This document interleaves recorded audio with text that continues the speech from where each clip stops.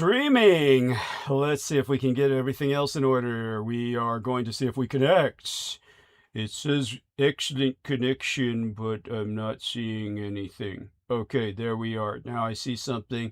So that means we go to channel and check on whether or not we show up. I think. How do we do this? Okay. Okay, live. Right. Then we go to channel. Then we click for echo. Okay. Let's see if we get it. And we get echo. So the first thing we do is upvote. Everybody please make that reflexive. It is a very small gesture on your part to click the upvote, but it's life or death to Team Dietrich. So upvote just as soon as you get here. Just do it automatically, like an autonomic response, like breathing. You make it habitual. Okay, T-Tank says, loud and clear, brother. And thank you so much, dear T-Tank. We love you dearly. All right. And with that, we give him a nice big heart. Okay, now we go over to infinite call. Okay, infinite call. And then we start that infinite call. And T-Tank, answer the call and jump on it if you wish for just a few minutes. And I'll make certain to give you a little detail on UCSF that I need to give you so that you can go through smoothly through their process. So if you can jump on, please do. Otherwise, Aristides is here. Hello, Aristides. How are you? Hello. Hi. How are Hi, you? I'm all right. Okay. Oh, let me see if you're registering. Say something. Again. I'm registering? Yes. I register. Yes. Ow. Yes. Okay. You're registering. Okay. Oh my God. So I'm home and I'm fried and I'm just going to go straight into monologue soon as you do your blurb. So take your time, do your blurb, and while you're doing your blurb, I'll probably mess with a bunch of last minute things. This is my tea. I have rosebud tea here provided by some wonderful female fan. Goddess bless her. And I'm just going to let that steep a few more minutes and then I'll have to dump all the rosebuds, in a few minutes. Oh. So that being said, I'll finish the Coca-Cola and probably at some point, because I just got home, I'll probably have to take a quick trip to the bathroom. But that'll take only a few moments, but that's all in the near future, up in the sometime during the opening hour. All that's gonna happen. Yeah, the tea and Coke I'll dump first. Yeah, that'll be in the sometime while you're doing your blurb, maybe, or just shortly thereafter. So do me a favor and tell me when do you want me to hold the stage for a little bit while you get ready, or how are you? Ready? It'd be good to have a couple minutes. Okay, then I'll read what's going on. Okay, take your time. I'll hold the stage. Yeah. T-Take Berry, we love you dearly. Douglas Marks says, loud and clear, like the picture today. I'm having a good week and happy to listen to you today. Good man, good man. I know there was one other question you asked somewhere in email. I'll have to get back to that. And it's all I can say is I don't even remember what the question was. Was after the philosophy question. Apparently you tagged something else onto that. Okay, there we are. T-Tank says registration confirmation. Good man, T-Tank. Okay, so let me give hugs to everybody in the chat, and that's a nice way to start the night. And now I've been gone throughout 4th of July weekend, and just re-entering into crypt. Never happy about that. But happy about grabbing some sleep as soon as the episode is over, but still, okay, so here we are. Hugs, in order of appearance, order of appearance, there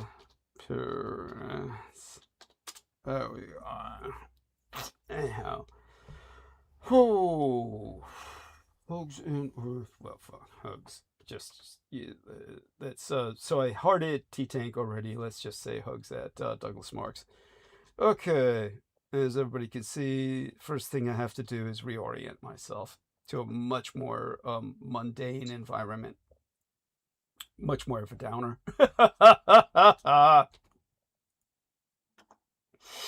And, damn, is Aristides still there? I'm sure he is. Okay. Yeah. I'm here. Okay, cool. Just checking, make sure. Okay, T-Take Berry. All right, and here we go. There we go. Okay. All right, trying to get my voice back. Been speaking a lot over the weekend, lectures and all that. Okay, so red, white, and blue is the theme of the photograph. I'm already getting some questions about it. Red, white, and blue was also the theme of last episode's photograph of my mother. For those of you who have left me a bunch of questions over the weekend, apparently, piling up in my e-box here. So there we have that. I just chose red, white, and blue photographs that were thematic. Other than that, where are we? We are, aside from being in deep shit as a nation, on the 250th birthday. Oh, let me stretch. Okay. So, how we doing there, Aristides? Yeah. Almost there. I'm just finishing something, but we take your time. don't No rush. have to wait. No, shouldn't wait to tell people to hit the upvote. That's up. it. Thank you. Thank you so much. Aristides is the man. He remembers. Yes, it is a very small gesture on your part. It means a lot to us. So that's yeah. And the algorithm. And the algorithm, the almighty fucking algorithm. That was it. Over the weekend, had to deal with intake of a lot of information. And now I'll try and share what I can with all of you. Now, oh yes, John's sending some images. There we are. Oh, some beautiful fireworks there. Oh, there we are, the Stockton Tunnel. Yes. Yes. Oh my God. And apparently he left a lot over the weekend. And okay, so let me tell Sammy. I will answer to the best of my ability. We will speak soon. Well, I mean, if you're with us, Sammy, just jump on. Hey, we'll speak soon, privately and otherwise. I definitely have to have a group call. Still have to have a private catch up with Aristides. Had a private catch up with our man Mike just before we left, and let me heart these. In interim, let's try and keep everybody occupied. Most of all, just caffeinating, even though it's kind of like waking up all over again, getting into here. First, I'm overwhelmed by the dust mites, of course, just the cobwebs, the morbid atmosphere of the crypt, and never like to really return home. And also, there's mitigating circumstances where there's things going on in the neighborhood, and got some questions from Mike about things going on in San Francisco, which I guess we could consider our wider neighborhood. Okay, just hearting everything that he sent recently. Just gonna heart Sammy here. Let's go back to the chat, see who's joining us. Okay, so this is, I think we're pretty settled now. All right, dear Aristides, if you've, gotten your seat yet, or let me know. Otherwise, I'll just say that. Oh, okay. Yeah. So, all right, I think I can go now. Yeah, wonderful. Okay. Yeah, take your time, go at it. We love the dulcet tones of your voice. Thanks. Okay. Sitting down, the screens here, opening things up, and we did stress the upvote, the importance of that. not just as a gesture, really mainly for the algorithm. It's not like Douglas lives to see the upvote numbers. They always help. What do yeah. they call that? They call that your little what's that? It's not dopamine. They call that dopamine hit. Dopamine. Oh, sure. All right, but that's not even your, the biggest factor nor the biggest reason to hit the upvote. It's the algorithm. Yes. The algorithm which dictates how widely Douglas's content could be shared or easily found, if at all. And that's even more importantly, because if there are any downvotes placed, which you can no longer see on YouTube, but if there are, and there are, that would work in the opposite direction. We know there's a small wad placed, probably just with bots in the beginning. My couple people that just can't let it go. So I don't know. I don't know if you're still seeing that. I mean, if you still, I don't know if you still can look at these. No. It is. It's they're eternal. They're just automated, and whoever. Right. It's like somebody. Let's put it this way. It's kind of like the old science fiction myths of the Berserker series by Fred Saberhagen or the Cylons. They're just automatons that keep going after the world has ended. Everybody's dead, but they still keep fighting. In fact, those guys could die, and the bots would still just, keep till something changed all that. Yes. But it's not that many, so just a good little bit of upvotes in the beginning. Bro, there's 6 of them. I mean, believe me, it's enough to destroy us. So everybody has to immediately offset those. Right. Yeah. So exactly. Right. That's why we need a good bunch in the beginning of upvotes to balance that out and keep the algorithm in the positive. Yes. And help the content to be easily found and easily searched, and if anything goes right, suggested even. How they have suggested content there in a panel sometimes, or algorithms do what they do. So and that gets you reach, and reach gets Douglas listeners, and in the end it gets him income for his job. This is his job. And it's also his service to humanity, which he loves very much.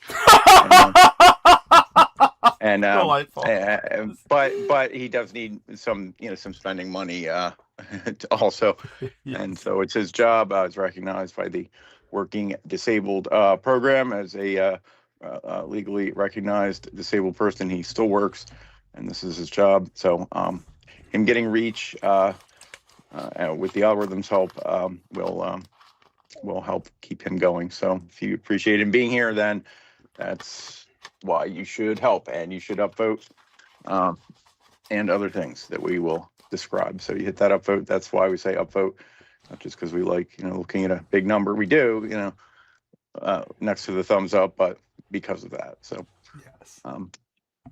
And once you've done that, well, if you've done that, it's because you're logged in. You can't do that unless you're logged in. YouTube can't really do anything. You can listen, not logged in, but you can't interact at all with the program or the page, not being logged in. So to be logged in, the easiest way is if you have a Gmail, you can register that to log into YouTube.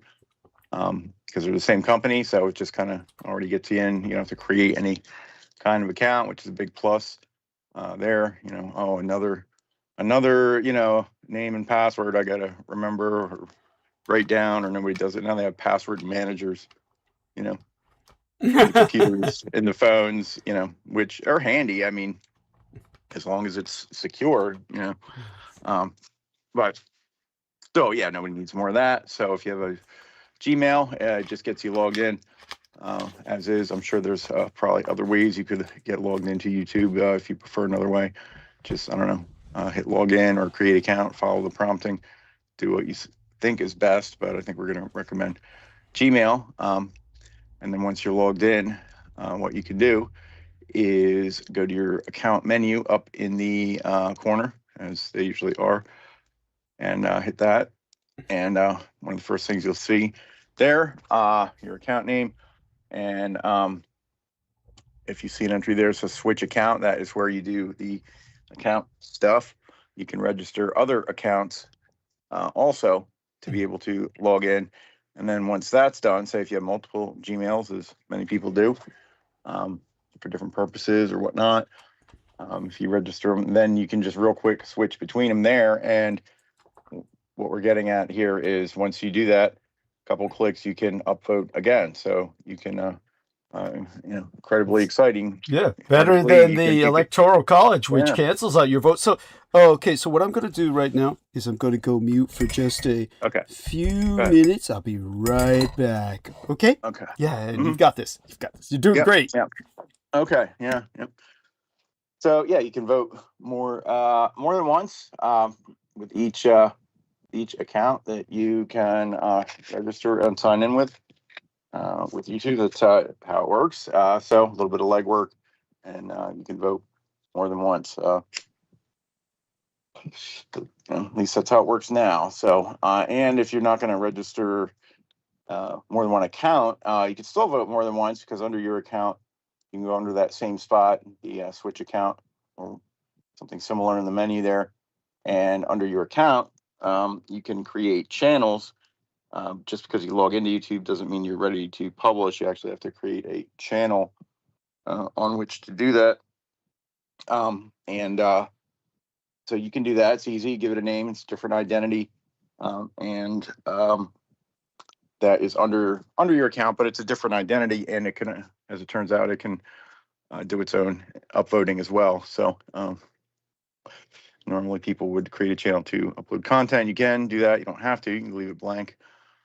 But channels can upvote also. So so once you switch between all that in the menu there, you can throw down as many upvotes as you're so inclined or so registered to do so, and that'll really help. So I've just put a second one there by switching by that very means. So that covers the upvotes. So what are the things that everybody say? Like, subscribe, share, and contribute. So we'll get to subscribe.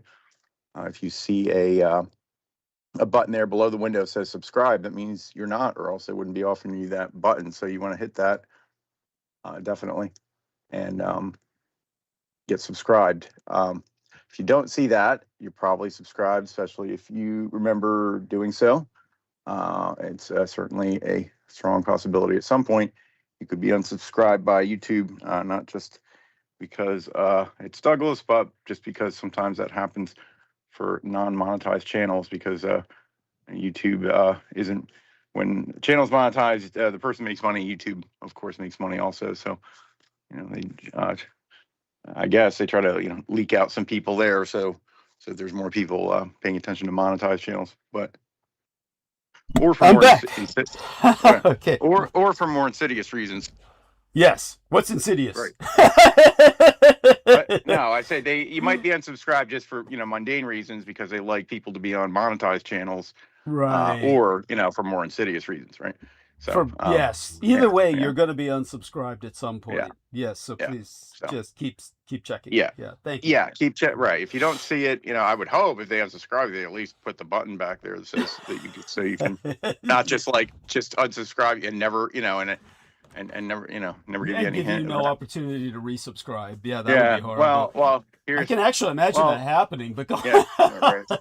Well, the way to make sure is you go to the channel and don't just directly click there now, but if you see his name in the lower left, highlighted in blue, that is the channel. If you go there, again, don't just click because you'll leave here, but if you can right click, open another tab or something like that, or just go there later, and it'll show you right there, subscribed or not. So that for sure, it'll show you there. So in either spot, you will see this little bell icon.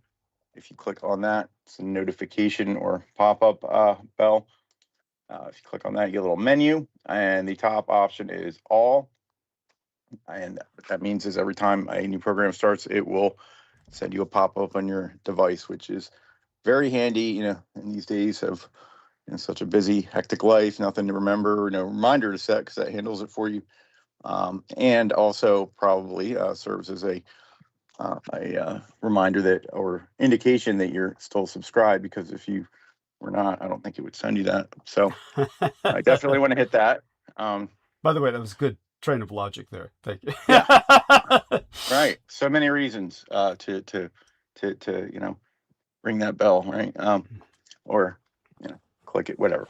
So yeah, hit all there. If you don't hit all, I think it just I had a lot of channels like that, and YouTube just then decides what notifications to kind of in algorithmic sense. But even for a long time, I didn't have this channel on the all, and it would still send me all of them. But I guess because it saw that I was here every week, it said, I guess you want to see that. So cool. But don't leave it up to some some algorithm that lives in some data center to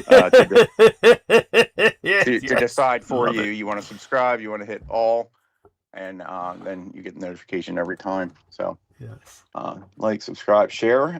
Sharing, yes, definitely is a very key thing that you can do, because if you're not really good at all the other things, at least you can find some people who are, like, just like in life, right?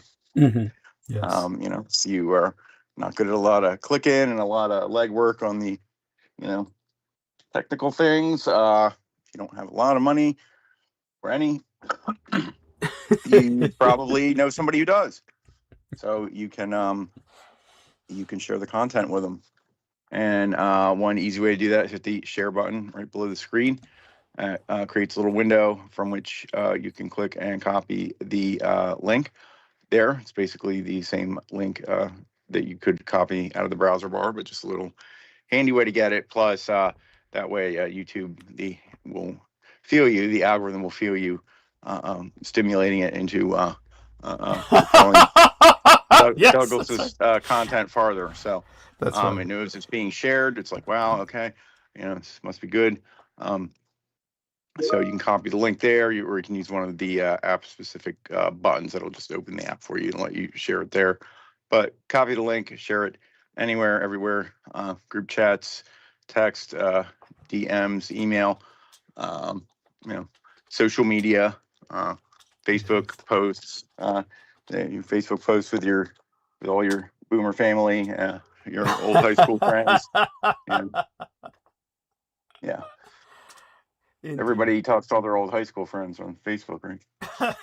Well, I would hope they don't. I would hope their horizons would have expanded. Yeah. But, some don't. Oh my God, some don't. I mean, some. Hey, and no criticism if you're still good friends with people from back in the day. That's a great thing. But to move no farther than that. Never leave your hometown. Always, and some people like that. I kind of got away from all that. I hardly go to Facebook. I even deactivated the thing where it would show your birthday, because then everybody would log in and it will show you whose birthday is today. And then you get all these messages from people you never talk to any other time of the year. Happy birthday! I'm just like. And then you get, what do you feel compelled to say thanks. Hey. So I turn that off. Yeah. But any groups you're in, they're, jokes about, all your high school friends and boomers aside, people are in a lot of different chats and whatnot and areas. Also, so many more and more these days. So, because life is online, that's where it occurs, apparently. So use that, and you use that fact to share the content there everywhere. So with anyone you think you would appreciate it, or just anywhere it'll get a lot of views, because that's probably one reason Douglas has these beautiful photography and artwork as thumbnail images. It's just so tantalizing. It draws the viewer in with this mystique and aura and and then they're entrapped, and then they become, you know, fascinated and horrified by everything they hear. And, Yeah, it's kind of like but they Venus can't look flytrap. away. Yeah, Yeah, they can't get but out they once can't they're look in. away. They need to be like, I can't believe what I've just heard. I have to keep listening. Like, oh. And then eventually they get the picture, and then, you know, they're either gonna stay or they're not. But yeah, so just share that link anywhere, everywhere, or even the channel. It doesn't have to be for the specific program. You could just share the link to the channel, which we described if you click on the name there, or it's youtube.com at Douglas Dietrich there, where it just, that's the kind of at the front screen, shows you if you're subscribed. There's a little intro there, has other stuff there like his website. Let's see, joined on June 2011. Wow. Wow. Yeah. Yeah. 2011. God damn. Yeah. When you You're my mother's death. Yeah. Yeah. Or at least, that's when you had created this channel or whatnot. Yeah. Assume it's a channel. It's not your main, like, you know, because you're publishing. Anyway, so there you go. There are different categories. Live is all these live streams. Videos has other stuff there that's very useful for kind of catch up, you know, backstory, sort of Dietrich 101. You can scroll back several years, catch some of those key titles there in the very beginning. We could rattle off some of the names, but, you know, I think we remember. I don't have to go look, like Satan's Crusaders and Yes. what are some other ones? If you could name a couple that are just very, you know, let's call them foundational information that will help everything else here to make more sense. Well, it probably won't until you get it put Yeah, into right. context, but it'll give you Well, some right. hint of mood. It's kind of like an aesthetic or a mood setting. Let's put it that Right. way. Well, yeah, right. I mean, you got to start somewhere, you know. Right. You know, Most right, you know, like- most people couldn't make heads or tails of it, but some you No, can. that's Yeah. true. Yeah. That's true. Yeah. But you got to get there somehow, you know. And so, yeah, you're what? Satanism in the military was one. Yeah, that's an saying important one. That's probably the most important. Probably the most important Yeah. to start with. And they're doing their best to try and discredit that still. Oh, God. It's unbelievable how that campaign to rehabilitate Michael Aquino in the military is still ongoing. It goes to show how desperate my they God. are. But anyhow, continue. Yeah. Goodness. Yeah. Yeah, right. Rehabilitate. As victims! As victims! Right. Right. Yeah, he's a victim of the system. That's right. I can't imagine. I can't imagine. Yeah. Some other ones. Let's see. The Satan's Crusaders, which I think there's two different versions of it. Maybe Roswell and the Rising Sun. Yes, those haven't been privatized. I had to privatize some of them. But those two seem available, I think. Yeah. They should be. Right. Okay. So Yeah. yeah, hold on, let me make a little note here. I just had an idea. I don't want to say it out loud, but Yes, we'll talk about privately. right. Okay, so yeah, so that's if you scroll all the way back on the videos part, that's not the live streams, and that goes back 9 whole years. So, you know, Yes. Doug has been out here slugging it out with you know, some of the most powerful forces Thank you. in the world and the Yes. country and in the universe rallied against him. And Quite yet, so. and yet he persists. So Yeah, it just goes to show I'm hard-headed, but if for no other reason to bring you, you know, constant entertainment and you know, well, I don't know, entertainment's not the right word. edutainment. Exhilaration. Or infotainment. Yeah. Or it's you know, it's exhilarating. For sure. Or it can be. There's all kinds of a range of emotions, a whole spectrum of emotions. Yeah, right. Yeah, It's exciting all could rolling. mean a lot of things. It could mean excited in you know, in terror, which Yeah, you know, which is what is a pretty much part of what life. people feel when they listen. And oh, anyhow, continue. Well, You're I doing mean, good. but you know Yeah, that these things exist in the world, and it's a tough yeah. process to come to terms with that. That's not really you know, Doug's fault, but yeah, yeah, Thank you. I appreciate that. Yeah. there'd be people doing these things out there in the world if it wasn't, you know, even if it wasn't for him. So, you know, don't you know, don't hate the messenger. Yeah. Yeah. But people do. So Of course, people do. Because right. since I'm the only one that's talking about it, and then when other people talking about it, they're Yeah. simply obfuscating. They'll come at it like, well, I'm, you know, just totally detached. And my problem is that I'm so attached to Right. the subject that I speak Yeah. of. Right. That's what upsets them. That's what Mhm. upsets them. Right. But continue. Yeah. Not much in terms of text tonight, by the way. It simply was 4th of July weekend. There's not much else to say. Yeah, but do continue.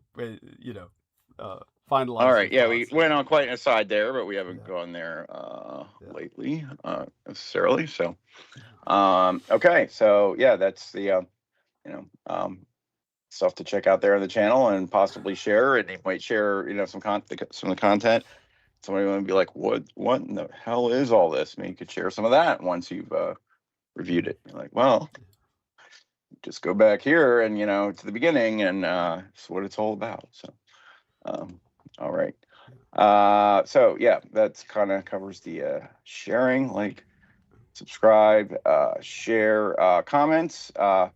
The live chat is We've had a always lot of on. comments. We had a lot of comments the past few episodes, so I want to Yeah, thank everyone good. for that. Yes. Yeah. Great. Yes, And people are upvoting the comments, so we want to thank everyone for that. Yes. Yeah, possibly the best way to stimulate the algorithm. You know, we don't know. It's actually more important than the upvotes these days in its own Yeah. way. Really, it is. Yeah, It's I would, commentary. and I would upvoting think comments. if I was programming an algorithm, I would give it more weight. You know, real easy to be like, yeah, thumbs up, you know, but somebody actually Yes. taking the effort to say something means more. I would think. Yes. Let me actually go look here. Did I Yes. upvote? So yeah, comments below the episode. This is not the live chat. It's comments below the episode are only enabled after the live, at least for Douglas and people who don't have, you know, some sort of monetized or preferred status or some kind not. of, you know, sex connection or blood connection Right. into Google Campus or something. Yeah, I don't know how it works. I mean, you know, I'm sure I could find that answer, and it wouldn't change anything as to why some, you know, some things have or you can comment during, but not here. So yeah, but you can comment after. During, you know, you can always comment in the live chat, and that is retained, and it should be able to replay if you're doing the replay, meaning just listening after the live, depending on your device and your display on your device. I don't know how live chat works on the phone. Not a lot of space on the phone. I'm sure there's a way to access it. I just never tried. But the live chat will replay along with the episode. Even if you scroll around in the episode, it'll shift the replay of the chat, you know, accordingly. But that's different than the comments below. Those just stay right there, and feel free to leave one. It doesn't have to be serious or well thought out. Could just be, you know, hey, this was neat to listen to, you know, or anything. You know, Yes. much appreciated. You know. There we are. And Yeah. and Upvote all the comments. We're going to say all because even if they're aren't exactly positive, you know, the algorithm always sees as upvote. So it's true. Perverse. I mean, honestly, if they're bad enough comments, then YouTube actually deletes them. Yeah. And there's plenty of times where people send me things I don't even see. Yeah. Even in the chat. I want to thank you, Aristides. That was wonderful. Let's welcome Sammy on to join us, and let's have a little roundtable here while I warm up for the monologue. Well, we're almost we're not quite done. Hold on. Take your time. Yeah, so leave comments, but we can't last but not least, if you would like to support Douglas Oh, yes. financially, the most That's right. important way of Yes. all, I'm going to put the PayPal into the chat here. Thank you. That's just for convenience. You don't ever need the link. It's nothing mysterious. If you just simply remember, if you go to PayPal, if you have a PayPal, and search for Douglas D. Dietrich, all one word, you will find his account. And then you will send him all the money you possibly can. So, but we'll put the link for convenience there. And there you go. And that is by far the easiest way if you have a PayPal. If you do not have a PayPal, as some people may not, for whatever reasons, it's still just as easy to donate on PayPal, believe it or not. If you go to his website, which is douglasdietrich.com, and look at, once you check that out, not that much is updated there these days, but it does hold the donate button for his other PayPal, his what do you call production account, PayPal. And if you click that, you will get a little menu. And in that menu, one of the options will be donate with credit or debit card. And that's without being logged in. That's or having a PayPal or using PayPal. So all you have to have is a card, and it will send him money to that account. Although there's a little bit fee taken out of that, so add a few percent extra, if anything, there. But it lets you donate with just a card and not having a PayPal. So pick a card, any card, yours or someone else's who's more wealthy than you, who of course is giving you permission to use that card. And put it in there and put it to send money.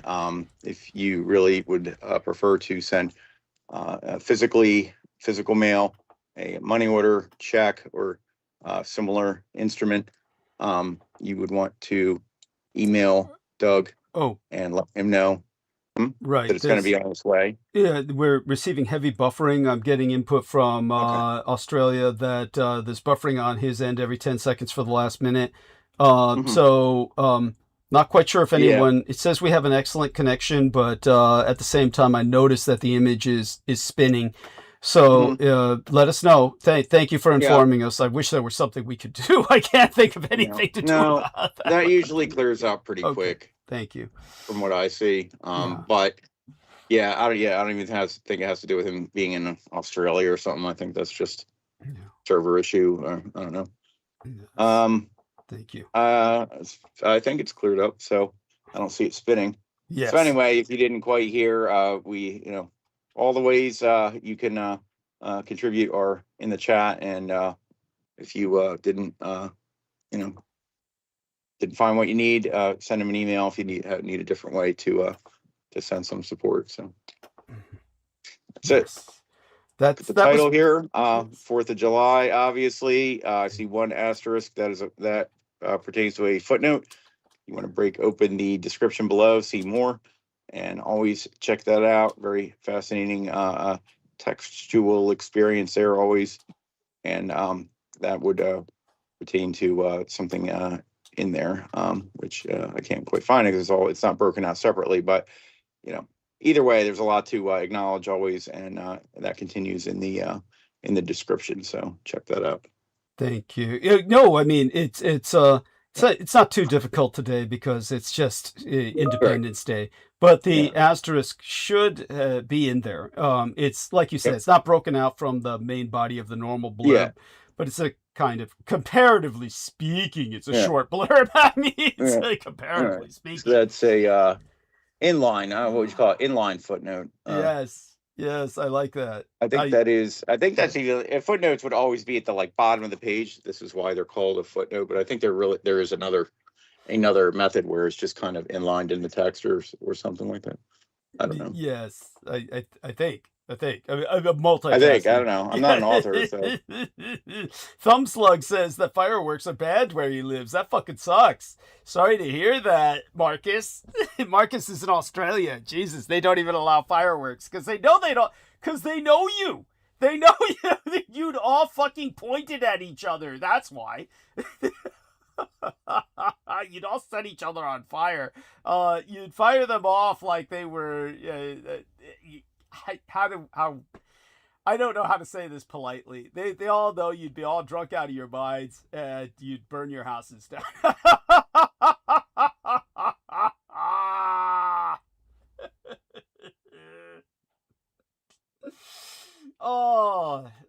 Any other thoughts there, Aristides, in the general blurb? That's about it for the blurb. Okay, well, we love you dearly. That's wonderful, and we love the dulcet tones of your voice. Let's welcome Sammy on, and certainly anyone else who wishes to join us is also. What happened to Sammy? He disappeared. Sammy, do come back. And Brendan Zogan has joined us. By all means, Brendan, how's your day? People care about you as an individual, as they do about Aristides. But whenever I ask him, to talk about himself, he maintains a strict sense of privacy. You are doing as well as can be, I presume, Aristides. I'm doing about normal. The heat wave. Heat wave is broke. It was brutal. It's like 100 degrees, 3 days. So let's wrap it up. So. Oh man, 100 degrees. Yeah. Tell him about here in Southern California, Brandon. Yeah. Go ahead. Tell him about that shit. Yeah. Where I come from, it's 50 Celsius every summer, for weeks, for months. God, that fucking sucks. 110 degrees for like weeks on end. That was last summer and the summer before. Yeah, but I bet it's dry and breezy though. There. Low humidity. Not in the valley, it just bakes. It's like you're in an oven. You're thinking more of the coast. Yeah, the coastal areas they get like a reprieve a little bit, but the valley is like I thought that's all that mattered about California was the coast. Pretty much, as far as I'm concerned. Yeah, I hear you, dude. Aristides has got it right. Yeah, I mean, I hear you. Yes, basically all that matters is the coast. But yeah, inland California is its own fucking nation, and inland it's fucking brutal. I wouldn't want to live there. San Francisco, we don't get any of this shit. All we get is, as Aristides knows, generally fog and cold and fog. By the way, I do want to respond to.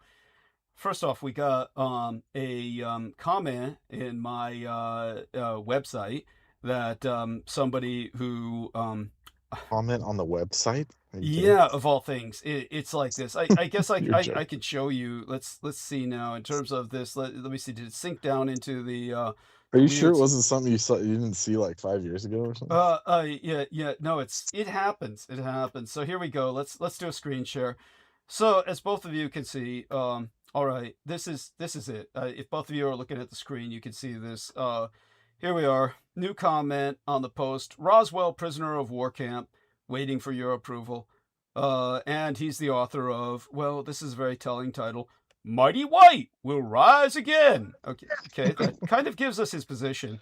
Got to give him that. He's up front. And he says, bullshit. Oh no, America, like England, still in the thrall of a foreign alien people and their sycophantic worshippers who destroyed the Articles of Confederation, the Constitution for the U.S., D.C. on the Potomac, Law of the Sea, that's Jordan Maxwell shit, and now under globalist, genocidal, monarchical, despotic, dominionist control. Actually, don't you say kind of like the same thing, Brendan? I mean, it's if they only knew the reality of it, that's the problem. forget about being ruled by other cultures. We're being ruled by fucking alien factions and shit. Literally extra dimensional factions, but we don't need to get there with this.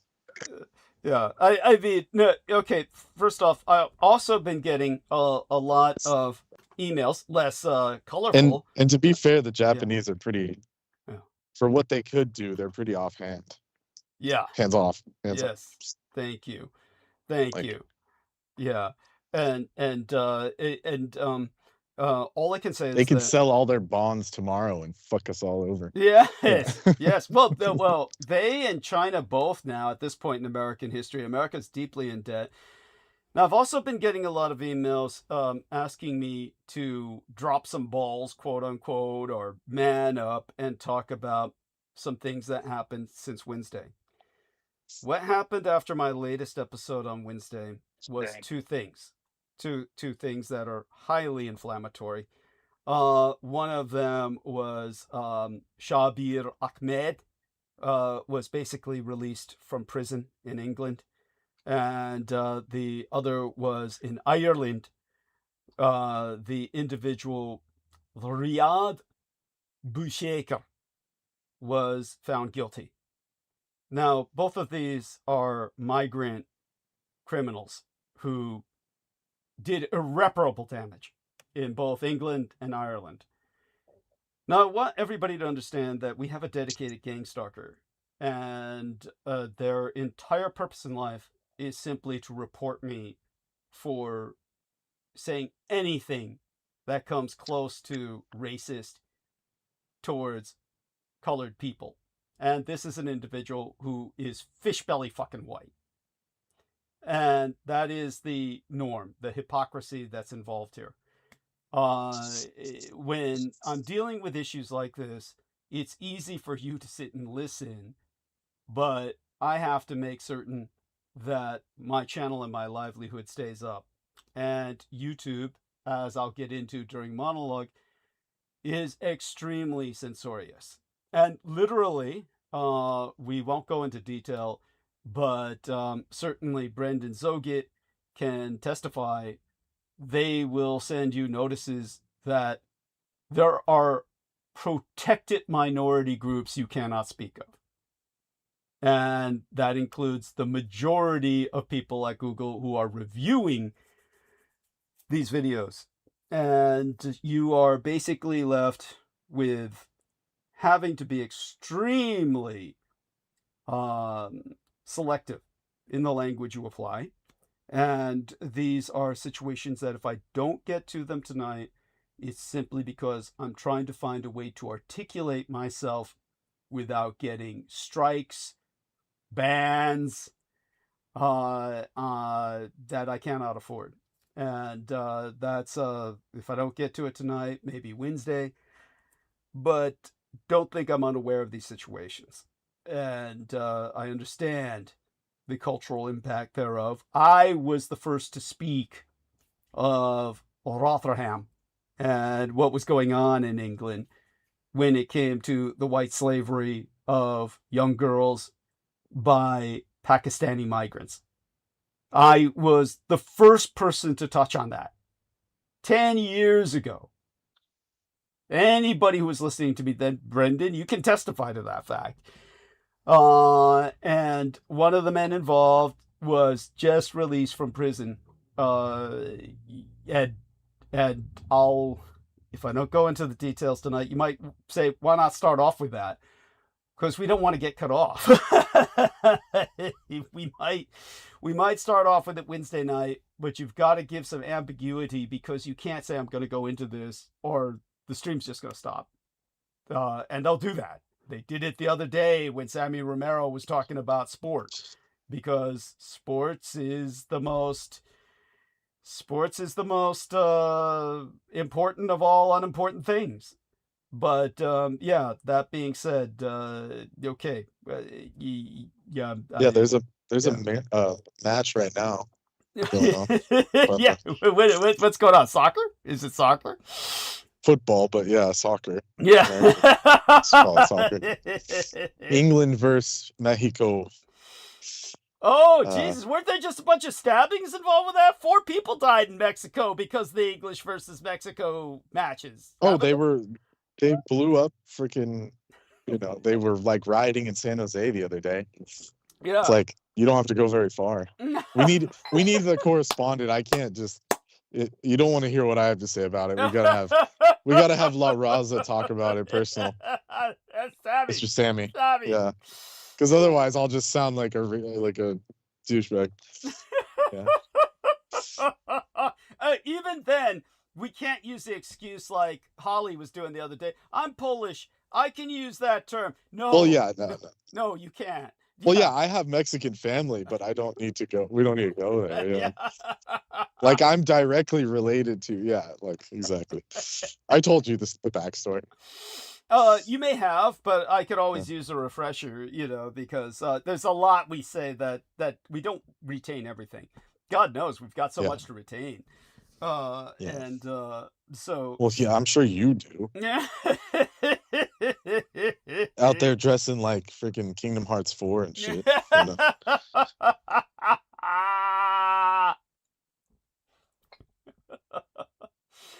Oh, so now tell us about what's going on, Brendan. Whatever you're willing to talk about that doesn't give away personal security or anything of that nature. What's well, on your it's sunny and breezy in Pitcairn Island right now, so it's good. Oh, my back. This Just is like, fuck. Yeah. I come home to this crypt. First thing it assails me is my nostrils.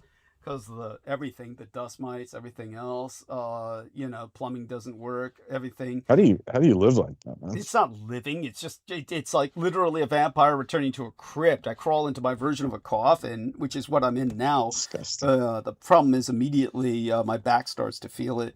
So hopefully I can find a comfortable position to sit in where I'm not doing too much curvature damage to my spine. So let me find. I think the spine damage is the least of your worries.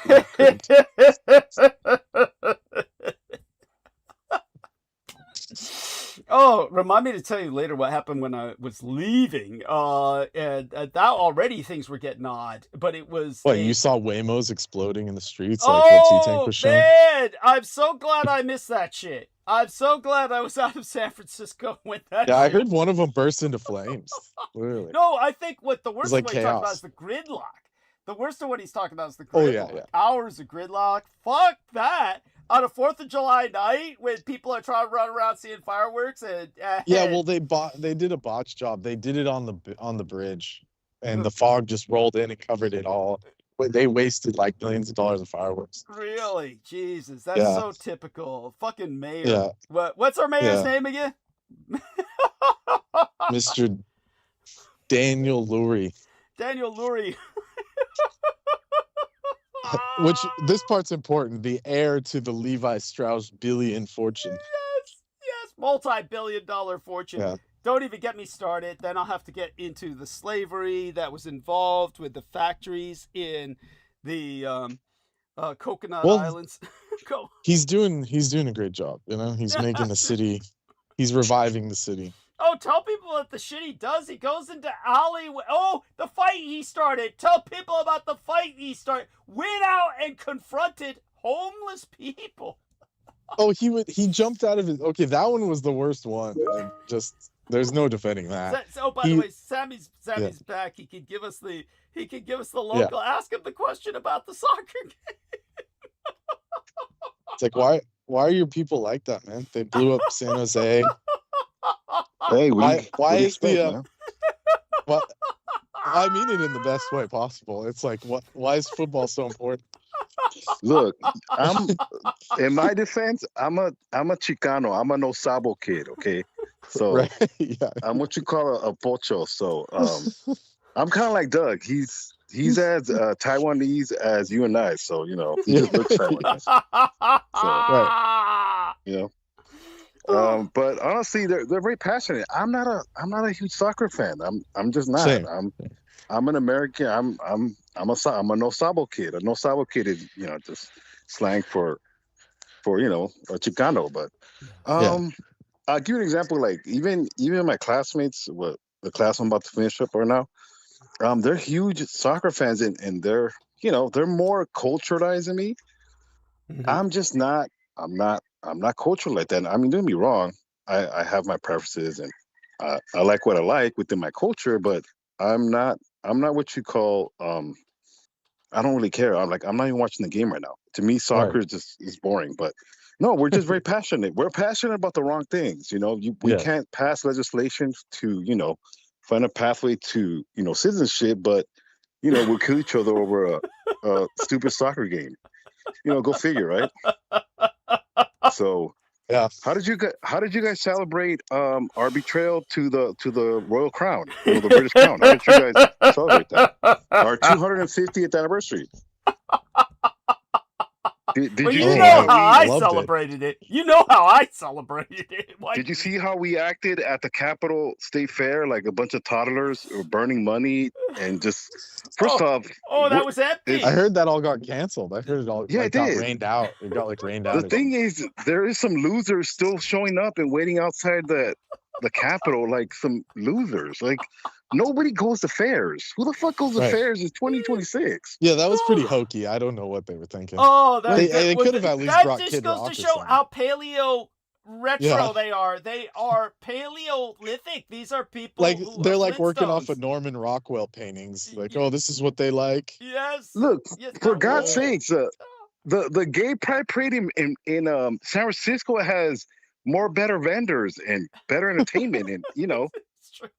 Yes, it's true. I mean, it's it's embarrassing, you know. Like they should really, and to be honest with you, they should just not hire whoever the hell they're hiring. Like let's keep it real. Like we're not in the 1940s. Like no one cares. Well, the problem now is if you say something, they'll say, "It's you're politically motivated, evil libs." It's like, look, it's just being practical at this point. It's no one cares. Like have some, like hire Disney or hire, you know, I don't know. Yeah, they have plenty of vendors that are, you know, Right. white. Contract.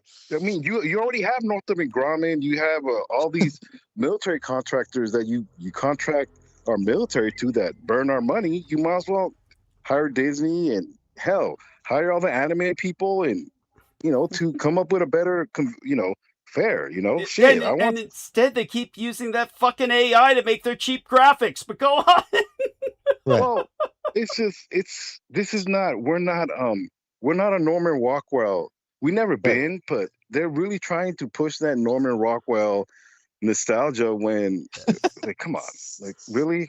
It's, you know, it's I just, remember seeing those when I was little and just thinking they were the creepiest, like worst art I've Right. ever seen. But did he ever Like have any cringy. dirt on him? Was there ever any dirt on him? Any kind of scandal? Or was he just somebody who just walked away, faded into history, so to speak? well, I wouldn't be surprised if it was, you know, some immigrant making those drawings and illustrations. So, Yeah, he You know? paid some. Yeah, oh God, I you know what I mean, come on, that's just the American way, right? Oh, But now I'm going to put this into the text box. Let me see if I can actually finagle this. Now, this is interesting. Okay, press the enter button. I can't believe it fit. Okay, so it fit. If you can take a look at that, Sammy, this is an article that by this individual named Sam McPhail. Now, look at that. They're addressing what you were addressing when they knocked us off live stream last time. right. Yes, Right, that's what you were addressing when they knocked us off live stream last time. And it looks like you've been vindicated. This is pretty much what you've been trying to tell us, and people have been crying Right. conspiracy. But here we go. You can scan that and tell people about this. This is pretty much, you know, everything you were saying. It's up with technical detail Well, at it. To tell you the truth, I mean, it is what it is. I've kind of skimmed through it a little bit, but I mean, to me, it's if we're such a capitalist nation, Yeah. we are doing a terrible job at it. This was literally, like I said, this was a handoff as far as economically, Yes. and it's not even that, you know, we're not capable of, because, you know, we're a gluttonous nation. You have foreigners freaking out that we have free refills at McDonald's. They're literally freaking out. Like, why don't you guys? Yeah, what's up with that? I don't. There's American stores overseas. I don't know. Well, see, the thing is, Brandon, is in Europe they actually have to pay a livable wage to these people. Yeah, true. So, unlike here, you know, we exploit and we rape and pillage everything, and you know, then we want to chastise people that, actually pay people a livable wage. So no, I understand why Oh yeah, Europe. did you see Go ahead.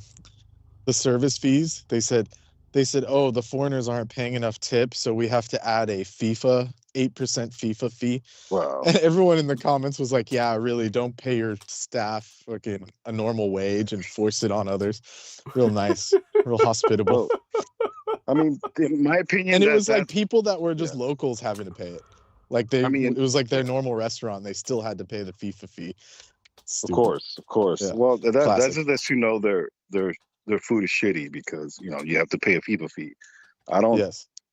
You don't see I mean, shit, you don't see strip clubs paying an extra fee just because it's FIFA. They're strip clubs. They pay for itself, right? Women, the entertainment pays for itself. Indeed. Without women, you don't have, right? It's pretty simple, right? My point is, yeah, it's just what I really it boggles my mind is, and obviously I'm changing subjects, but the whole pool, the whole the U.S. Capitol mall pool, whatever. I guess they You mean the algae? You mean the algae? The algae pit? The algae pit. Yeah, the algae pool, right? Yeah, I heard it was just getting assaulted by evil, blue hairs cutting it. Yeah, the liberals! It's the communists and liberals that are taking box cutters and somehow walking underwater and slicing the bottom of the pool, slicing it up. Right. Yeah. Well, the point is, yeah, go ahead. If it was fixed correctly, like if they redid the granite like it was supposed to be, then that wouldn't be able to be done. That's not even possible. But there was just a cheap shortcut. Yeah, that didn't nobody work. has. Well, it's true, and not only that, nobody in their right mind. Who the hell would? We don't exercise to begin with. Americans don't do that. Even Democrats, they don't fucking do that. We're not that committed. We're just not that committed. That's the only thing that I don't understand. And with a razor, like a box cutter, what type of box cutter is it? I want to know. Right? Yeah, it must be some good shit. You can jack a 747 with that one. Yeah. Right, Stanley Super grade that we don't know. What type of material this is, because yeah, it's well, the reason why I'm mentioning this is because they literally announced the indictments to that one bicyclist that they charged with. That's right. They literally are charging him and terrorism. And he was just walking by, or like what? No, he scooped up some of the paint. He scooped up some of the. Oh, he grabbed a piece of it. Yeah. Yeah. What I want to know, you might as well just treat it like it's radioactive. Anything to do with those people, it's like radiation. You just walk away. It's toxic. Yeah. They need if it's got his name on it, just leave. They need to televise it. I want to see this trial. They need to televise it. I want to see it. Yes. I really do. I want to see the prosecution really open up their fucking defense. I really do. I really do. And if any judge with any type of dignity actually takes this case, they need to air this, because this is going to be on the nation's dime. So I don't see how, this can't be a private trial. Yeah. But in my opinion, go ahead. They upheld the birthright citizenship, so that's something. No, not really though, because if you read Kavanaugh's opinion after, he pretty much kicked it off to the Congress. So according to him, Congress needs to come up with a law to change that. So I get it. They upheld it, but I mean, in a sense, they want to do it through Congress now. That's obviously another. Well, it's still subject to judicial. Right. Of course. Check. No, but I mean, Judicial that's good though. That is still good. I'm better. I'm not better than nothing. It is. Of course. Yeah. It's But obviously, that just on the face of it, that wouldn't work in a country. Like if it was like a new country, so to speak, where it's like, you're still working it out. It's like after, 150 years, that you can't just undo that. Of course not. But practical. They're gonna try. unfortunately. And I read a you know, list of the other countries that do that, and you don't want to live in But- those countries. Panama was one of them. So if you're born in Panama, you get automatic citizenship, or your kids do. So if you guys want to ever do that, I don't see people going there though. Well, we're- Panama is like we're that? getting there. Interesting. But go on.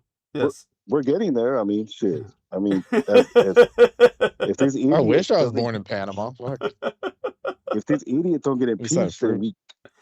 Yeah, go on, Sammy. You were going to say about I the mean, well, at least, we're getting there as far as, people are really just, I mean, the fact that we can't take advantage of this FIFA thing is, it's just mind boggling, but, it is what it is.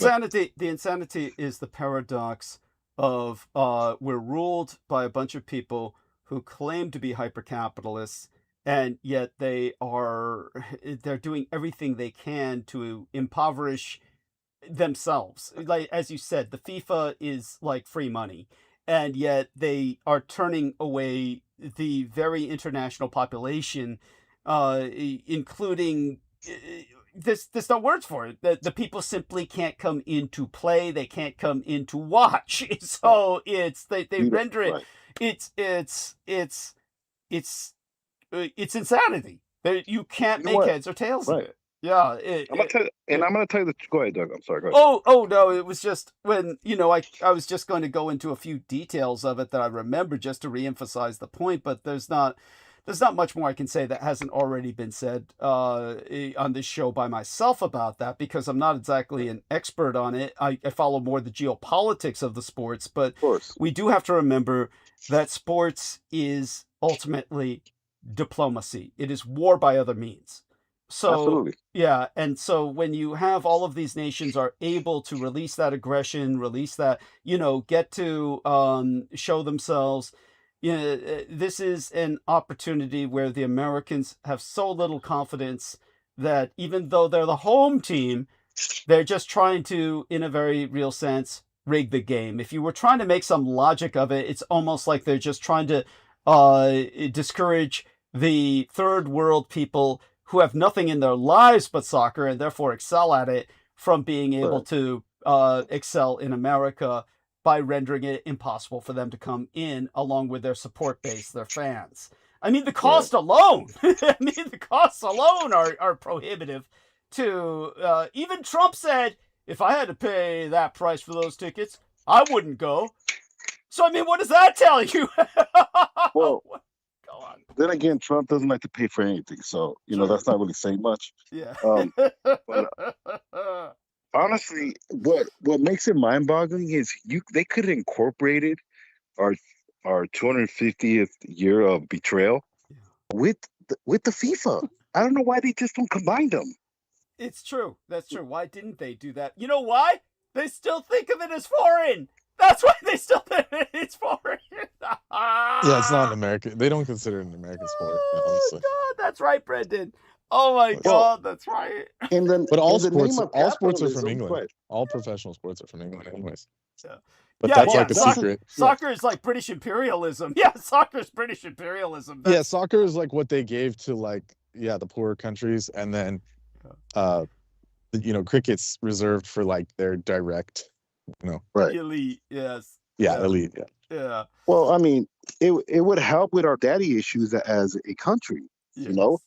We have terrible daddy issues, and the whole world knows we have daddy issues because of our insane belief of white appropriation and all the bullshit. I mean, the fact that we still have idiots marching with Confederate flags, it's In 100-degree heat. You have to look.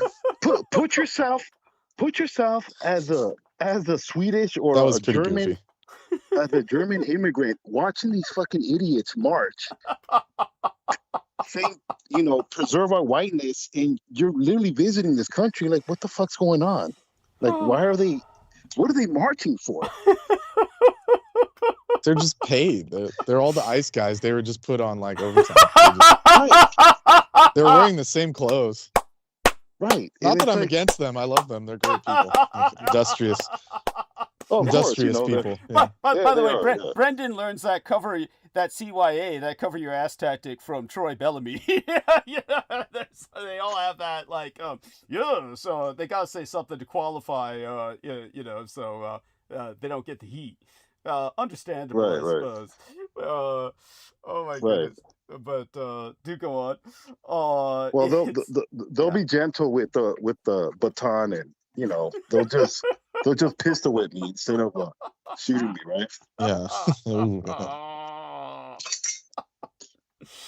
Oh my goodness. Hey, by the way, was there anything after your just so people understand, I'm not trying to give too much away, but our man Sammy Romero has been undergoing a professional transition, and he's been undergoing a lot of training along with raising a Right. family. Your life is full, but at some point the program was stolen concerning every capacity to test, grade, and then somehow they paid through the ass to get it back. I mean, both you gentlemen, Brendan and Sammy, can tell me the details of this, what happened before. But once your school paid through the ass, paid the king's ransom to get all the shit back, your school system, I mean to say, you took your tests and everything, and how did that impact the school thereafter? I mean, did life change in any way for everybody there that you were aware of? Or I think you know what I'm talking about. I'm not able to express myself well right now because I came from a weekend of partying, doping, and everything else. Yeah, when Canvas got hacked, Canvas! Canvas had to pay Right. their way out of it. Yeah. Yeah. Oh, And yeah. and of course, when those things happen, it's even during COVID when the Canvas wasn't working and it was all crashing. They not once did we get like, oh, you can just get a free grade or something. It's like they had to pull that bullshit where we gotta do it right. All of a sudden, gotta go by the book. It's just classic. Never fails. As if like that little hiccup's gonna stop what you learned somehow. But anyways. No, honestly, I agree with Brendan. Did it affect me personally? Yes, it did, but it was mostly because, believe it or not, even to today's world, most administrations in all these learning institutions, they're still catching up to what's going on in tech. I mean, obviously they have their IT people, but they're whoever's administrating it is still behind because you're dealing with very savvy people. In a lot of ways, they're just going to pay the ransom. They're not going to figure out. They're not going to investigate. They're literally going to pay and try to rewrite some of the programs or patch it up. But our programs are still vulnerable regardless. But did I get affected? Yes, I did. But it was all right. It wasn't that big of a deal. It's just annoying. But yeah, it's not going to be the first or the last. It's going to happen again. Yeah. Okay. It's unfortunate, but yeah. Yeah. That's in other words, it could have been worse, right? Is that what you're saying? Well, yeah, it could have been worse. We could have, it could have been. Could be like the DMV where you have to retake a bunch of driver's license tests. Did you hear about that? Well, the DMV is bad because now they want you to literally use the computers and don't. I mean, they were rude to begin with already. Right. These people were vile. They were vile human beings. They would literally, humiliate you, make you wait. Yeah, what's up with that? It's like they're trained to be like sadistic and shit. Right. So DMV is another world. That is the closest thing that they did to get it accurately was Zootopia. Do you gentlemen remember Zootopia? I don't know. You must have seen it, Sammy. Yeah. I know you saw it, but what about you, Sammy? You've got kids. You must have seen Zootopia. Did you? Not that I remember. Oh, you've got to. Oh, you've got to. You've got to just for the DMV scene. Just for the DMV scene. They're all sloths. They're all sloths, like Brendan said. Right. No, I believe you. It's just the DV now is they force you to use their automated system, and then I'd rather have the sloths. Yeah, I'd rather have they the make sloths. you feel dumb. So, do you mean like when I went I had to do the computer thing. Did you? Yeah, you did that too, right? Like you hit this little computer thing of yes, no, yes, Right. no. Yes, Yeah. you do. And it's almost embarrassing because it's like, well, what do they pay you guys for? You know? Why are you giving me attitude, right? Like, you shouldn't be giving me attitude. You're literally not doing anything. Oh. So Now I have to admit, that my experience with the DMV was a few years ago by now, but it was a positive experience because I'm not a driver. I was getting a California ID. Maybe that was the reason why. So I'm not actually. So because I got the California ID, they really went out of their way to help me, and they were the people who did the deep dive using the new AI systems that they had access to that clarified I was a veteran, and they stamped it right on my California ID card, veteran. So that was, because they found records that the U.S. government had destroyed federally, but the state of California had in their state records. So yeah, and that's because the San Diego Marine Corps Recruit Depot and Camp Pendleton are both in the state of California, and there was California overflow from their records in terms of data that basically somehow the AI, it's like slant drilling. It was like a data version of slant drilling. The AI went there and dug into federal records that were kept in California that they forgot to destroy because they had destroyed everything they had in Washington. Does that make sense? yeah, it does. It makes a lot of sense. You know, it's fortunately that sounds about right. You know. Yeah, that's the world we live in. And yeah, but you weren't a forward gunner. You were a tank snake. Yeah, some shit like that. Yeah, people like they get into the MO shit, you know. He wasn't a grade 4. He was a grade 3. He's lying. He's fucking totally discredited. It's like, what? The positions become meaningless once everything scrambles anyway. Once you're in the field, all that shit can become meaningless pretty quickly. Yeah, all that being said, so they're just fancy names for like, you hold this bag and you fucking wrench this wrench when it breaks. I mean, hardly anyone's doing really specialized shit. That's like upper level shit. Yeah, well, you know, it's these people get into it because they've never seen combat and the shit hasn't hit the fan. They're just sitting in the back where, yeah, all they do is what their assigned task is. Theoretically, it never works out like that anyway. Flipping picnic tables like they did yesterday. I don't know if you guys saw that, Sammy. Wow. No, I didn't see it really, but you know, thanks for letting me know. It was like that parade, or whatever it was, the county fair they had on the lawn at the Capitol. National State Fair. The National State Fair. Okay, so when the thunderstorm rolled in, they said, "Oh, it's a danger," and they had the National Guard go flip the tables, and the guys looked pissed. They were like just throwing these picnic tables because it was just like bullshit. They were supposed to get barbecue and they got screwed over.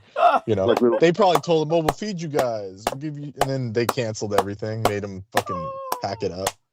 Yeah. Anyways. Well, they canceled it because Trump was so outraged at how few people were there. He still went on spiel.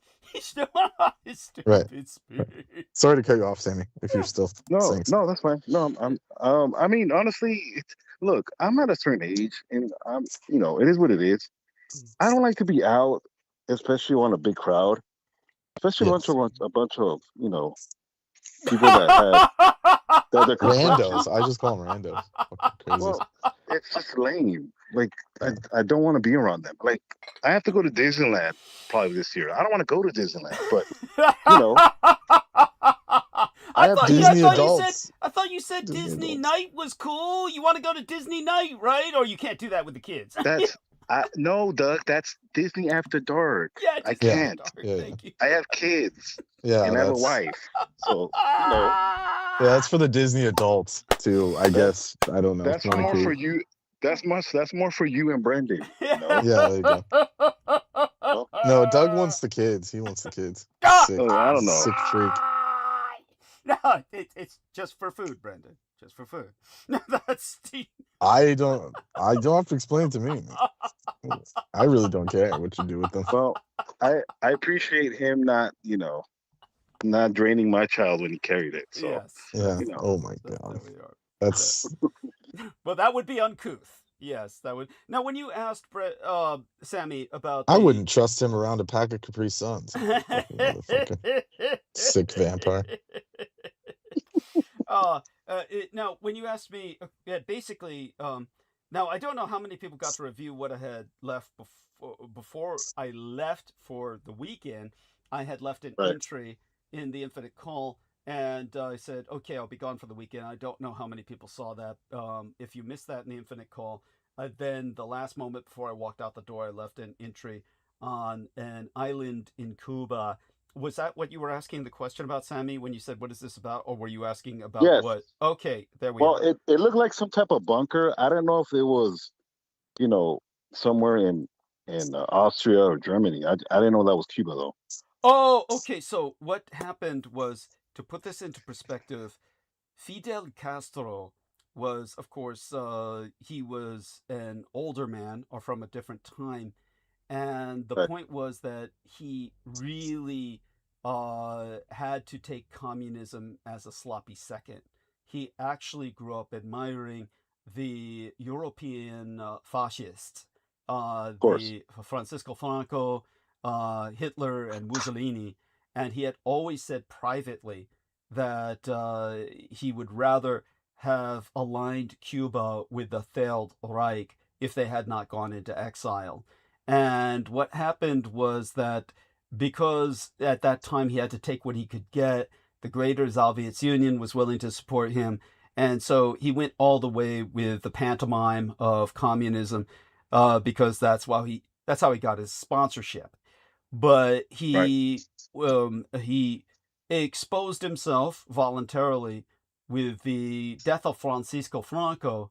He put this is all on record, so people don't take my word for it. Anybody can look this up online. When Francisco Franco died in España, he put the entire nation of Cuba into months of mourning. He said, if I could have, at the time, I would have aligned with fascist España under Francisco Franco. And he was like, it's just not what fate had. Which killed all the communists, or they kicked them out or something. Yeah, they killed the communists. Yeah, no, they put them. I sent you Yeah. a communication in your private chat about this lady she was like a Hitlerjugend, but she Okay. was saying she remembered seeing newspaper headlines that said, death to the Reds, the Spanish Reds, and stuff like that. And at the time, when she was younger. Cool. Yeah. Well, Marina Sarin would love that too. I'll go over it. I'll go over that. I'll catch up on all that. Sammy had to leave for the moment. We'll get back to that topic later then. In interim, because you've been through the ringer, Brendan, and I know you need some sleep, but you're welcome to stay up as long as you can stand it. Obviously, I'd welcome you to be here all night, interjecting. No, this whole the whole mess I'm in is because of you. So there's no fucking point in helping you anymore than I have. If anything, I'm going to start writing the essay. Yeah. The severance. What do we call it? The severance essay? It's like it's something like required writing. Like when you have to pass a class, it's like required. It's true. No, there's this rope behavior pattern. To sever from Doug, you have to write MLA format. At least 12 pages. Cite your fake sources and shit. Yeah. Yeah. And so it's at any rate, when it comes to that's a subject we'll avoid for the moment, simply because we don't want Trigger anymore. People try to get us strikes on. We get them all inflamed, then they look for something. Oh well, yes, yeah. And then people die. So mysterious circumstances. Oh, that. Oh yeah, Jesus Christ! How much of that are you willing to talk about? There was some other action around you lately where, oh man, they were attacking that. Well, you used to live in a warehouse. Which time? Everybody Which knows fucking that. time? Yeah. Well, everybody knows that you were storing yourself in a rental storage facility in a warehouse for a while, and oh god, recently there was just a number of, shall we say, Zorb attacks in area that were kind of like yeah, multiple. yeah. Oh man, people just dying in their cars, just Yeah. dead, just fucking flatlined. yeah. Yeah. Oh yeah, and it's all I can say is that oh, that reminds me. Yeah, well, again, we don't want to give away too much for the sake of your personal security. But with all the mess that you're in because of myself, and now, of course, you're basically on the run. We don't need to get into that. We don't need to get into that. But it's just traveling on the road. Yeah. Yeah, I'm a traveling salesman now because of Doug. It's fucking shit.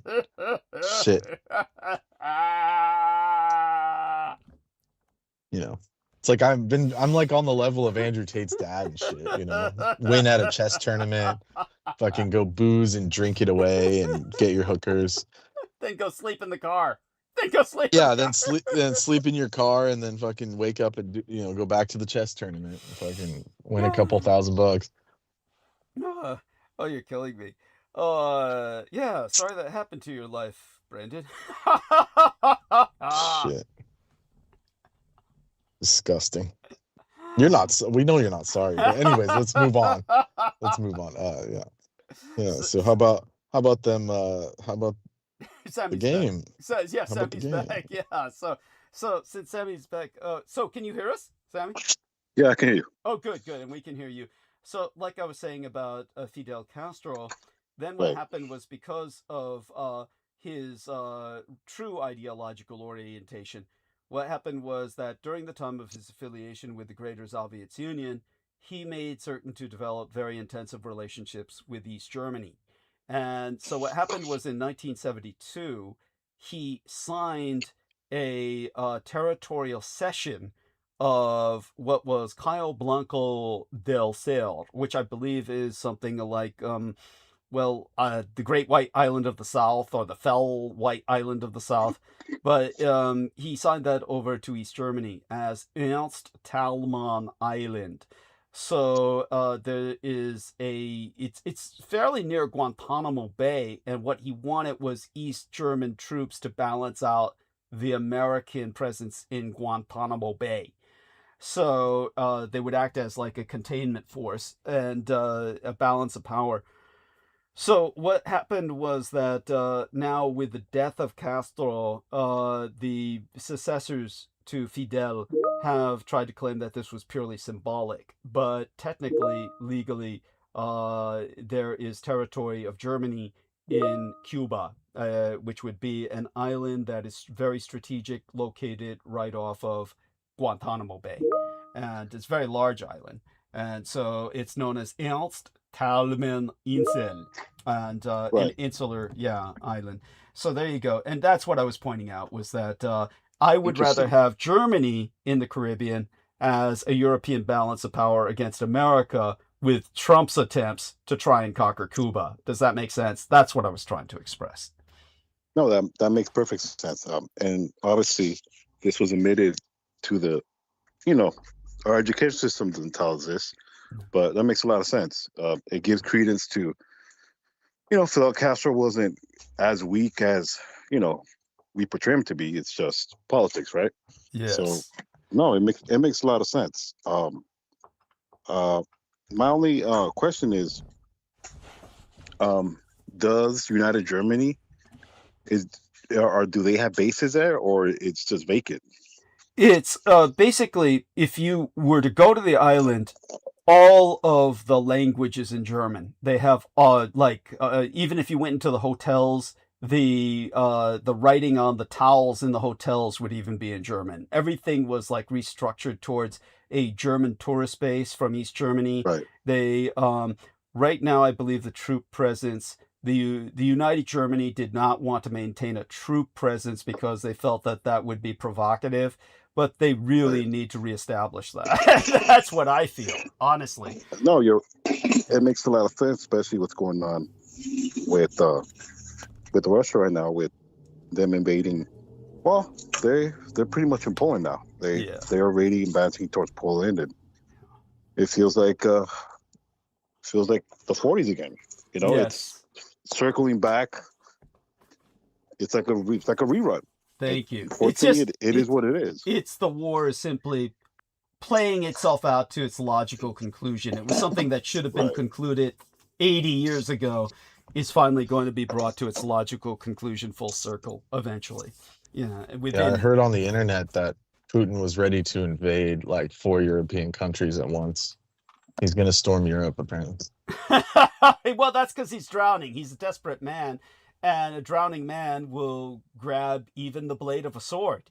And that's what he's like right now. He's because he's losing so badly, so devastatingly in Ukraine. The Ukrainians are in the ascendant. They are really choking off the Crimea. Putin has to do something desperate to mobilize the Russian people, and he may go all the way. It is, and we can only hope so, because that'll at least bring that'll bring it to a conclusion. It's not like Russia is in any way, shape, or form.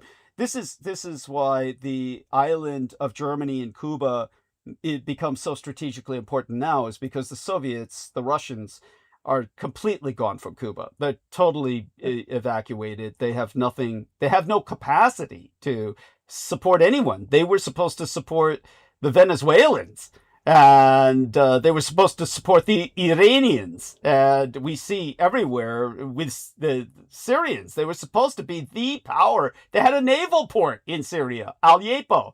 And Well, not anymore. Yeah. Yeah, now Syria is ran by the big, those people. Yeah. They have they have their ISIS. first contact. Huh? ISIS. It's run by ISIS. But go on. Well, yeah, but there's another letter Faction. combination that I can't say. Yes. Yes. Yes. But they have. Let's just put it this way: they have banks there now that do contactless payments. Yeah. So I saw just today they did their first. Oh wait, you mean credit card payment. the juice boxes? The juice boxes?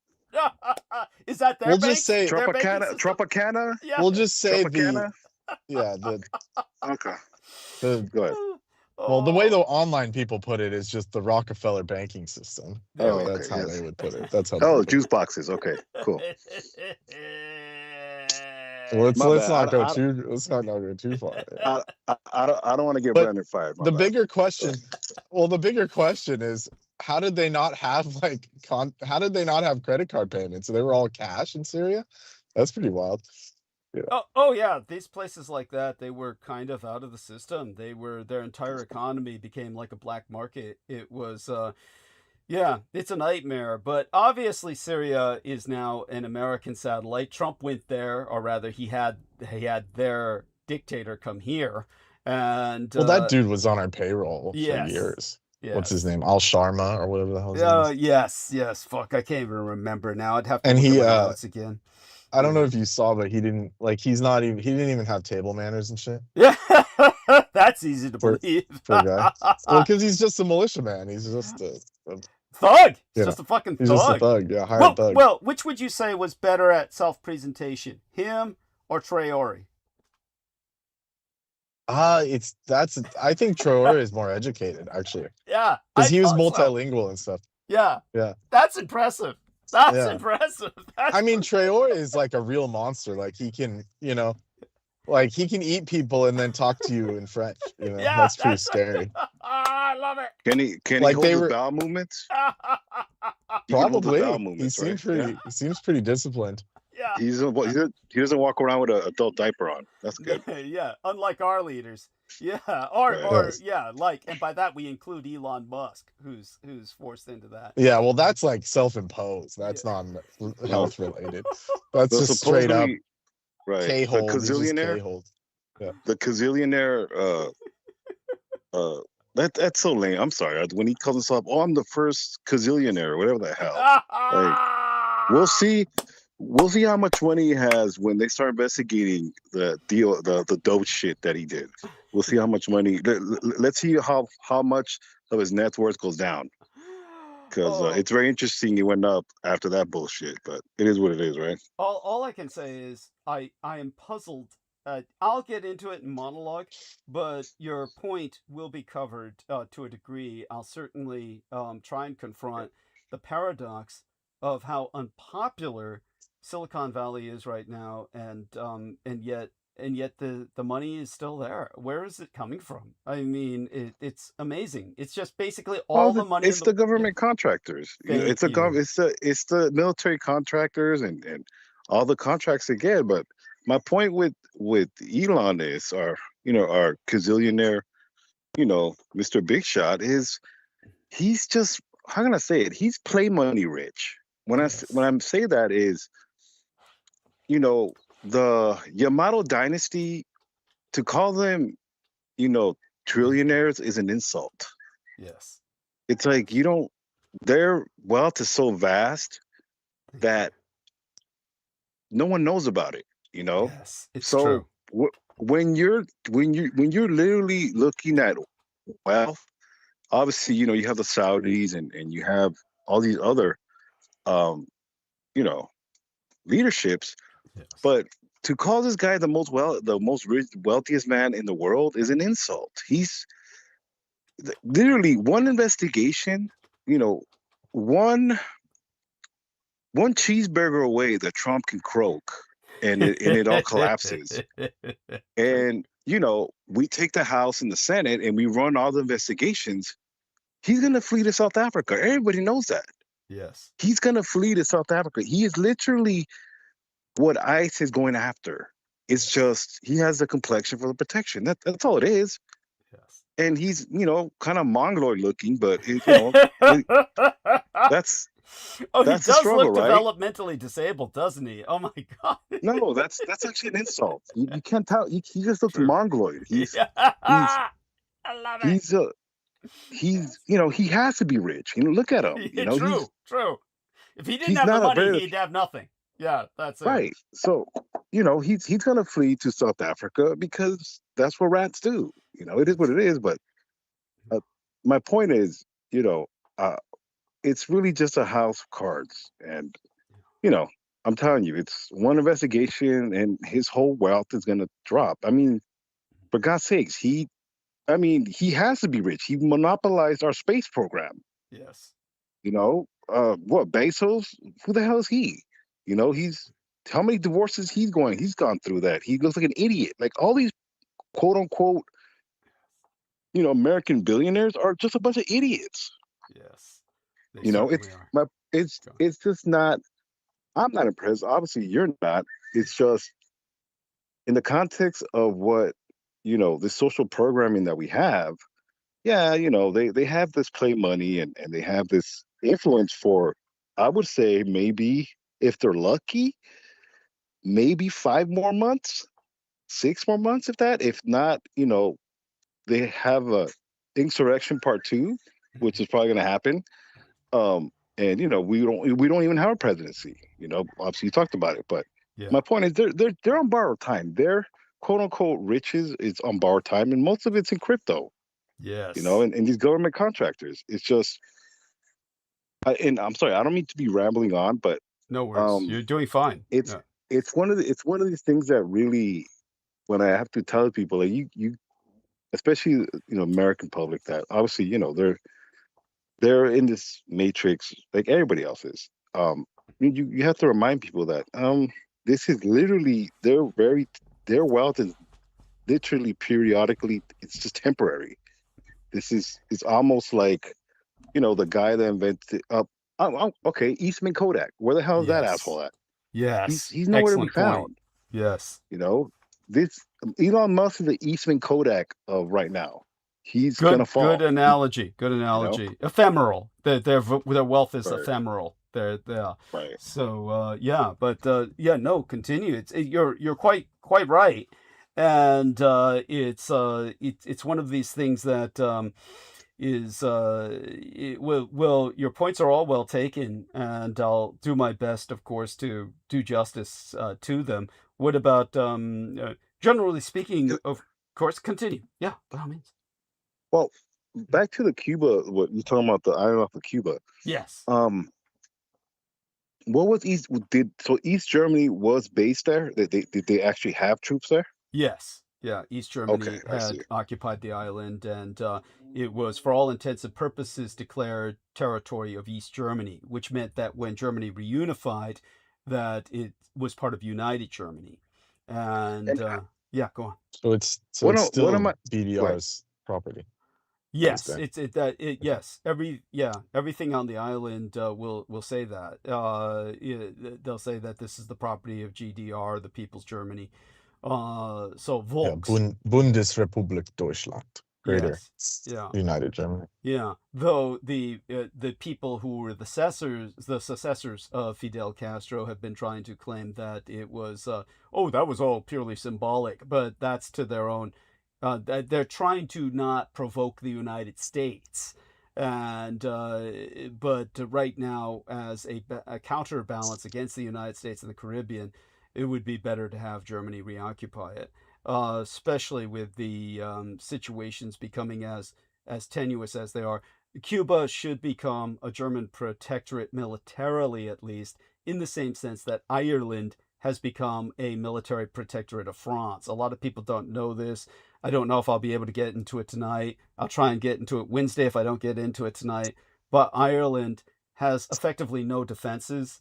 And so what happened was they basically turned over all of their military defense essentially to France. Yeah. So France. I mean, they've been building up their Air Force again, but yeah. interesting. Yeah, but basically, yeah, but it ain't much.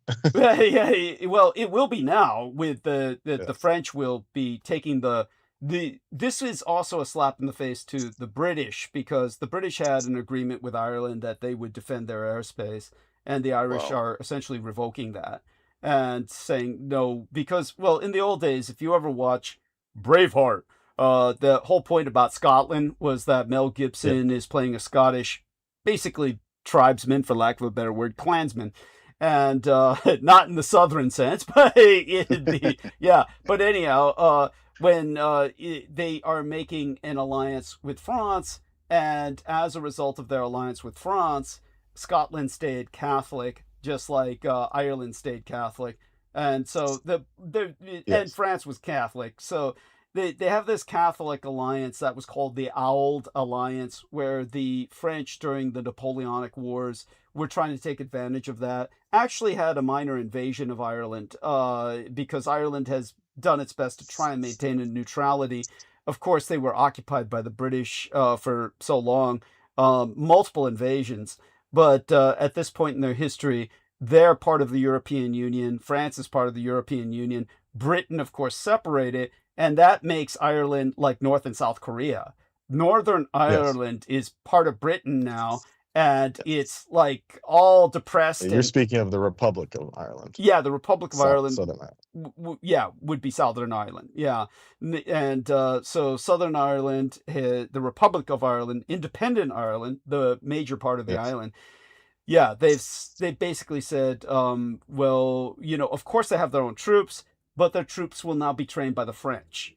Now, all of their armored cars are upgraded to French armored cars, tanks, planes, and the French will essentially, in a very real sense, militarily, in a sense, occupy Ireland to provide its defense and train its troops. But that's what Cuba should do with Germany, really. So you have an example of this kind of relationship in the Atlantic, the North Atlantic. Why not have it in the Caribbean? But back to Sammy with that. Yeah, any of your thoughts or any direction you want to take this in? Yeah. So, well, Doug, and that's very interesting. Do you think if the Bay of Pigs would have been successful, do you think that's one of the United States would have targeted the island to kind of eliminate it? That's an excellent point, that the Bay of Pigs could have been like a precursor to take that island. And that was, it would have, we can only speculate at this point, because the Bay of Pigs was so abortive, and everything was those men were so betrayed. The Cuban commandos were like left abandoned on the beach, and all the American support. It was just, it's something I literally am pained to even reflect upon or think about. Okay. Yeah, that level of betrayal was so horrible. Kennedy sent them in and then didn't provide any support as was promised, and they were massacred. It was such a, you get what I'm saying. After that, it's like, So we can only speculate if the Americans had not pulled their support, if the Americans had gone all in. Of course it would have succeeded, because it's something that America had enough military logistical supplies to make it work. It's simply they pulled out in a... That's what disgraced John Fitzgerald Kennedy. Really, that disgraced him irredeemably, that act, that betrayal. But at the same time, maybe it was for the best, simply because Fidel Castro was someone who maintained at least a counterbalance in the Caribbean and created a effective little mini empire all his own that ultimately worked very closely with Germany. So in that sense, it was a positive. I guess it worked out for the best in the end, is the best way we can look at it. You have to look at Cuba as kind of like a communist version of Taiwan, in the sense that Taiwan is this isolated economy, but because it's hyper-capitalist and fascist, because it's fasci-capitalist, it dominates the world's technology off of mainland China, which is generations behind it. Whereas Cuba, it went into this completely different economic direction, which obviously now they're suffering tremendously. But it's one of those things where it would be like Ireland. Ireland's entire economy has to depend on, in the old days, when they were all suffering the potato famine, they just had to disperse all over the world and become laborers.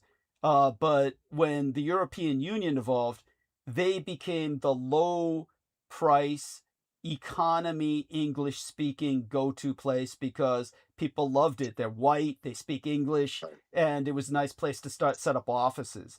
So they were really booming for a time there. And now they're coming to grips with the fact. Yeah, they give tax breaks to those big tech Doug, companies. I have to get going. Understood. Okay, so well, I'll listen to, obviously, on YouTube. Okay. Okay. All right, yes. And have a good one. you been able to review my past episodes? I hope. Yes. I'll try to come on a little later on to at least talk about you that. know. Yeah, of course. Yeah, talk about that. All Okay. right. All right. Share our love with your family. Bye-bye. Okay. Bye. We'll do. Bye-bye. Okay. So that's Samuel Romero. So what we're going to do is, get into monologue soon enough. But yeah, you were talking about the tax breaks. Tax breaks in. Tell us about this. Yeah, they're the biggest spot in Europe for those tech companies, especially American ones, because they were giving tax breaks. Yeah. So that's why all their offices are in Dublin. Stuff. There you go. Yes, and but it's worked out well for them, for at least for that. At least for the Richies out there. True. Who are all Brits anyways, but let's not go cause a drama. Because they got infiltrated by a lot of secret societies, and they're basically a satrap, but let's not go. Well, obviously, because I was raised by my legal father, George Joseph Henry Dietrich, who had a lot of Irish blood in him. I'm more than familiar with the, shall we say, the sensitivity of the subject. At least it's not as explosive as it was before. I mean, for a long while, of course, it was explosive. Yeah, I understand what you're saying about, believe me, the British, in just the pervasive infiltration of so many aspects of Irish life. It's like the air they breathe. In fact, I mean, tell them about the windows, the air tax, the tax on air. So they all had to have that was when they were under direct. That's when they were under subjugation. Yeah, tell them about that. Tell them. When people go to Ireland, they see those quaint little cottages with the little sweet windows, Thomas Kincaid shit.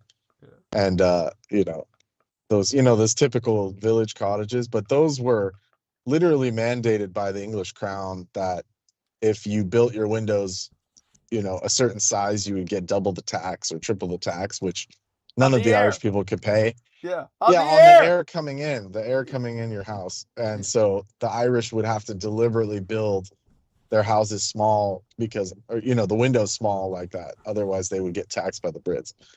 Yeah. So it's just for pure breathing evil. British air. Yeah. For breathing British air.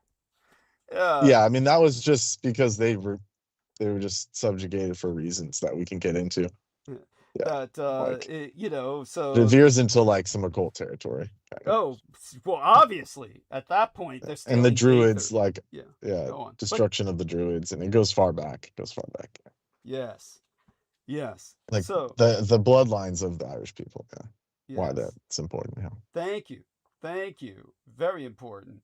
And yeah, they're the remnants of Muvaya, or they're the remnants of uh Morias and Atlantis and stuff like that. So thank you. that's what those peoples were. Pretty much. Yes. And so, in terms of that occult knowledge, well, tell us a bit more about how would you disambiguate that from Atlantis, the go-to for everyone in terms of popular culture, what they understand? Well, according to the Irish, they're called the Annals of Ireland or the Ancient Histories.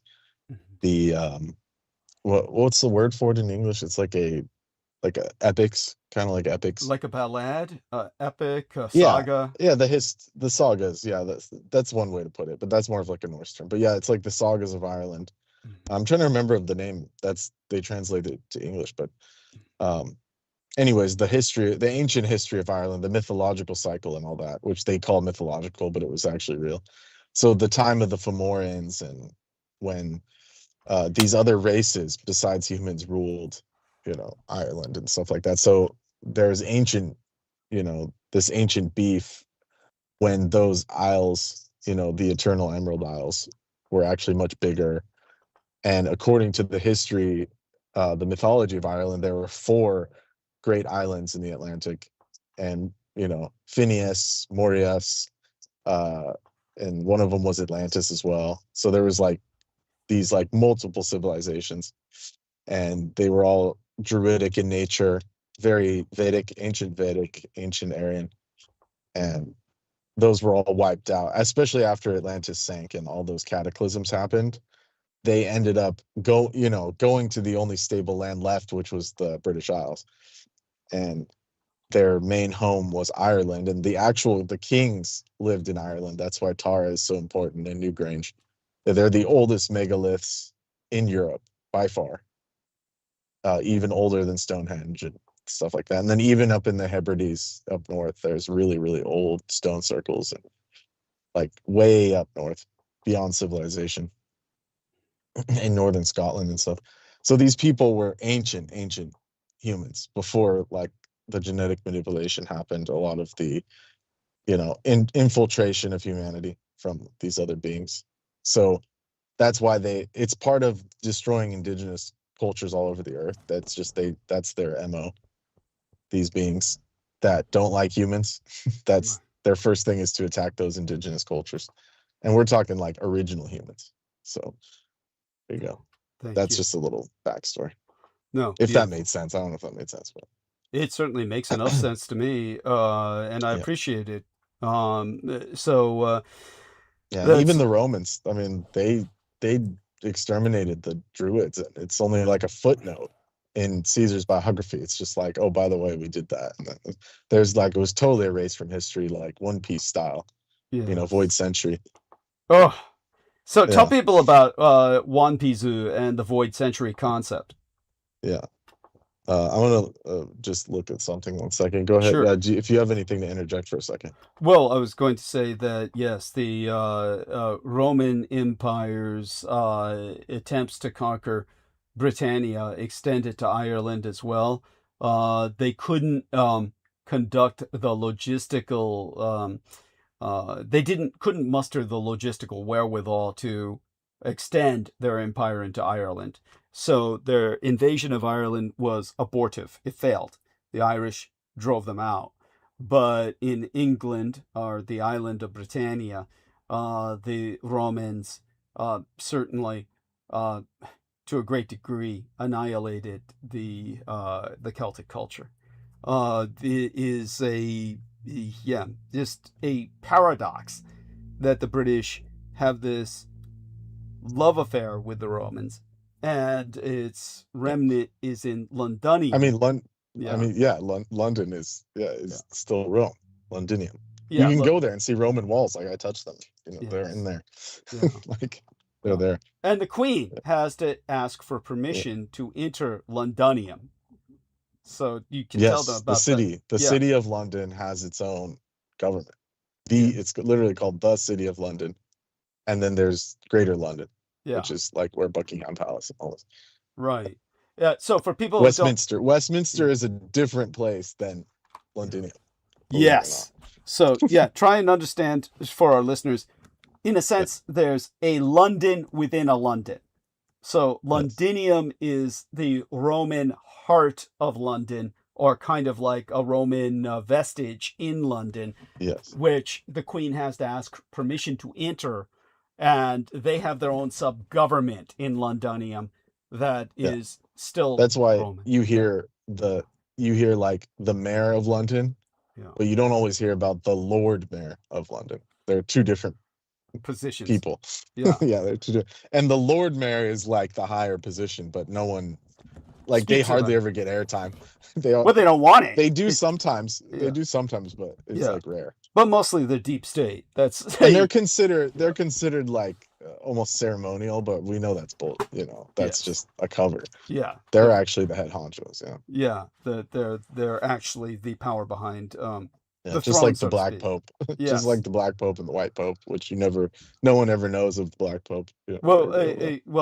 I presume you're speaking in this case of the Jesuits. The Black Pope of the Jesuits is usually what the term was used. Yeah. And there's a secondary leader in Vatican, and they just are never public. But just to clarify that the Black Pope of the Jesuits, they are essentially the intelligence organization of the Vatican city-state. In a sense, there would be equivalent to America's CIA, except not as incompetent and not as fucked up in terms these of guys are, these guys are like, it's like that's one thing that Dan Brown did kind of hit on, is that with that stupid Da Vinci Angels and Demons, is that they were actually this ancient group that got absorbed into that, from the Eastern Church. They got absorbed in the assassins, those secret kind of people. Dirty plagiarist. Yes, he was. Dan Brown, a dirty plagiarist. Baldly. Yes. Absolutely. Yes. They all those 90s fools were all just copy and paste. Oh, man. I had a dumb comment to get in just a little ways back. Yeah, and I wanted to get it in before it's too late. Welcome aboard, by the way. Welcome aboard. How are you doing? Thank you. And hi, you guys. Yes. Hi, everybody listening. Yes. There's a pretty good series out, a historical fiction called Britannia. Okay. And it's big, it's spectacular, Game of Thronesy, and British, I believe. And it's halfway decent. 3 years of it. And I don't know which channel it is right off. 3 seasons. But if you're into something like that, they do a pretty good job of the Roman conquest. Of Ireland? Of the Druids. Period. Is that the one that called Roar came out like in the 90s or something? No, it's called Britannia. Okay, Britannia. Yeah, there's another one about the Roman invasion of Ireland called Roar, which might have been only one episode or two, maybe a few episodes. That was okay. But continue. Anyhow, like I said, of course, people care about you as a person, Holly. How are you? Just fine, going along. Okay. 4th of July is such a weird holiday because it's like, let's make it look like we're being bombed. Yeah. For fun.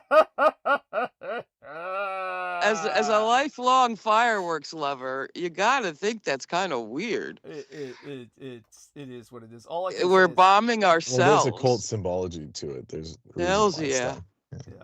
On many levels, but that's kind of a funny one, a Freudian one. I like it. Well, I like it. And so you were, I'm sorry, so the comment you wanted to make was about that, or do you have more? I mean, by all means. You were on such a going along just so fine and dandy. I don't mind keeping with that until your next thing. Well, I have the Void Century pulled up if you need. Yeah, so tell our listeners about Void Century. Explain that. Yeah, please. Yes. Yeah, okay, so in the manga of One Piece and / anime, there's a period of history in that world that was completely erased, and it's like one of the big mysteries of, you know, the series. But that basically the current government of the world, that the rulers have erased parts of history to cover up things that they want covered up, things that suit them, and also to prevent people from knowing the truth of the current situation. So that way the whole world stays subjugated, all isolated into islands with the celestial dragons on top ruling everybody with just pure force and power. Yes. And under threat, where everyone's a servant, and anytime those celestials can come in and, you know, basically you're subject to whatever they say. And so in that, there's this thing called the Void Century, which in Japanese is Kuhaku no Hakunen, Hyakunen.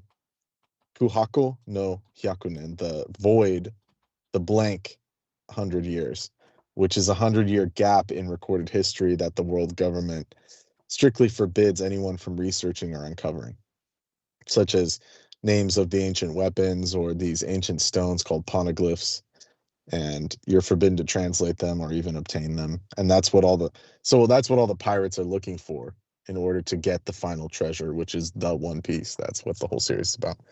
But obviously Oda Sensei took that lore from real mythology, such as the history of Mu, where it is like a lost civilization that sank under the sea, and there's literally history that's been deleted from our modern history books. And there's always been a you know, this kind of thing where even if people bring up Atlantis, I mean, we have parts of like Plato's literal conversations with other philosophers, with, you know, talking about that Atlantis was a real place. But then you get people from, you know, Oxford and Smithsonian saying it was all myth, it was all allegory, you know, stuff like that. So these are real parallels, is what Oda is bringing out, the author. So that's how I see it. And then he's actually taken the name Mu and given it to the final villain, who's like the king that rules over, you know, spoiler alerts if anyone's reading One Piece, just be aware of that. But yeah, the final boss, so to speak, is this being called Mu, and he speaks in this like ancient kind of way. He speaks in a more polite Japanese that's very formal, you know, reflecting these very ancient sorcerer kings from Muhaya. And yeah, and when I told Doug about that character, that's the first thing that anyone, even Japanese people, when they hear, when he says his name, he speaks in third person, he says Mu, you know, Mu, Yes. you know, these things are working for Mu and things like that. And everyone immediately knows they're talking about the lost continent of Mu. Yes. So there you go. Which is literally been scrubbed from our modern world. Like the real Void Century Yes. exists. And we've In a yeah, in a small way, it's like the town of Spreckles, California, rose and fell in 100 years. And what can you Yeah, tell but us they about From didn't the make center any of there. a I mean, mighty industry, beet sugar. it? Interesting. Wow.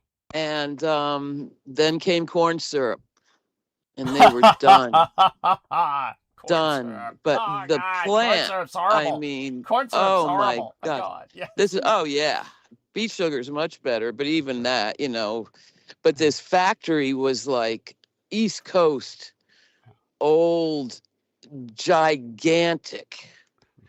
I don't know how many football fields, all of brick and stuff. And I always wanted to get in there before they pulled it down, Oh, but I didn't get to. wow. but they just bulldoze it? Yeah. It's strange. Yeah. Yeah. Oh my God, this thing was in East Coast scale. Enormous. That was in all I can say So is that's it's a good parallel, because it illustrates the point that, My you know, God. Yeah. you know, at some point you could just delete an entire civilization. No one could, who's gonna know? Wiped. Yeah. Yeah. well, I mean, what they've done to our past we've lost so much. And when it comes to what I've described about just the 20th century and World War II, people don't even know what happened then. And that was just 80 years ago. And everybody's perception of what happened in World War II is so off. It's insane. I'll try and cover. So very much what your expositions are basically part of the One Piece. Like you need history to actually make sense of what's happening. Yes. Because you could be Otherwise, none of it makes 24 sense. years. You could be 24 years old now, and you know, never think twice about 9/11. Thank God. I know, but still. Yeah. I mean, it just isn't a thing. Yeah. It's like, forgive me, let's do some calculator work here. 9/11 was, of course, 2001. So was Yeah, that so 24 years ago by now, you're telling me? 25. 25. Jesus But Christ. You're telling me it was a quarter of a century ago? can you believe that?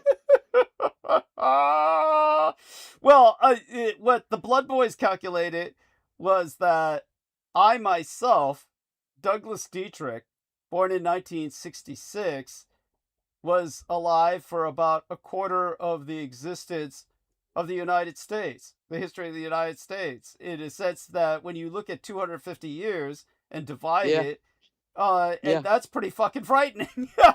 Yeah. Oh, yes. And that's why my grandfather knew surviving black slaves. They were old. But that wasn't ancient Egyptian times, you know, like they made it seem in school. Yeah. Oh, no. My grandfather, not my great-grandfather. Yeah.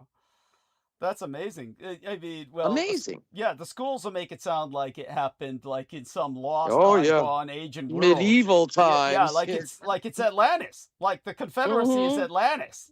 Yes. Yeah.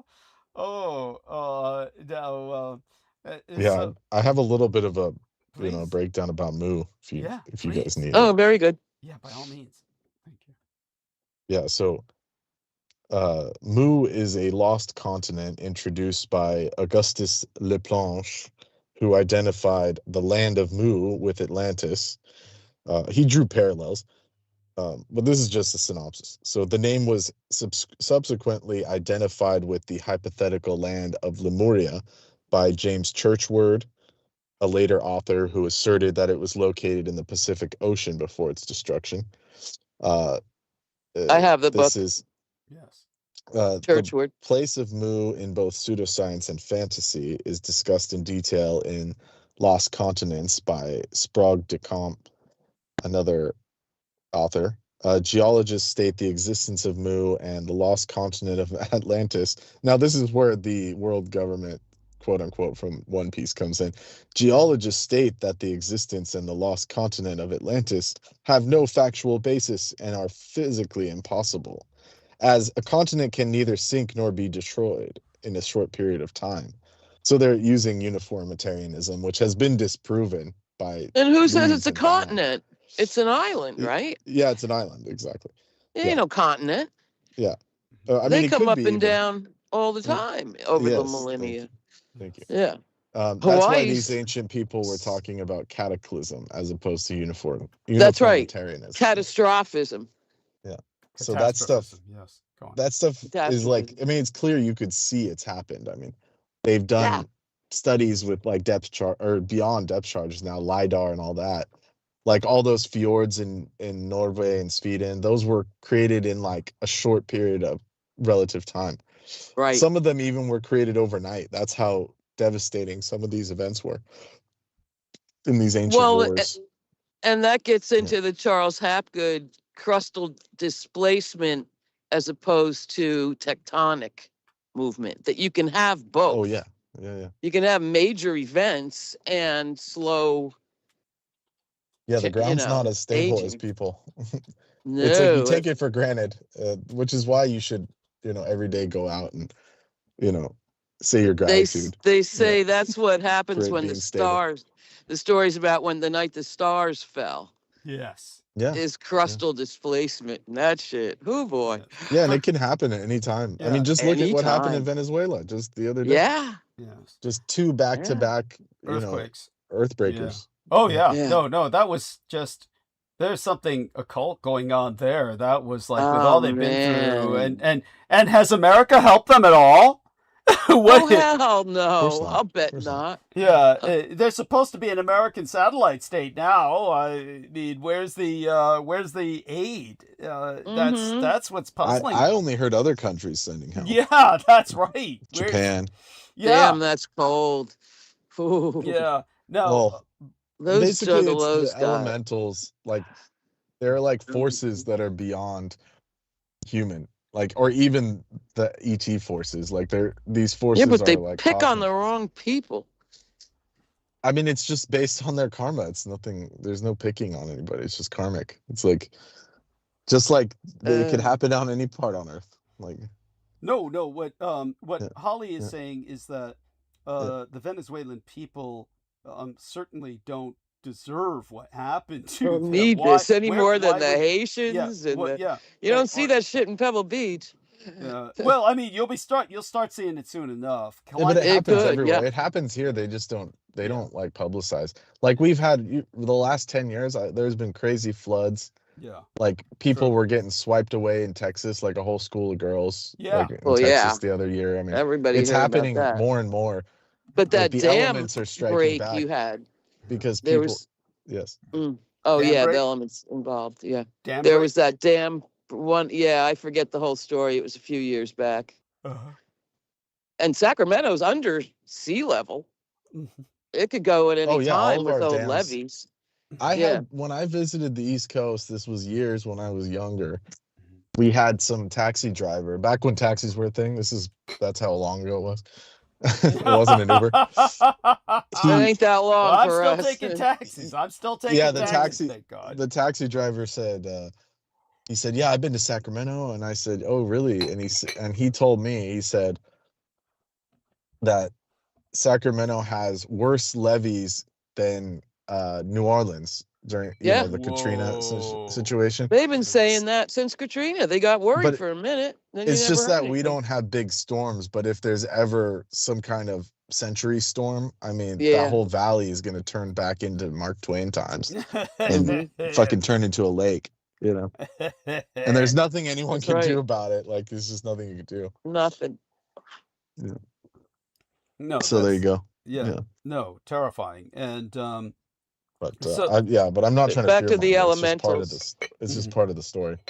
Mhm. That this has happened in the past, but then they bring out these sponsored geologists and they do teach that to you in geology, but there are high grade, high brow, even people from National Geographic that have done studies, like the coasts of England, show nothing but catastrophism as opposed to Oh. uniformitarianism. Oh. And like stuff like the Grand Canyon, that's not like natural, just like you can see it from space. It's a big gash, something Yeah. Yeah. happened yeah. there. I mean, there's like all kinds Yeah. of different things. Yeah. But Those anyways. dinosaurs they all found, like that like thing dragons. Yeah. in Wyoming. Yeah, and they were just like all blown into big heaps. Yeah. Yeah. So there Oh, was like God. ancient dragon wars and all that, like what we would call high fantasy now, like Lord of the Rings. Yeah, I think it stuff. was every animal though, fish and Yeah. just Yeah. So that's blown what these, into a like, pile. Wars of the Gods were about.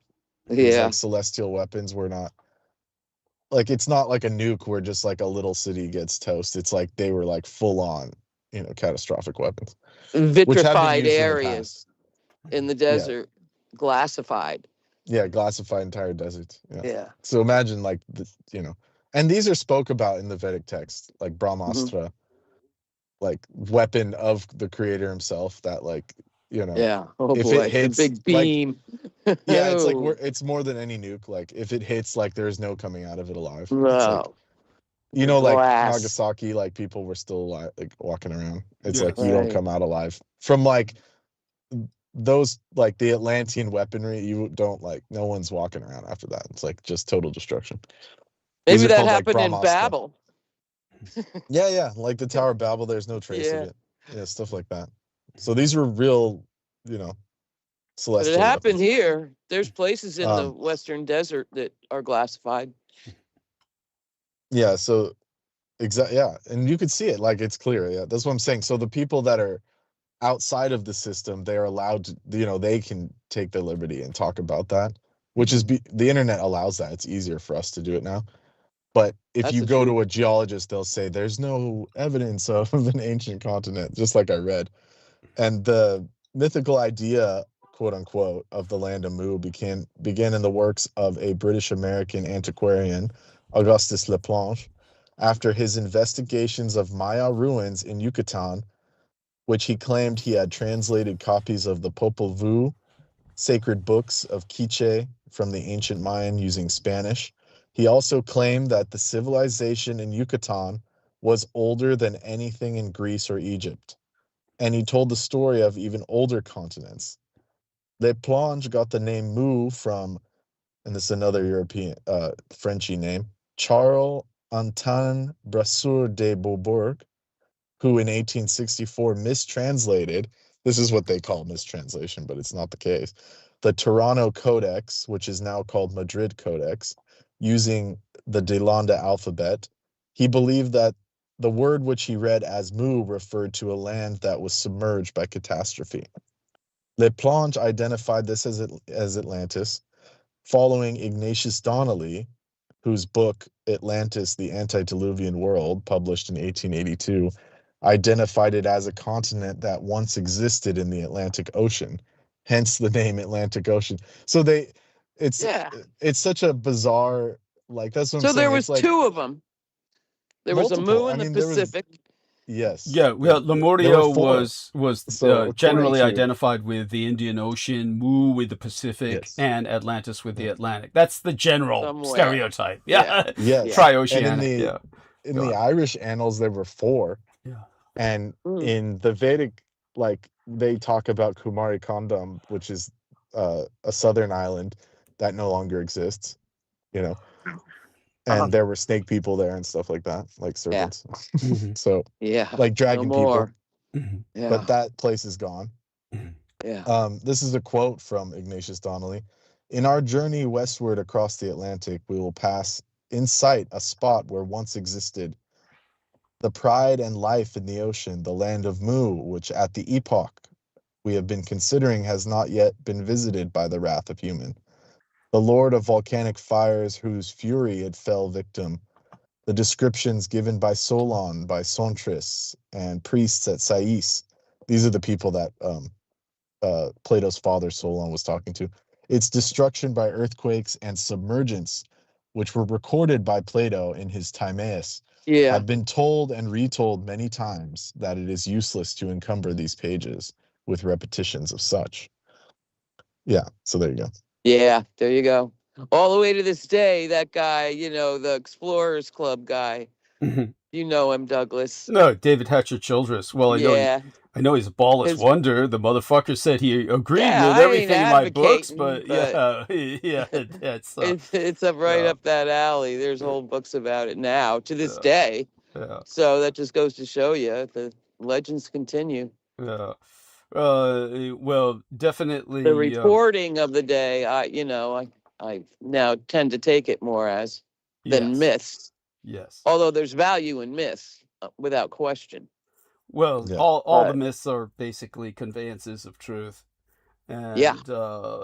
so Turns out that are Yeah. relevant to this day. yeah. That's what's so shocking. Oh, very much so. Very And much that's so. what Jung did. Yeah.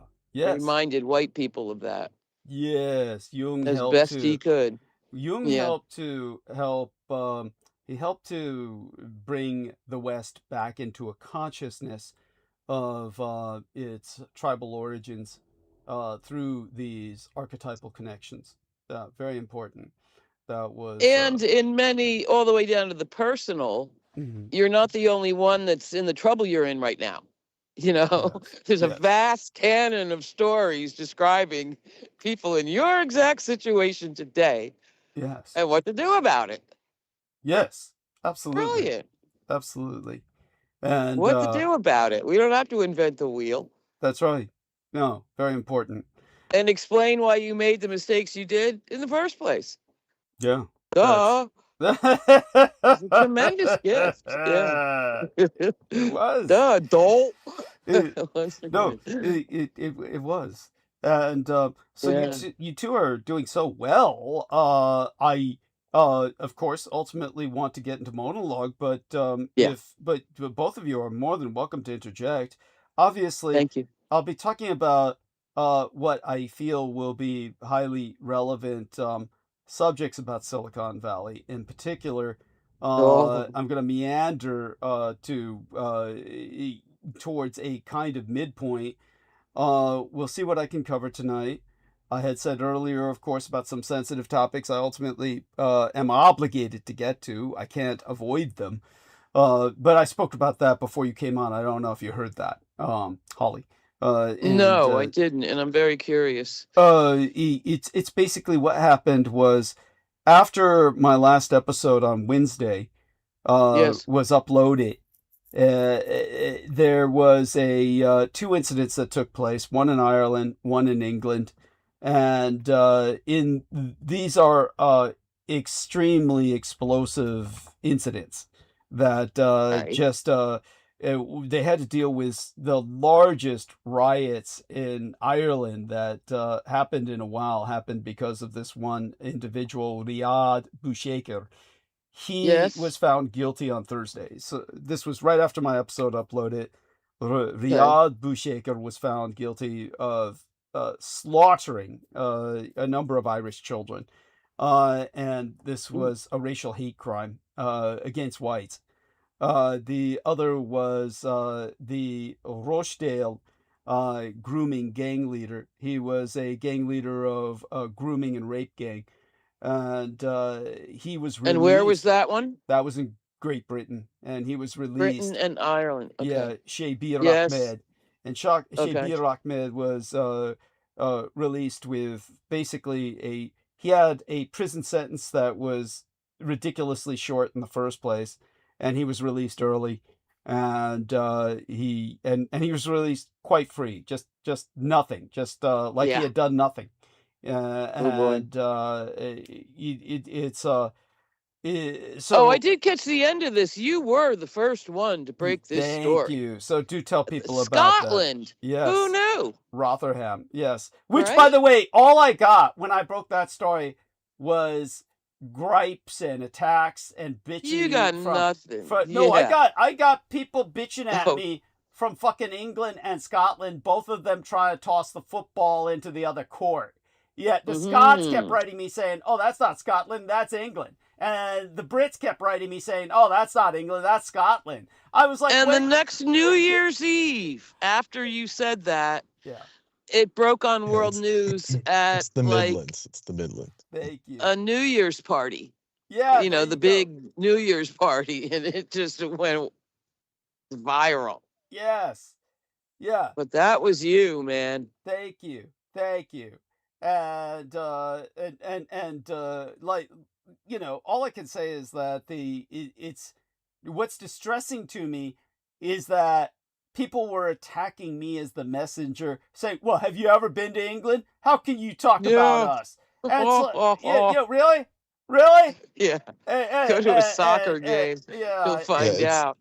yeah, it's I mean it's in UK. yeah. Thank you. Excuse me, it's in England. It's in Britain. Okay, technically. Near Manchester. It's near Manchester. There you Sheffield. go. Sheffield. Yeah. Shit, yeah. So geographically, but it's a disgrace, and obviously it's something that I get 10 emotional. years. That had to be 10 years ago. Yeah. Yes. That's right. That's right. Something like, no, not that long, maybe. No, it was like But 10 years. Dude, it was I mean, old days. I mean, Yeah. no, it was like literally because this dude was sentenced to 14 years. I mean, he was sentenced to 19 years, but he served I mean, only you 14 saying it. years. Yeah. Was that on Revolution Radio? Yeah, that was Revolution Radio. So this Okay. guy was sentenced to 19 years in prison, but he only served 14 years. So it had to be like There around you- 14 years ago. Wow. Yeah. Holy shit. Yeah. Yeah. And so this is like where we're at now. And so we live in a nightmare world, and I have to address these topics, but I'll get to them. It's just people have to understand. It's easy for them to say, "Oh, I want to hear you rage about this," but you're not the one with the channel at risk. We have dedicated Yeah. stalkers, and all they do is say, Oh "Oh, boy. what Dietrich is saying is racist." And Oh remember, boy. the people who review these videos are of the same ethno-nationality as the people that I have to speak about in incidents like this. So that complicates the issue enormously. And I have to Yeah. be very diplomatic in everything I say, while still trying to convey the gravity of the situation. Now, you know, my meander point for tonight, but before we get to that, yeah, I Let me mean, say you my both. final comment for the night. All I can say is this month's Wired is worth reading through. And what in particular do they address? Tell us. Well, the big lead is how Joe Schmo, homeowner in his underpants, can now create his own AI agents. Did they just Agents.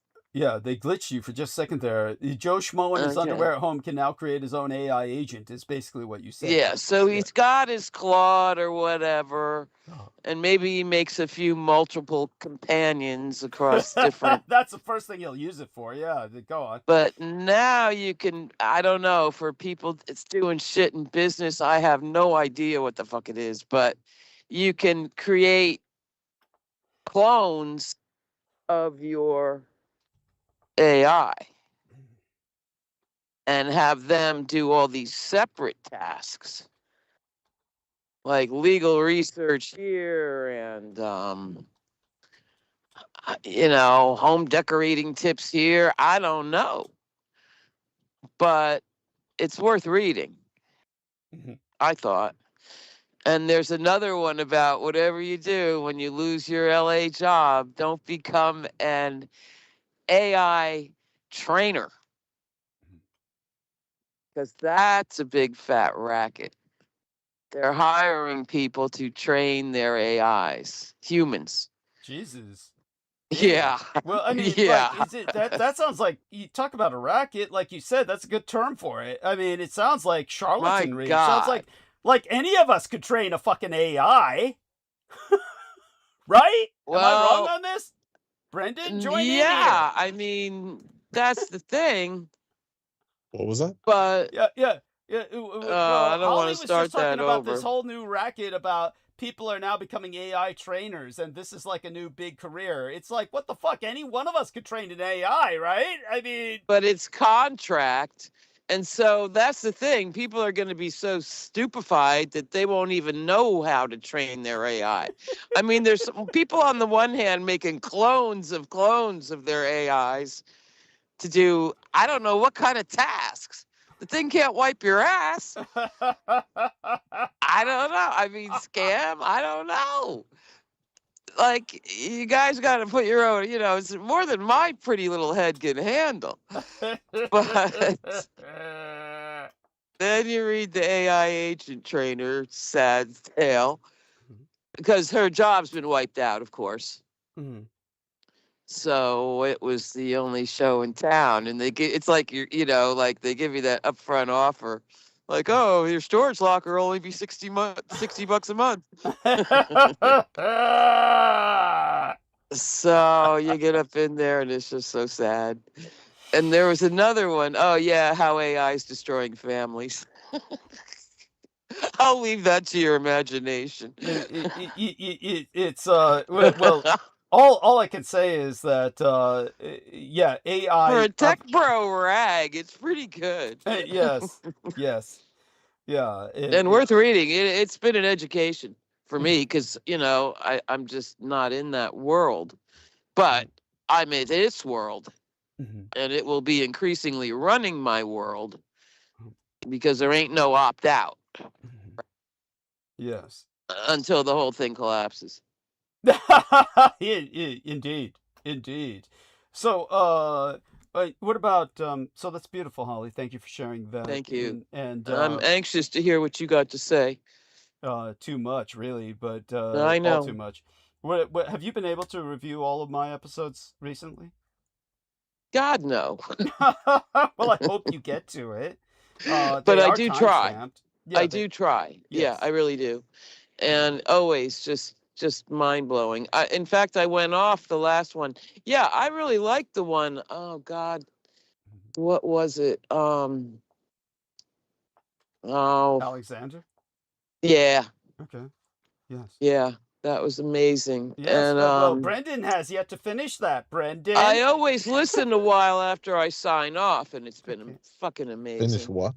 The Alexander episode. You were turned Well, it off did by get Realtek. interspersed, but You like the way Holly I says mean, that? Interrupted by Realtek. hey, I went through so much Peter Moon and J Mo, and I know how to just, bull Suffer on through it. through it. Yes. Yeah, Yes. I you do gotta a little learn- daydreaming. Yes. Yes. And so there you have it, Brendan. You have to, like, as she said, bowl through it. That's you know. Is he there? It was marvelous. Yeah. Yeah, I'm here, but He's listening. I'm still salty about the, oh, Yeah. he's a twink. What? Like, I don't. What? Where did that come in? What's the connection? Alexander, you were just like saying, oh, he's super gay. well, That listen to the Alexander's rest of gay? it. Everybody Listen to- knows that. Well, listen to the rest of it. But it was Yes. like the fulcrum of your conversation. It was boring. Dude, it's like I had to qualify that. Listen to the balance, okay? Listen to the balance of it, and then you'll get your monsters. All right? Jesus. I mean, oh. Yeah, I didn't take it that way. Thank you, honey. Yes. And of course, as we know, women were cattle, men were companions to each other Yes. then. Thank you. That's the Yes. way it was. It was. Yes. Thank you, honey. You know it. You know the drill. All right. Now. And one of your greatest bits, Yes. and it lasted about 2 minutes, and I only heard it one time. The story of the frozen fruit. The frozen fruit. Tell me again. The frozen Remind me. fruit. Remind me. Sophisticated San Franciscans know. Got it. Frozen fruits. Yes. The people who are in the Frozen fruit. closet or display case. Yes. Yeah. Well, and they're not even. They really can only bond with men, Yeah. but employ women hmm and fear anything gay. Yeah. So that's from ancient times. Well- That's straight up Rome. Well, take a look at the, Silicon Valley. We're ruled economically and politically by a homosexual cabal of homophobic paravampires. As so many in the Republican Party are. Yes. So many.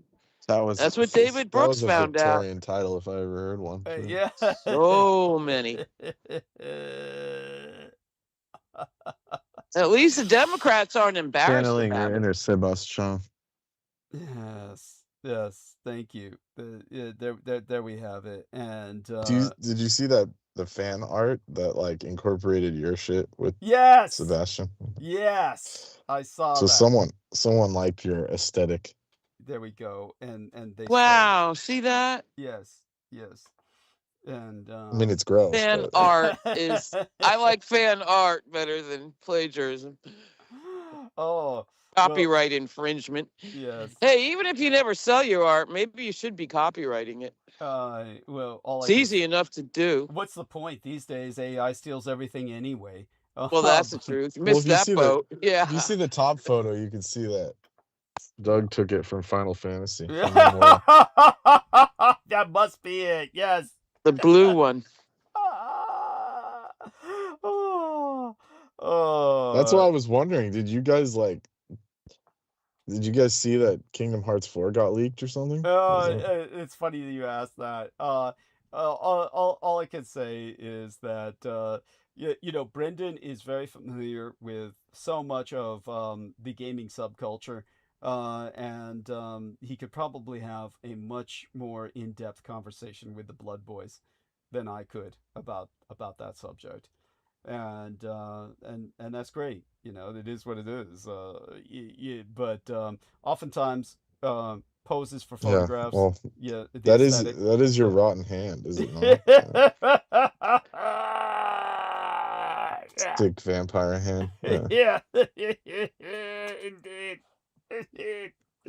Oh, yes. That Sharp looks nails more and like your hand than the other shit you tried to pull the other day. You're delightful.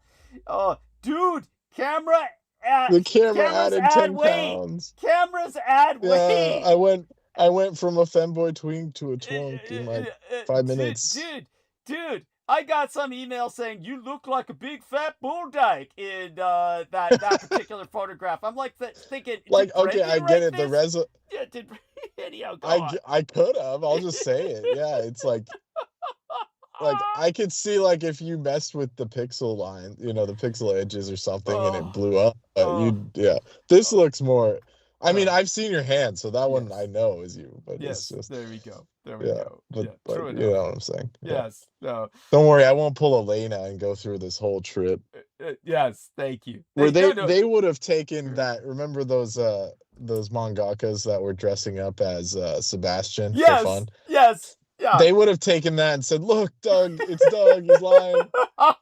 Even though it's like an art group doing it, and just because they look like vaguely similar, they would just say, "Doug stole it from them." Yes. It's Yeah. like Without even they all- understanding the context, without even understanding the whole context of what they're even doing. Right. I mean, the cosplayers, they wouldn't even understand what the No. cosplayers were cosplaying, and they would say, I stole the aesthetic, when the aesthetic is based on what I related, not only to... Well, in obviously the case of yeah. Lena, she was sending me shit that there was no character to cosplay. It was just absurd. Right. Thank you. And like you responded, well, I don't even know if you bothered to respond to her. Like you said, sometimes you would just send her strings of emojis, just because you know what. Yeah, just like laughing and like, slapping the leg and shit. Yeah. It's just. But that poor dear, it was like what she was sending you was like you said, what is the manga or anime equivalent of what Douglas is conveying? Right. What would it be? Yeah. And there isn't one for half of your shit. Yeah. Thank you. Every once in a while, you'll see me posed, and it'll be in acknowledgement or in homage to one of the subcultural icons, and that'll be more my son's doing than myself. But otherwise, actually a lot of these characters in Japanese anime culture are literally inspired by myself in the days that I was working with Teleport USA, and I was literally stealing from the United States government fragments of what morally belonged to Japan, fragments from their keeping of prisoners of war in the United States who died here, and there you have that. By the way, that guy who sent us that email that I read with Aristides and yourself, Brendan, as we opened up the show, I'm not quite sure what his trip was when it came to, he wrote that in Roswell as a prisoner of war camp, and he goes, bullshit, and then responds with this, we're all living under this, unknown deep state government, and it's like, oh, I'm not quite sure what the connection is. What was the connection in that man's mind? That he, I mean, I could see where he's coming from, but I couldn't see why he would enter that in the post about Roswell as a prisoner of war camp. What the fuck? I have no idea. Yeah. Like, Japan didn't win, but we're under some kind of evil government. Gotta show you this. Thank God you're still on with us. Okay, this is the last. This is the last of it. Yeah. Okay. So here we are.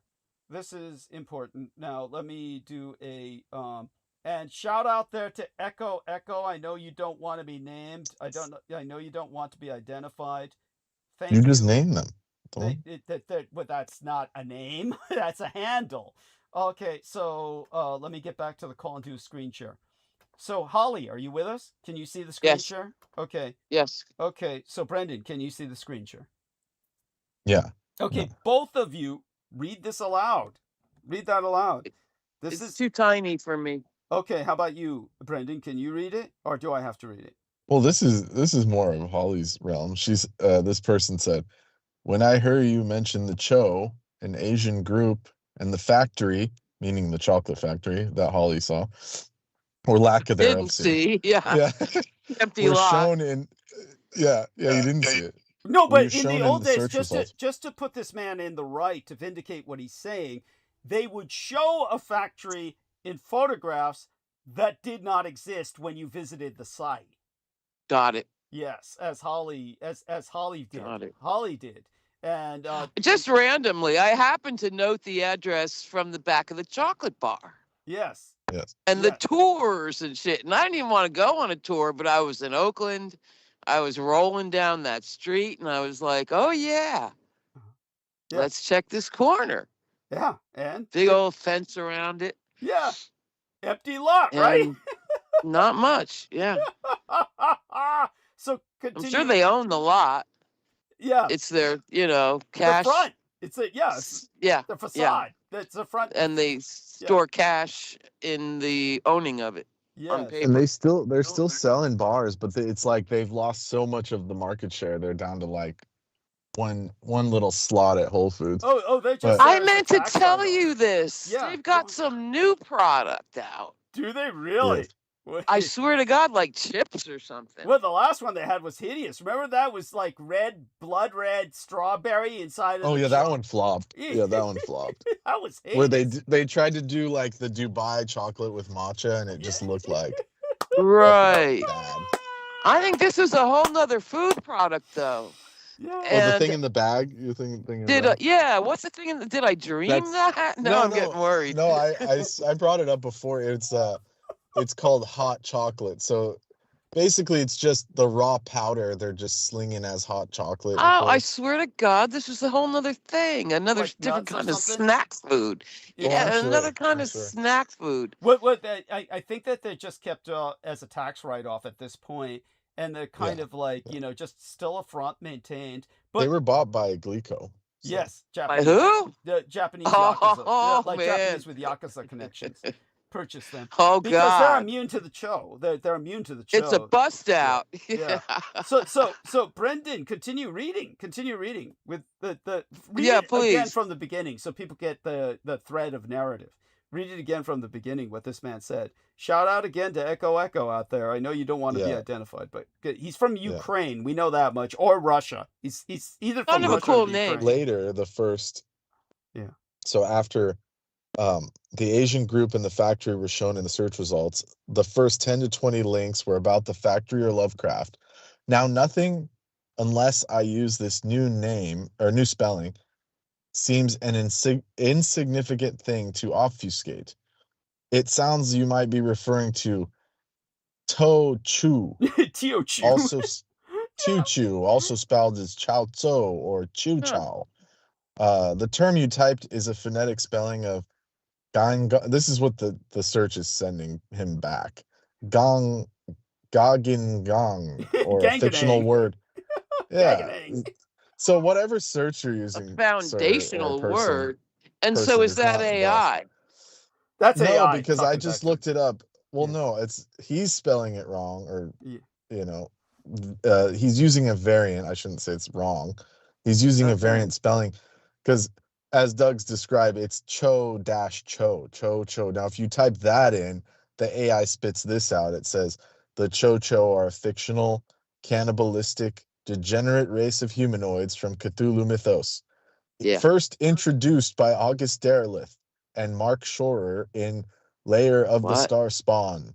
There you go. That's a. But Doug's described this in Wait, depth. first Yeah. introduced by Lovecraft. I actually. Well, but they trump him. Derleth. They trump stole him. from Yes. Yeah, him. trump him. Trumps yes. They did a Yes. Dan Brown on his ass. him. Yeah. Yes. Yeah, Which is what Peter Moon tried to do to me. He was just imitating That's a Dan right. Brown, Derleth, and went nowhere with it because his whole idea was to suffocate it all. Now, so just to put it into perspective again for people who are not following the narrative, because basically Echo is this individual who checks in once in a while with different things he finds relevant. So when he says, when I heard you talk about the Cho, the Asian group and the factory were shown in the results. Later, the first 10 to 20 links were about the factory or Lovecraft. Now, nothing with the third search unless he used a new spelling. And he says this seems like an insignificant thing to obfuscate, but his searches were getting more and more obfuscated. And, you know, and the last thing the AI threw at him was something that is essentially nonsensical. He says, oh, what you have may be a phonetic spelling of Gaganang, foundational word used by these Asian people. So you're acknowledging that it's a language because in the old days, you were able to find it on searches that Cho is an actual acknowledged anthropologically recognized language, which it is. I personally knew a man who spoke Cho. So the Cho language is quite real. And it was recognized. Yes, and by anthropologists. And the police. And the police, yes, yes. FBI. Yes, all quite true. Now, see, Brendan the easy thing to do here now is look up the address on Google Earth. Okay. Because some waymo is maybe taking a picture of it. I don't know how This is often what they the AI run gives me, by. so it's all the same stuff that we've always talked about. So Got it. Let's take a look here. So what's on the, There we are. Interesting. Teochew, they've changed the entire spelling. well, they're saying these people are like Southern Min. Like these are like Guangzhou people. Like what is it called? Indigenous Southern Chinese, like original Taiwanese people and shit. They're called they're relatives of the Hokkien. You know those pirates and shit that ran Taiwan. So these are go on. Yeah. And Hokkien. Hokkien's fine too, but go on. Yeah. Dialect. Chinchu. They're called Chinchu, you know. Yeah. Those people. Yeah. So this is an actual language, To Chu, Teo Sawa, but it's getting mixed up with the Cho now. They're trying to like you said, obfuscate. Yes. Yeah. They got a whole. But I remember years ago we probably still have the screenshots where it said Cho, like spelled in the Tibetan way, is a language. Yes, that's right. Thank you. It's one of those things that you get puzzled because it doesn't translate to English. Yeah, it doesn't. Yeah. Well, despite the fact that they've gone all out to obfuscate the Cho, we had an enormous impact on their sales. We devastated what they were like flying. They were like, they were really, at the top of their game when we took them on. And after, I talked about it for a number of years, they went down to nothing until they had to be bought out. Oh, you destroyed those, whoever. Like, we were just making fun of them for so many years that they just literally folded, and then the Japanese bought them. Yes. You don't see the chocolate as much anymore. Yeah. It was big for a while. When it first appeared, it was huge. It was huge. Gourmet. Yeah. It was top line gourmet. Yeah, everyone was going for it. But Brendan, tell them about the drugs. You would get high eating that shit. That's what people loved it. I didn't want to. Those were I believe that. That was like back in the day when it was the original Cho. The old packaging, the OG one, where it was now it's just called Cho, but originally it was called Cho, double Cho. Oh God. That's right. Yeah, it was called Cho chocolate.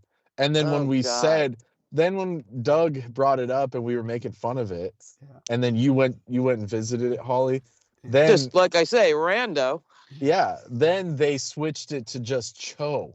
Yeah. And they said it meant technology chocolate. Remember that whole thing? An acronym. Talking about it. They said some NASA scientists made it, and he was using special technology, so they called it space tech. Space tech. Yeah, space tech for chocolate is that doesn't. You don't need space tech.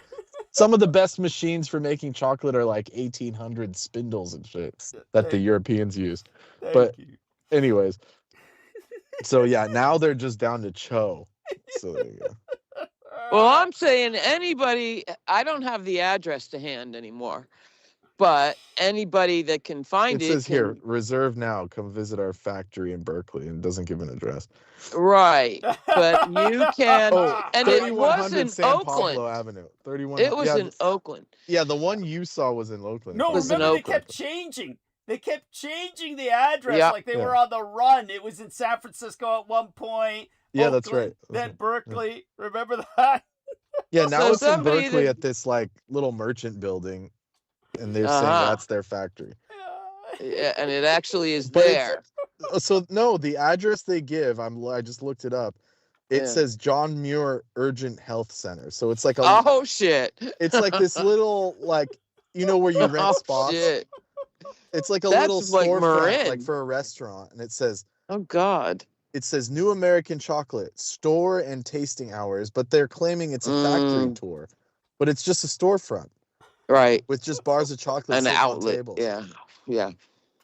Look at this. This is a joke. It's like a There little you thing. go. They'll spitting give out you a tour, chocolates. baby. Like, Take yeah. you down the basement. But you can look up that here we are. Take a look at this. I'll do a screen share here. Through Let the me trap I door. mean, they have bona fide like machines and shit. So maybe I think they had to set one up after we just yeah, made fun of They it. were yeah. probably having it made in Malaysia.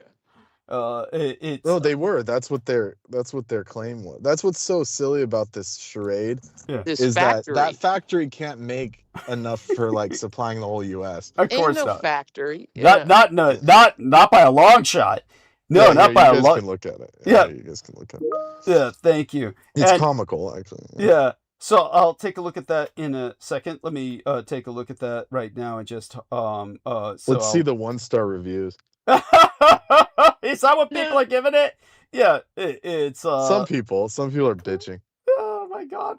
What are they bitching about in particular? Just that so small? And it's Oh, like, here, this person whose handle is in Russian. yeah. The tour is informative. This was 3 years ago.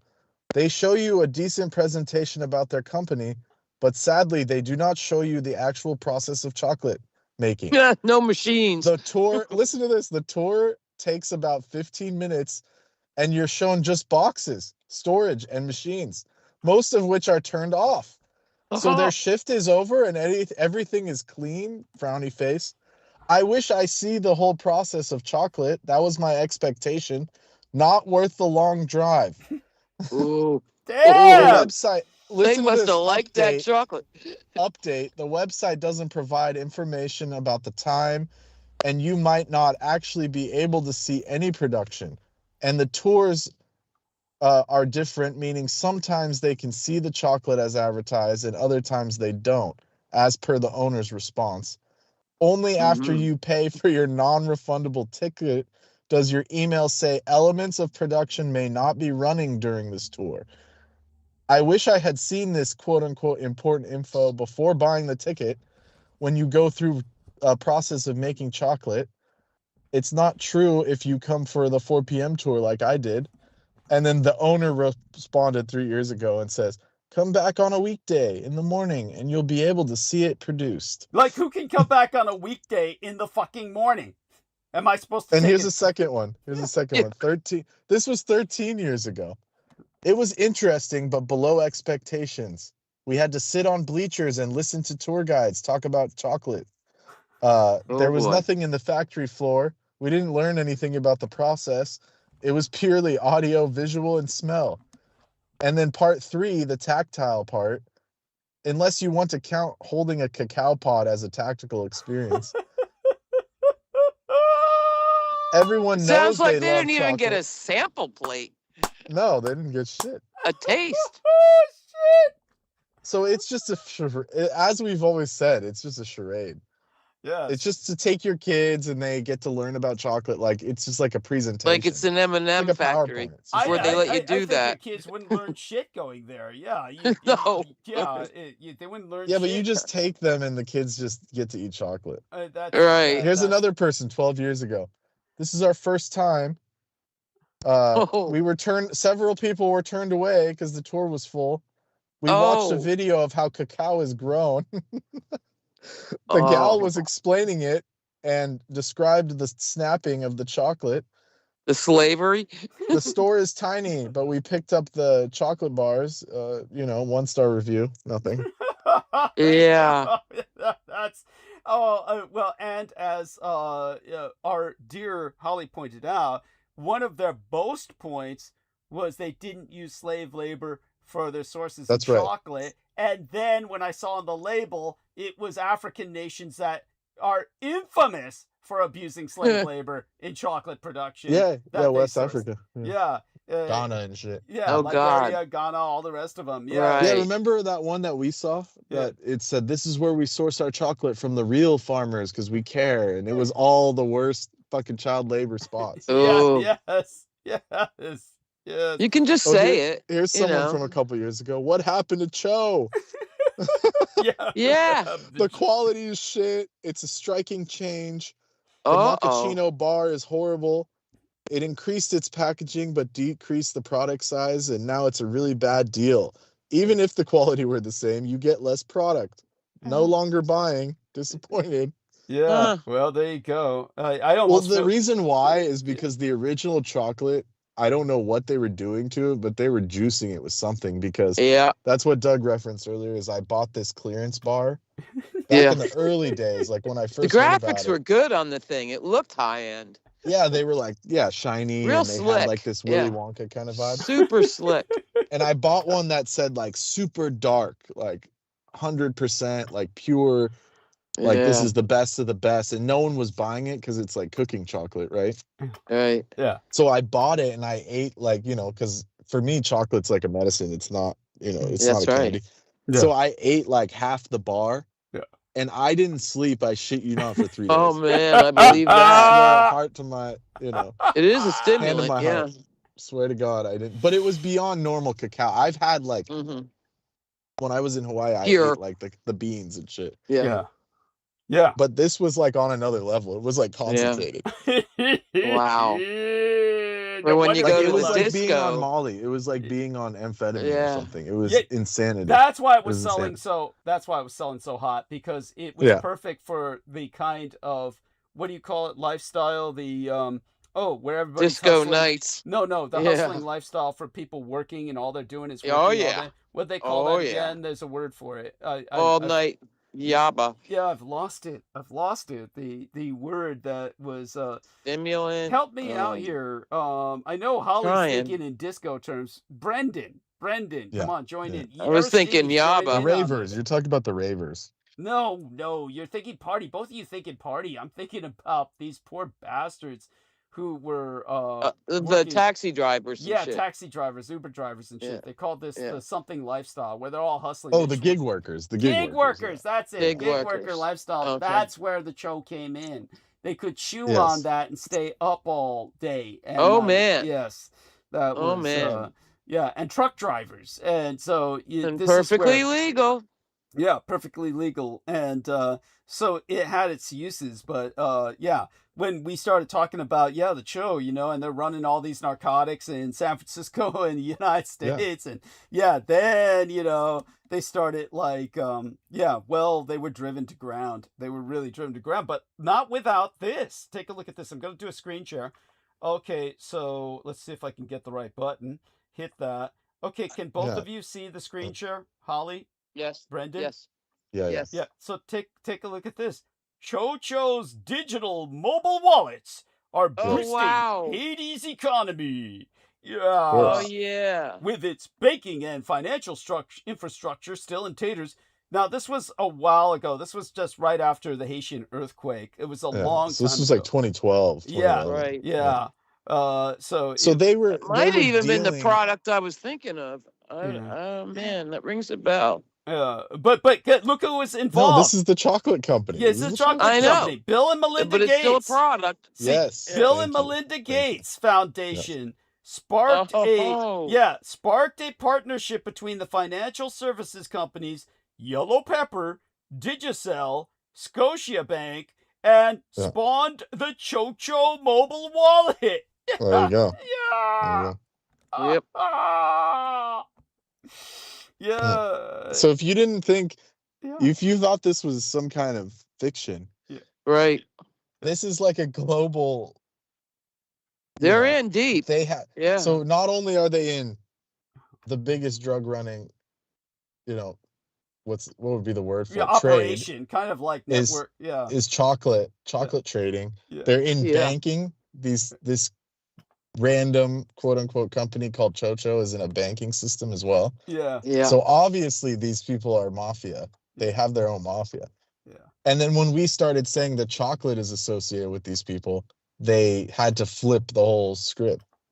So, Yes. there you Yeah. And turn it, well, we're NASA technicians. NASA. go. Yeah. And there's only one Cho. There's not Yeah. two. Instead of two. Yeah. Now then it became just Cho. Yeah. As Yeah. opposed to Cho Cho. Just so people understand, Cho in the Tibetan language means black, negative, dark. And it refers to magic or supernatural forces. But when you double it and say Cho Cho, that means double darkness. It's an emphatic. It means like it's a black magician or sorcerer who can raise the dead through necromancy. And the Yes. entire race is referred to as Chochoa, a race of sorcerers. And but people, of course, who were informed by us, once they know of the phenomenon, then they start spotting them in San Francisco. Then they know what we're talking about. And, oh, I saw a Cho. Yeah. And V's haunting story. Yes. Oh God, you haven't told that in a long time. Oh, you're talking about that poor little girl who was, what was her name? She took it. No, she hairdressed Elvira the Walker. wife. Oh, V, as a but Yeah, V. Elvira Walker and V both have, extremely haunting stories. I Yeah. saw a weird thing like that too Tell in us. San Francisco. Yes, tell us. I was walking with a friend up in like North Market area. There's a movie theater up there, right? Yeah. That's crazy 16plex or something. Yeah.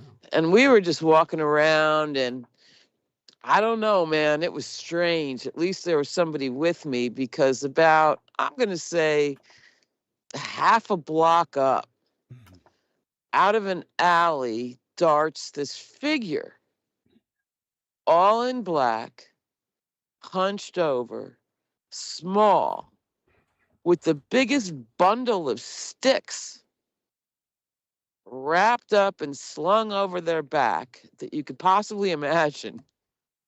Wow. Huge bundle of sticks. And so they ran, little ways up, moving, and made a right turn back into a little farther up where they just come out of. And we both looked at each other, me and my friend, and were like, what? And that might have been before I even met you. Interesting. Yeah. And so we walked up and I couldn't see any place they ran in and out of. But that happened. That's it. There you go. Thank you. Very, very important. I don't know if I want to go into sharing V's story or Elvira Walker's it's right It's now. a long one. Because it takes. But I never forgot it. Yeah. Well, it's pretty unforgettable, and it's it's definitely. However, this is a very real phenomenon. It is a kind of crypto criminal category that is, of course, something. But the only reason that we haven't talked about it in a long time is because it was done to death by Peter Moon. It's all he could talk about. Tell him, Holly, that he went on these. Which came first? For how long would these periods last? They were obviously months, where Peter Moon would fixate. And he would talk only about the Cho. All he talked was Cho. And then it was Vox Arca, or was it the Vox Arca first? I believe it was Vox Arca No, it was later. Cho first, I think. Yeah, it was Cho. But definitely. the next thing you know, on both subjects, he was like a big expert. Yeah, quote unquote. Telling you shit, which was all he'd ever known about it. He was regurgitating back. Well, notice that as kind of a pattern with some people who have been on the program, is they come back and regurgitate to me everything I've said, and it's like, man, okay, what is? Yes, Douglas. Yeah, don't inflame him. Don't inflame him. Yeah, sorry. I was just agreeing with you. I don't know who you're talking about. Oh, that was really pronounced in him. Yeah, never mind. Yeah, but with Peter Moon, was there any other thing you remember him fixating on? First the show, then the Vox Arca, and that's pretty much the two big ones. Yeah, Was there anything that else? was the two bigs. Yeah, Well, you know, he was fixated on his own shit, yeah. Well, his own shit caves and stuff. doesn't count. Well, his own shit doesn't count. It was Yeah. that was all just pure shit. Yeah, all that.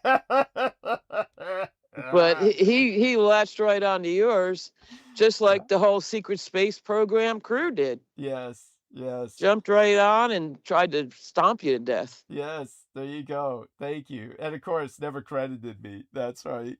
Nothing. Oh, yeah. Well, oh, what a nightmare existence. So, okay. Well, all I can say is that somebody out there, it'll be interesting to see if you get anything out of it, because who delivers a book? Say somebody sees my book, Vampirology, which I'm going to gift my copy to my dermatologist. Is she my dermatologist? No, what is she? My sinologist, my sinus expert, my head and neck surgeon, the one who operated on my sinuses. And I'm going to gift her a copy of Vampirology because, of course, she's Russian, Russian Jewish, actually. Mm. Epstein, Victoria Epstein is her name. I'm going to give her a copy of that. So somebody out there, please, somebody order me a second copy, and let's see if it arrives. You can direct it to my address. My address is known to everyone on the world. It's doxed to hell and gone. And whoever can send me a copy of Vampirology would be appreciated. But it'd be amazing if you ordered it and something arrived at all, because I don't think Peter Moon's there to mail that shit anymore. So Well, that's true. yeah. So where would it come from? How would the order be even filled? People might be ordering that shit and get nothing out of Amazon. Well, and maybe they have a few in a case, you know. Yeah, maybe. Maybe they made a case order and there's a few left. Yeah, that'd be I think interesting. that shit's gonna be valuable someday. Well, someday, but only as, obviously I would forewarn everyone, all of it is edited Yeah, by that you won't idiot see to a hell and nickel. back. Well, Yeah, that was yeah. a plus. A monkey could Mm. have. He didn't know Also, how you to gotta use. store it in like the equivalent of a lead-lined box, Yeah, a cold seriously, version of a lead-lined yeah, box. yeah. If A bag of salt or some shit. seriously, I'd be warning people, just don't even go there. We'll produce different books at some point in history. Very Yeah, good. You got to yeah, put the boys on it. yeah. Yeah, Well, only Doug can handle that shit. yeah, yeah. Well, the boys can't Yeah, be in, but the boys he can't. needs his side brain, Yeah, but the boys can't be put his to task. processing unit. Yeah, the boys can't be put to task on that because Sugar Daddy wants no affiliation in that Ah, sense. got And it. but Got it. when it comes to the what was I going to say about what else came to mind with that? The when it came to the book, Marina Sarin. You know the story of what happened to Marina Sarin with Peter Moon's books, right? Holly? Yeah, he sent her the whole collection, and she wound up in Vegas, and that's the last thing I Oh knew. God, it was so horrible. I mean, Straight to Vegas, baby. oh God, and came back all. Tell Holly what happened to her, Brendan. Jesus, it's like let's see He's if I said. gone. Oh, he's He gone. swore he was done. Yes, Yeah. he is done. Well, we love you dearly, Yeah. Brendan. Get yourself some much Yeah. earned sleep. Yeah. Well, we can relate the Absolutely. horror story of what happened to Marina Sarin later. Yeah, another Golly. night. So hang on for as long Oh, as you can God. stand it, and feel free to I interject. will. I'll go into. I'm going to the tube, but I'm anxious to hear what you got tonight, Okay. Well, love you, dearly. like every night.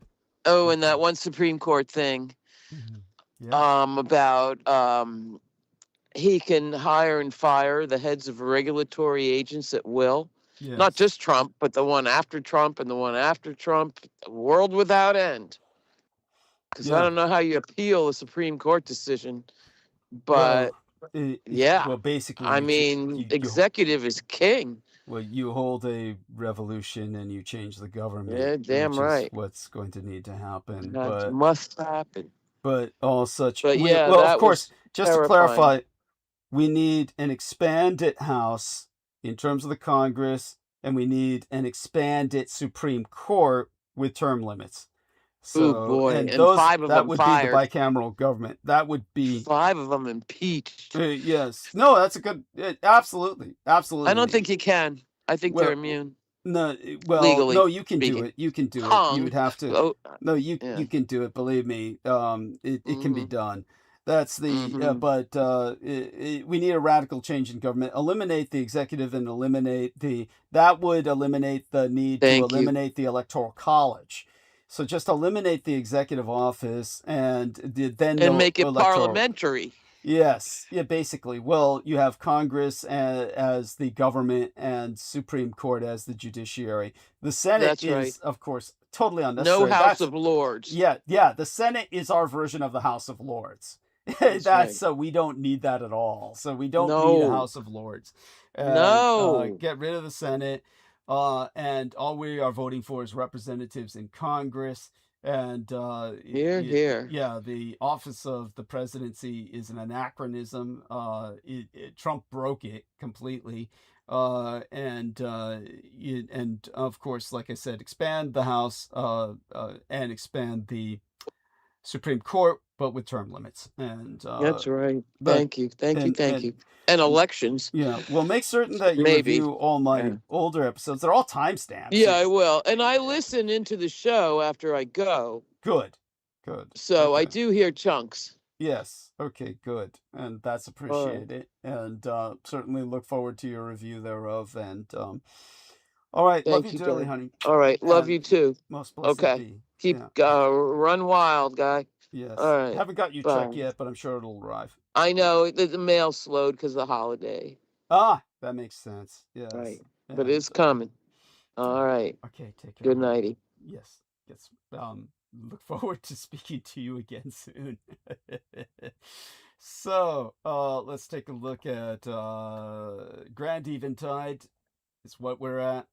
It's a Grand Eventide, and I wish you all a Grand Eventide. I'm Doug Dietrich. This is Critical Omissions, and our meander point is, in Texan terminology, Trumpapalooza. That is a ridiculous term, and it's cringe, and we'll get to it at some point in the meandering. It's a meander point, meaning I'll ultimately get to that mysterious magical word at some point.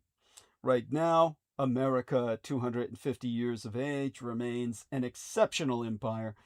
But just what do you say to the empire that has heard it all? Comparisons must be made to Red China's recent 80th anniversary, since cessation of proactive prosecution of hostilities per the Second World War. That was the birth of the Communist Chinese People's Republic, which was in their commemorative celebration thereof largely abused as an excuse to showcase their military prowess. As the American Empire turns 250 this year, it's tough to find a fresh take otherwise. But here goes. 1,000 days since October 7th. Those responsible are still in power over Israel and its 500 satrap American states and union.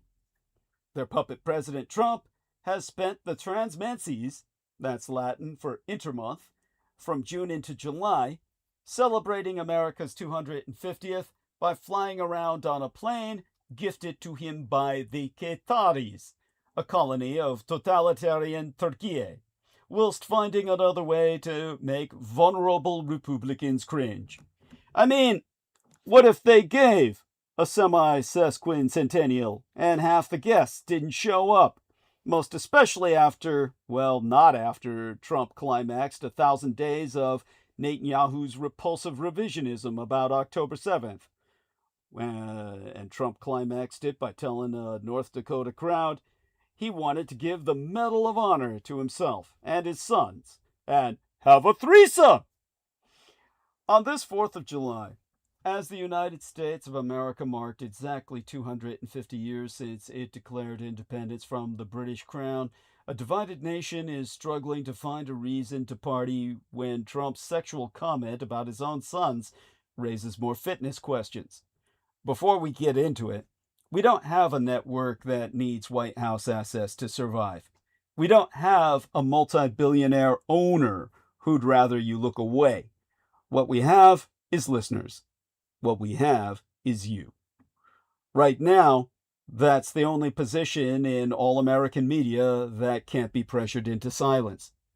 An auto-paid subscription to critical omissions is a direct bet that independent analyses survives this moment. If you haven't yet, please consider upgrading yours tonight. Upgrade to PayPal AutoPay.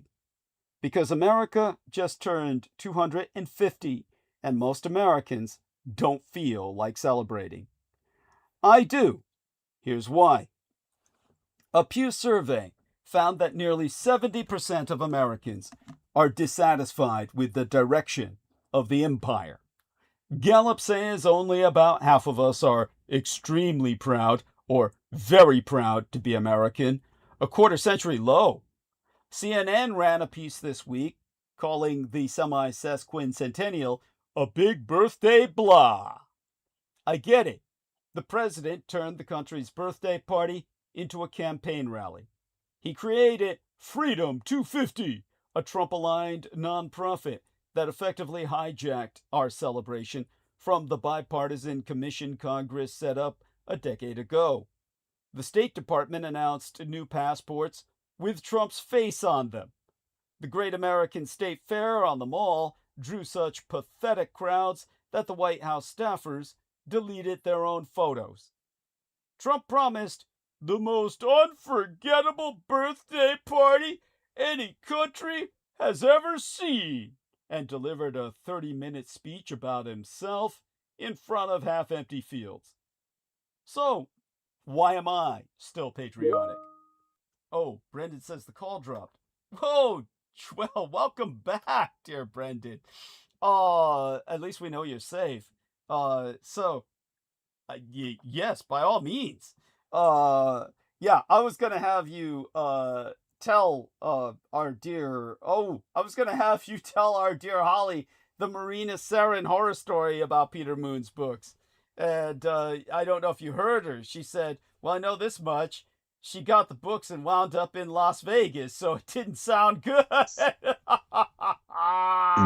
to say the least. To say the least. Man. And it all got worse from there. Yeah. Oh, yeah, that's And now she's a different person. Yeah, yeah, he sent her the full collection and it fully collected her. That was so sad. Yeah, So it sad. is. It is. We were probably the last people to talk to the real Yes, person that's right. That's when right. she was saying, I need help and Yes, stuff like that. that's right. She did. She said, "You're the only one who can help me," but she didn't listen to us. Apparently, we told her, burn the books, at least salt them and sequester them in an abandoned mine shaft. Oh, but these people, part of the curse prohibits them from even doing that, and like you said, you can give people examples of that. The individual you knew with a cursed ring, and you finally had to get him to, and like Brooke Gibson couldn't perform the rituals to ward herself. We had to finally do it for her, do it with her, hold her fucking hand and do it, Not quite sure that helped. Since she seems to have dropped off the face of the earth. No, of course not. Yeah. Well, we can always hope. We hope for the best. So you got the call drop. Yeah. Otherwise, well, tell us what you were going to say. Yeah. Oh, nothing. No, I'm done speaking. So everything's good. We covered a lot of ground. We did. So many blessings and have a good evening. Yes, well, most blessed be thy slumber and sweet be thy dreams, and stay safe and be well. And we'll speak again soon enough. I'm glad things seem to be stable. We don't want to jinx ourselves, but definitely, your presence is always very reassuring. And so yes, gratitude, and yours is never reassuring, if anything good. Indeed. You truly are. Yes. Oh my God. You're worse than Sebastian. Yeah. All Yeah, right. yeah. Believe me, Blessings. people. His life literally wound up in a shit pit at various times. He's Yeah, and worse. Worse. Yes, yes. All right. Blessed But be. we can stop there. Yeah. All right. Blessings. All Okay. right. Stay safe. Bye for now. Oh, okay. And so why am I still patriotic? Well, because patriotism was never about the president. The Declaration of Independence is a 1,320 word complaint about a king. The entire point of the document we celebrated yesterday is that no single man gets to be the country. And, well, buried in the First Amendment is the thing that still makes this country worth defending. Freedom of the press. Not freedom of the press when it's convenient. Not freedom of the press unless the FCC chairman threatens your broadcast license because a late night host made a joke. Freedom of the press, full stop. Most democracies protect the press in some form, but the American version is structurally different. The United Kingdom has an Official Secrets Act and can gag publishers before they even print. La Cinquième République Française, the Fifth French Republic, can pull publications from shelves for offending the dignity of a head of state. Canada and Die Neueren de Deutschland, the new United Germany, have hate speech laws broad enough to give prosecutors discretion over all editorial judgment. In most of Europe, press freedom is a value balanced against other values. In these United States, at least on paper, it is a prohibition on government power. Congress shall make no law. That freedom is why critical omissions exist at all. We don't soften headlines because a multi-billionaire owner has business before the government. We don't take editorial direction from people who put their own face on your passport. We answer to you, but that only works if you fucking man or cowgirl up. If you've been listening to critical omissions for free, tonight's a good night to change that. Become a paid subscriber and help keep independent analyses alive for the next 250 years. Upgrade to PayPal AutoPay. Happy birthday, America. You're a total fucking mess, but you're still worth it. So here's to the next 250 years. Now, before we get into it, taking a look at some other graphic interchange formats sent by our dear Brendan. These are delightful. So definitely responding to them. This one, Bastus, the cat goddess. Wonderful emblems here of protective sigilism, so we speak, symbolism. Brendan Zogan's still probably entering a few more to smite the unholy snake panty. Oh, now, getting into it, the hottest 4th of July in history, thus far, is here. More than 160 million Americans are under major or extreme heat risk this weekend as a heat dome parks itself over the eastern half of the country. Central Park hit 100 degrees on Thursday for the first time in 14 years. Baltimore and D.C. were forecast to approach their all-time records of 107 and 106 degrees. Raleigh, North Carolina, got within striking distance of 106. This comest but a 14 night, that's the Alden English, a fortnight, literally 14 nights. It is 12 weeks after a heat wave killed more than 1,300 people across Europe, with France alone recording over 1,000 excess deaths since the 21st day in June. Paris logged more days above the 104 the week before last than in the entire 147-year period from 1872 through to 2019. Heat is already the deadliest form of extreme weather in these United States, killing more people annually than tornadoes, hurricanes, and lightning combined. Heat-related deaths in these United States have nearly doubled since 1999, from roughly 1,000 per year to nearly 2,400 in 2024. Of course, nobody fucking gives a damn because the people who die are disproportionately the poor, the elderly, the black, and the unhoused. All the unwashed masses without air conditioning in apartments that trap heat like ovens after dark. Not to mention the fact that FEMA still has no statutory authority to respond to heat events because extreme heat isn't classified as any major disaster under the Stafford Act. The president's response to all of this was to announce that he would give a really long speech on the Mall on the 4th, just to show that I can do anything. William Henry Harrison also thought he was tougher than the weather, and his American presidency lasted 31 days when it knocked his ass flat. Now, before we get into how all this heat inflamed Donald Trump, let's take a look at some further messages from our man Brendan. He said, "That fit though. I should be able to handle this now that I've got that I'm detached from the VPN.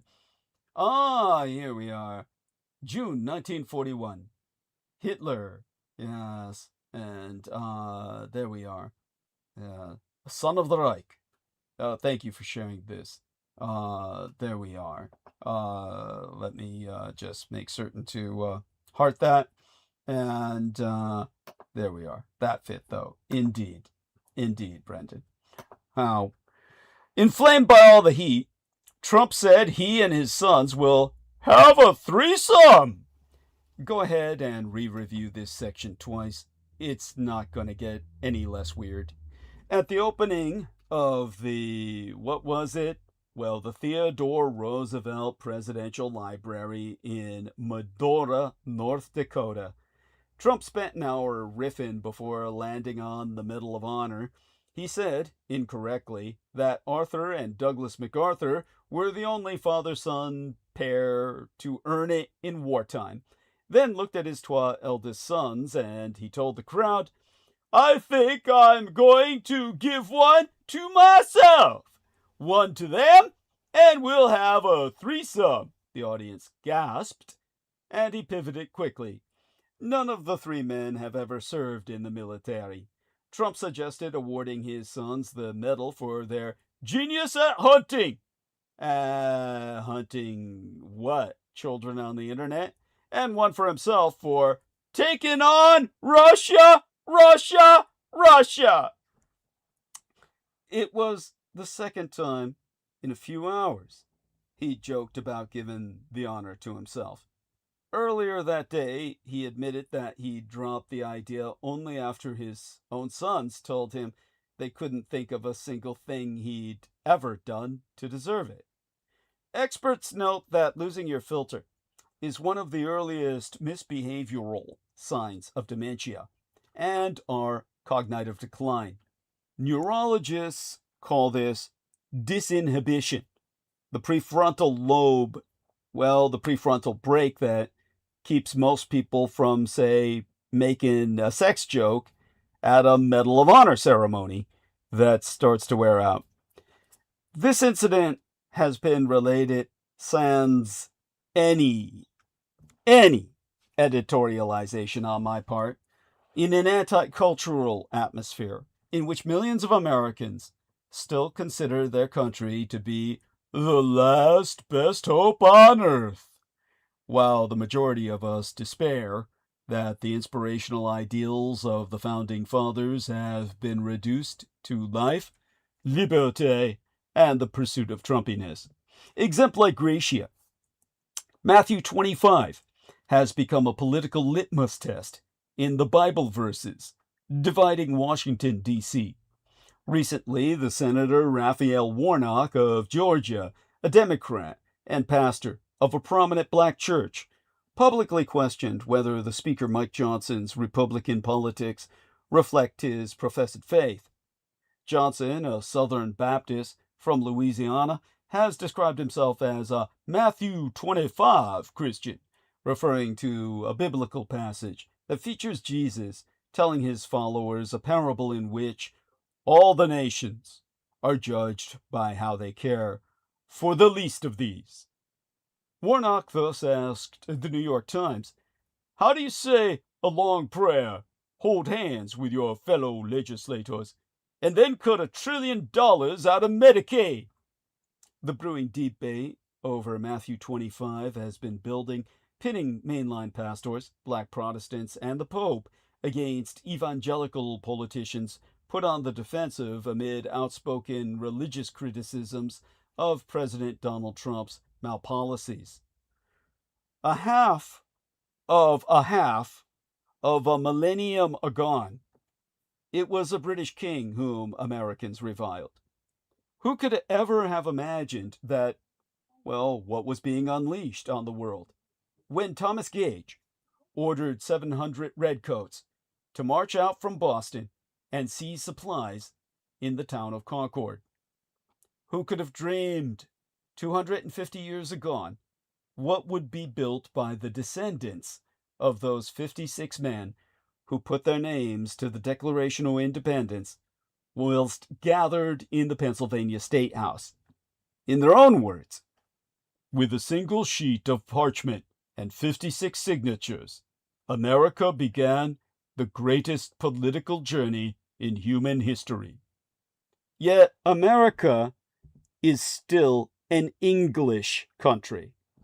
In his first year back in the White House, the POTUS, the POTUS, yeah, I know it sounds like kind of a offensive acronym, like POS, or piece of shit, but you add a few letters into it, and it's acronymous for President of the United States.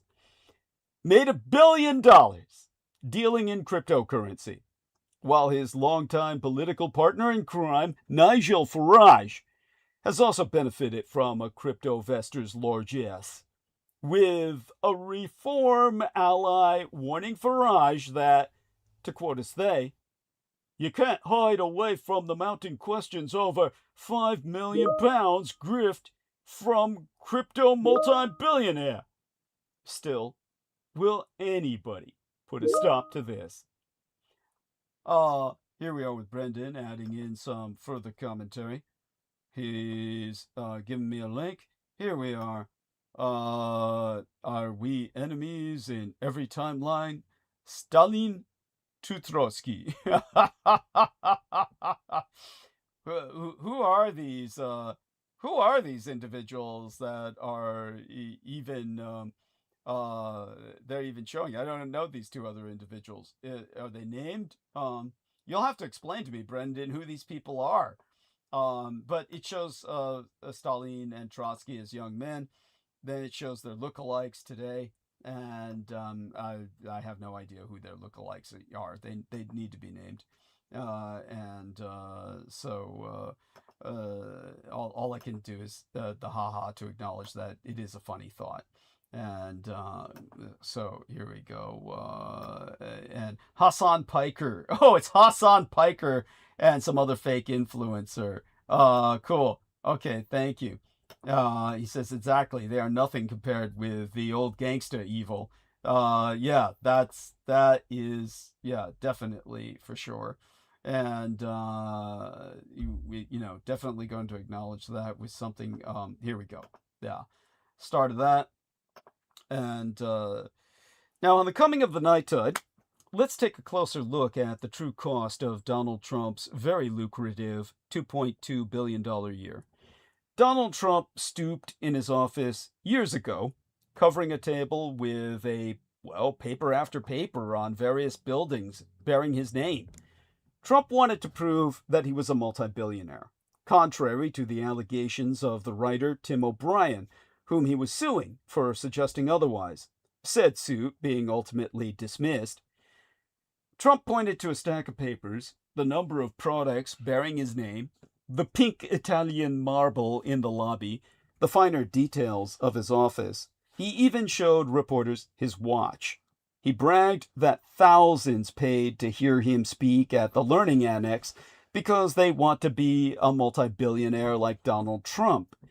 Being rich wasn't just part of his brand, it was his brand. This was already a leader who largely measured success by a single metric. Today, nobody can dispute that Trump is rich.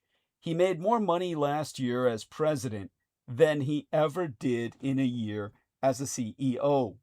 We also know that he will pay not a penny in taxes on these $2.2 billion in misearnings, as he is the first American president to refuse to release his tax returns on having secured an unprecedented tax immunity deal in exchange for dropping a $10 billion lawsuit against our Internal Revenue Service. Trump's sons run the business, control the trust containing his assets, and have launched lucrative new ventures exploiting his name. His sons and the White House officially stating that there be no conflicts of interest.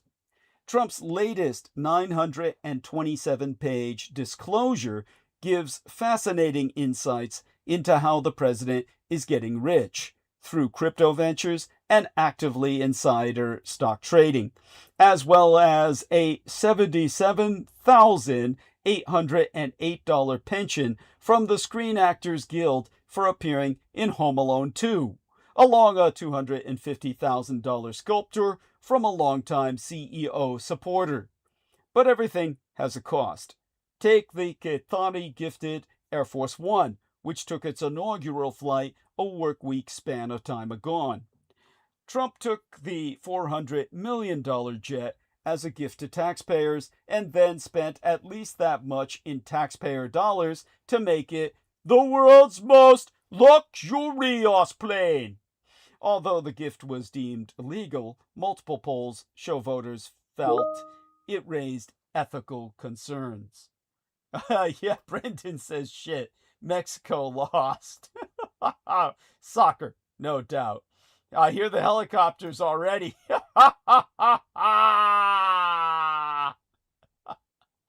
Oh, yes. There'll be riots in the streets. Oh, yes. No, that's, I hate to say it, that's delightful. That is funny. And, yay, England beat them. Yeah, England beat them. Oh, shit. Where are they located? If that happens in Mexico, well, there's Englishmen that are gonna die tonight. Stabbed in alleys. Oh, so he's giving the link to it, sportsyahoo.com. Yeah, World Cup round of 16 bracket live updates. England holds off Mexico. Norway topples Brazil. Shit, the white guys are winning everywhere. There we have that. Here we are, another link. They did say the ball is radio control. Some people say. Oh man, this is like so party here. See what we find here. Now, not again. Arsonist suspect caught by drone fleeing California fire. There we are, arsonists. Of course, you know the right wingers are going to say that. There we are. Here it is already from Jim Smith. His first name is Climate and his last name is Change. So yeah, climate change started the fire. See, they're all going to say it's environmentalists starting the fires to claim that it's climate change. There we are. I thought these wildfires were caused by climate change. Also, this suspect caught by drone fleeing fire. Yeah, well, they're Republicans setting the fires because of climate change to take advantage of the conditions to burn down California, motherfucker. That's what's going on. This is war, and the Republicans are waging it to the death. Now, when it comes to the plane, that's one thing that caused ethical concerns. The president's personal gains cause even more concern. Trump's investment managers bought and sold company stocks on average, an average of 58 times a day in the first quarter. Trump cultists insist that's normal for high-volume, tax-optimized trading. Saner minds are suspicious. Exempli gratiae.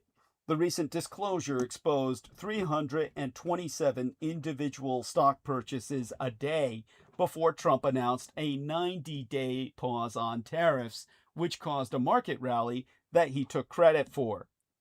My son's husband meets plenty of CEOs who like the Trump maladministration's approach to technology, innovation, regulation, taxation, and the overall counter-ethos of making America great for monopolist robber barons again.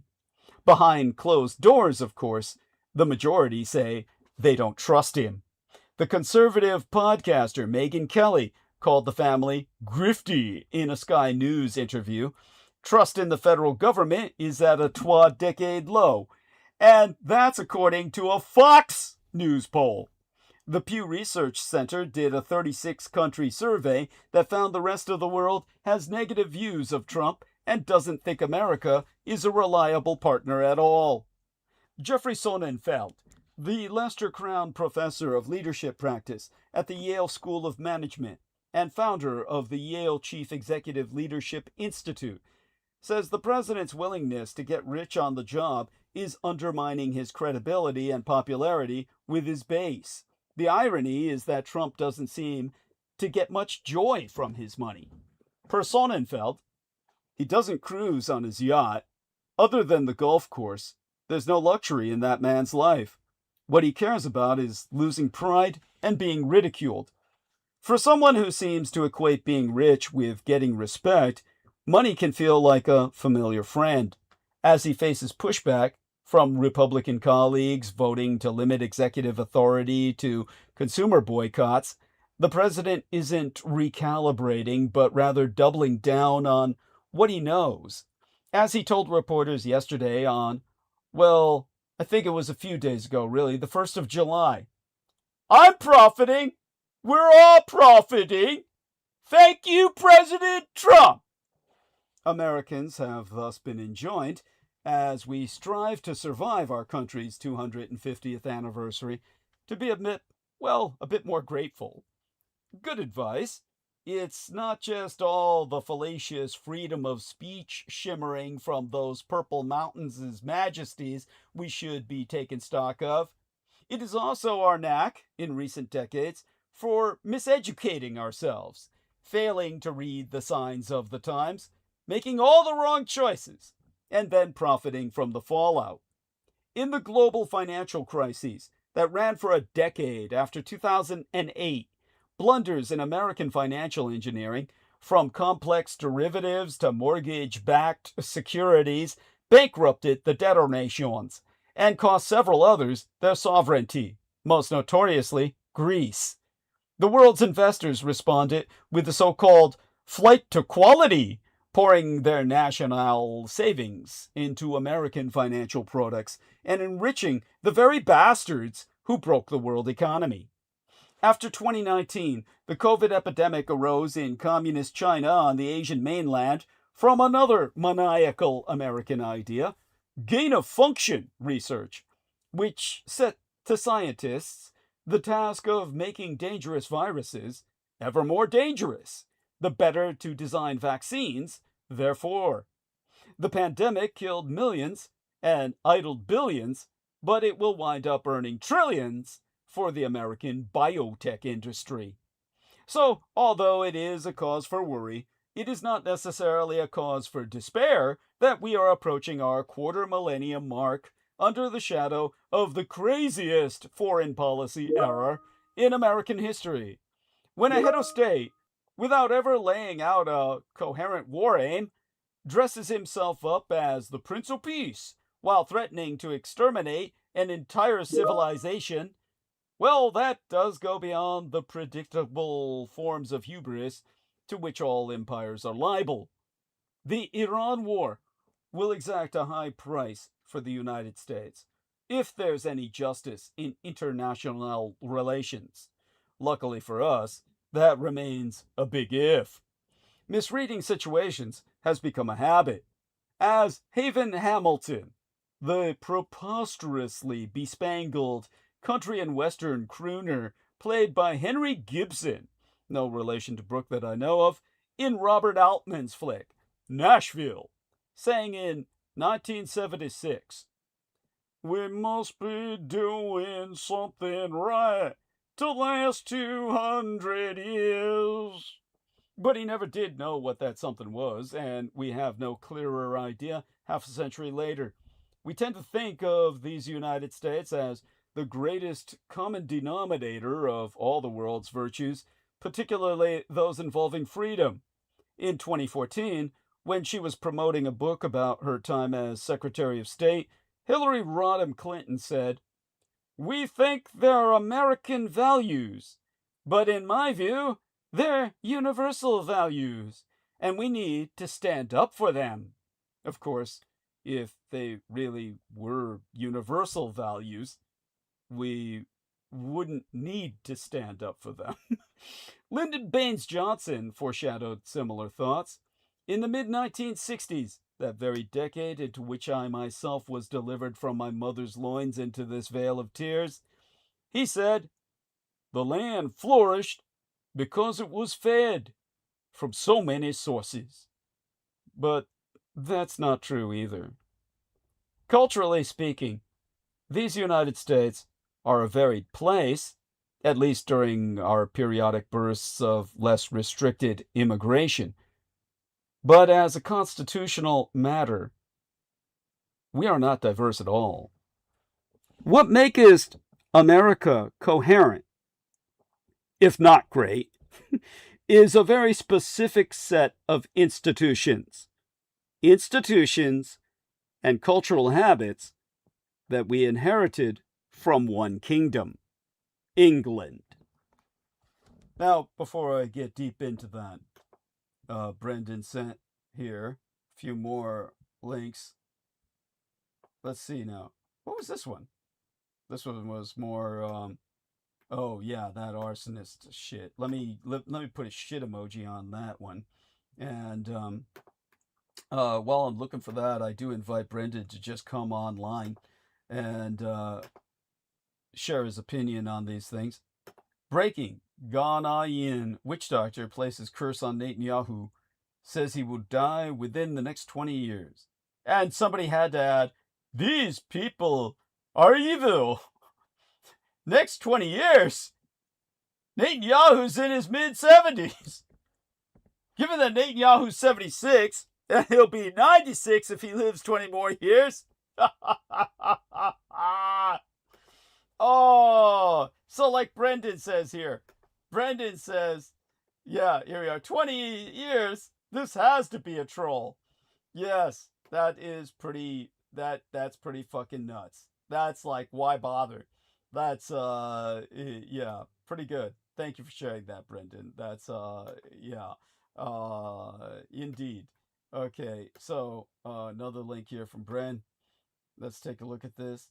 Waymo hell. That's right, more Waymo hell. Here we go.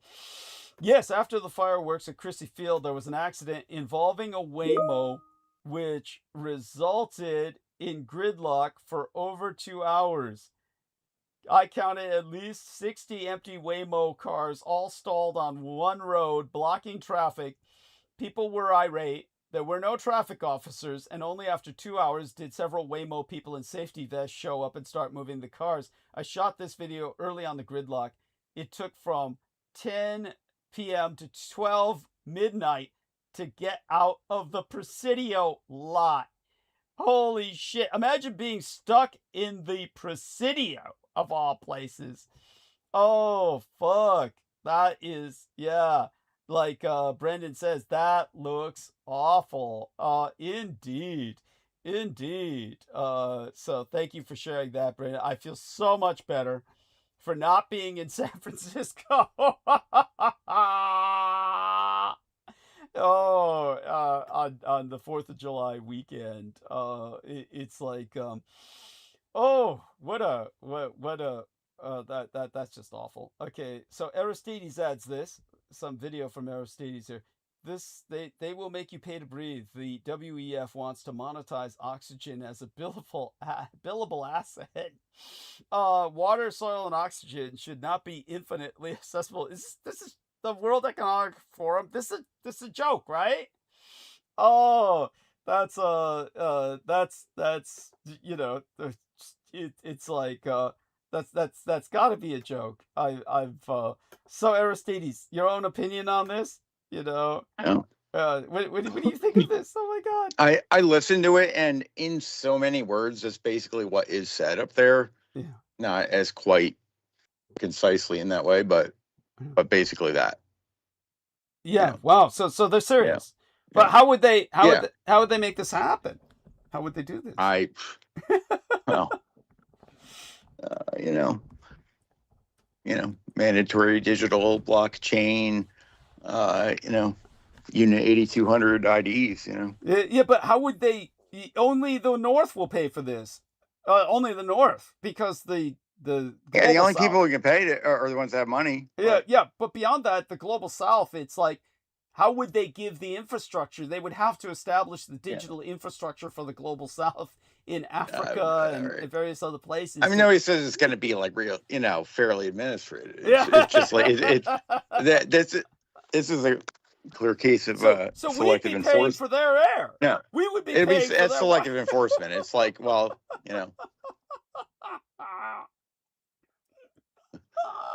right. It's like saying we shouldn't contribute to, this or that type of pollution, and like China's like doing 10 times what we're doing, and they're like guilting people into shit, oh, the environment, so China's like blasting out 10 times more shit. Yes. And they're not even talking about that.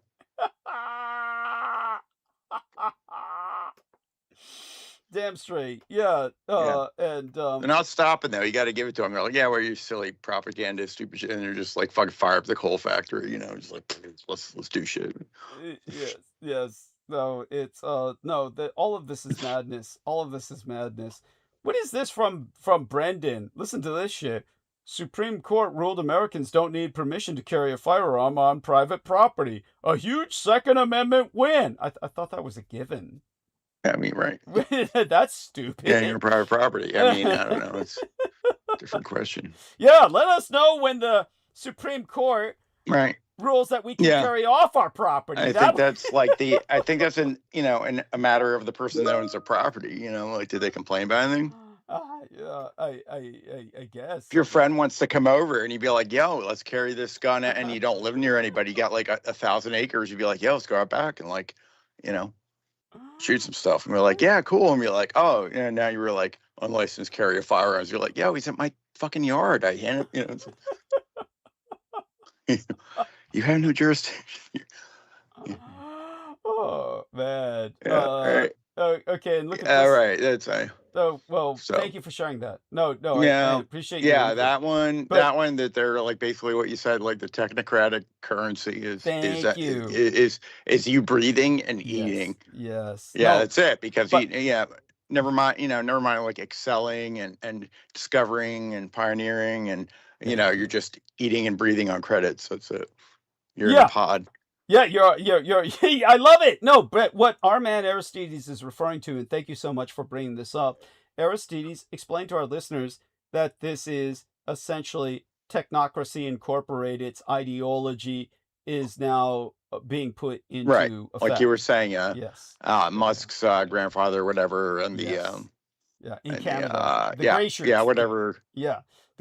And what was it? Whatever the publication was, or send me that. Like, the publication was Yeah. in those days it was Hugo Gernsback's I think it was Yeah. Amazing Stories or Wonder Stories. Right. Yeah. Okay. Yeah. I did say it. Yeah. Yeah, and that was the Technocracy Incorporated, where the editor himself was promoting technocracy, and yeah, someday you'll just work for food and light and warmth and yeah, just Right. everything you Yeah. need, the Yeah. basics. Yeah, Yeah. Right. Yeah. yeah, Your credits to your pod will be cut.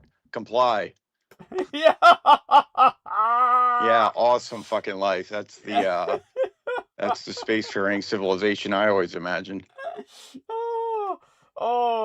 Yes, and as Aristides said, they aren't concentrating on innovation. They aren't concentrating on new Yeah, right. frontiers. They're concentrating on making you pay for monetizing everything. monetizing.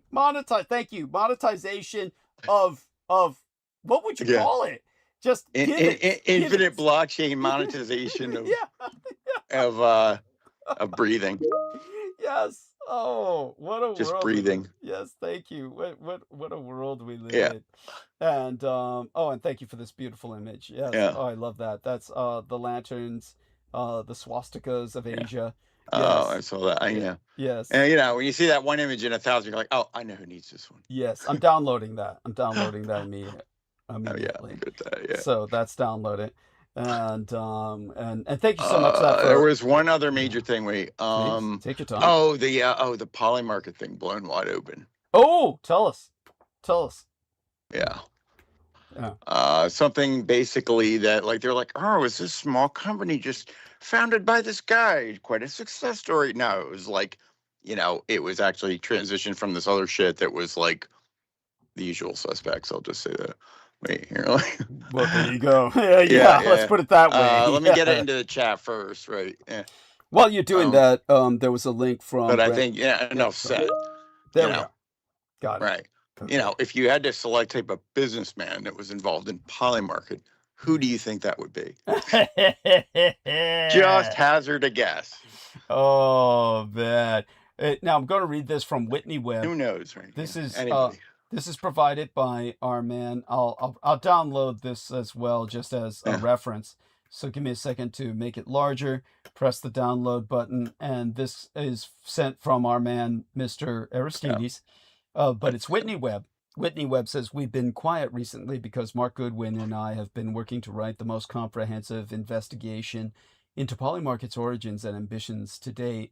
We found that Polymarket's official origin story, that Shane Copland founded the company alone in 2020 and then built the company in his bathroom, is a lie. Polymarket really, and then it says show more, and I don't get more. So I can't. There's a couple more links. Keep going. Just keep going. Oh, well, thinking this way is a form of mental illness, by the way, is what this one guy's saying. That's Nikita Bier is on x.com. But you're able to press the show. Yeah, I can't press the show more to make it show more. But I noticed one of the people is Peter Thiel. Peter Thiel is here on of course. Market. Yeah. That yeah, of course. Yeah, he's in all the big, he's the other two. He's ubiquitous. He's ubiquitous. Yeah. Yeah. He's not ubiquitous in the technocracy. Right. Okay. There we are. Yeah, Nikita Bier on X. He has been exalted to a full god of the technocracy. Yes. That's right. Peter Thiel. Right. Yeah. Peace be upon his name.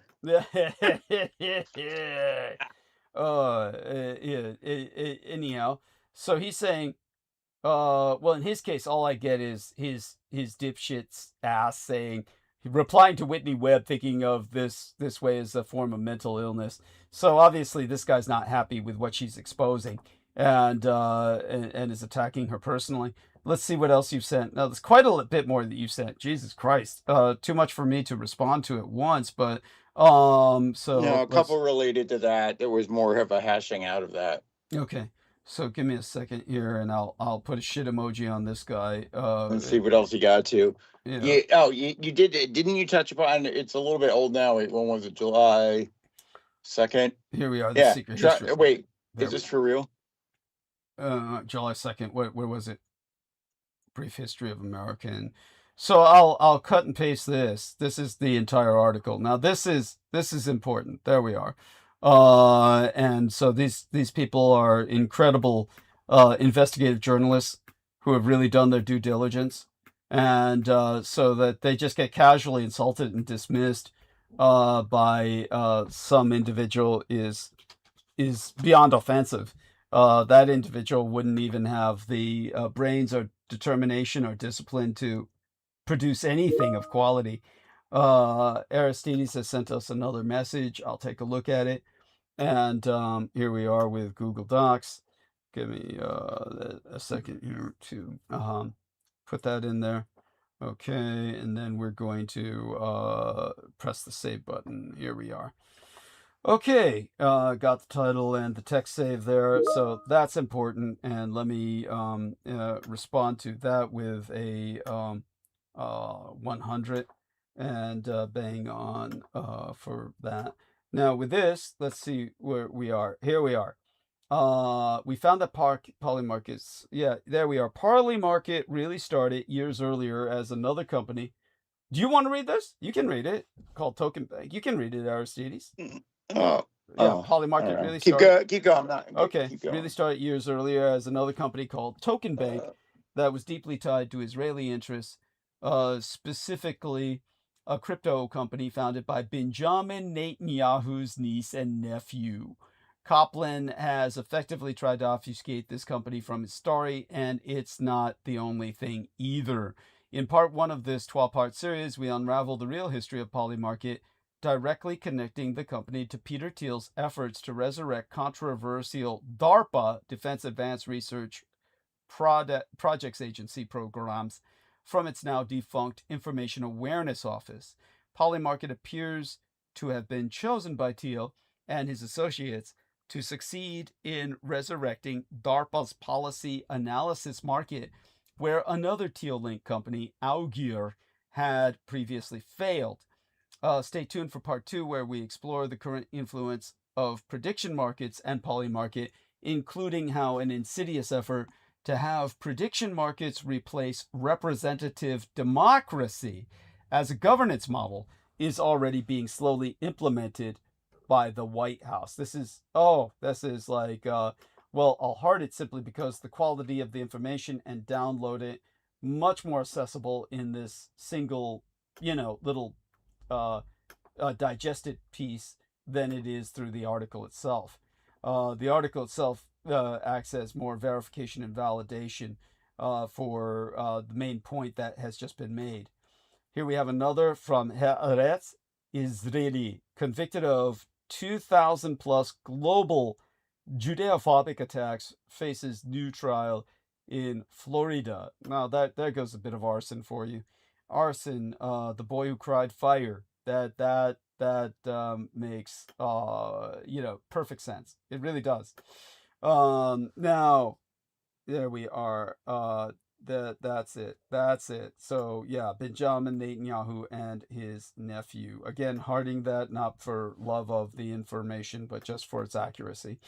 And downloading that as well because our dear friend Aristides took the trouble to highlight that and makes it more accessible. And there we are. Thank you for this, Aristides. I will also download this image you provided of "They Will Make You Pay to Breathe." Yes, they will do so if they can. Yeah, and water, soil, and oxygen should not be infinitely accessible. They are assets that should be included in global economic balance sheets. Incredible. I'm left without words. And so it's there we are, the mind blown emoji best suits that. I feel obligated to acknowledge these with at least a propos emoji. As Aristides said so well, yes, no, they're not giving us new frontiers. They're monetizing necessities, beyond necessities, the very right to life itself. There we are, President Trump. I see my 2 beautiful sons sitting there. I think I'm going to take them and have a threesome with all these cavalrymen, extras out of the Yellow Rose of Texas behind him. That's yes, that needs to be downloaded as well, just as a no one will believe this otherwise, and it is definitely it is there's we're in times that if you were to describe them to the people of the future, they would never believe us. Chris Minahan on X. Okay, I'm not going to read that out loud. Well, meet Norm Coleman, the new Vice Chair Secretary of War, Pete Hegseth's Defense Policy Board. Oh, he's saying this is a positive. He's effusing. He's effusing. He's saying the masters of the universe are chosen people that he names. That's yeah, I'm not going to read that out loud. It'll be too easily misconstrued. Well, he's certainly sharing his beliefs with us openly, isn't he?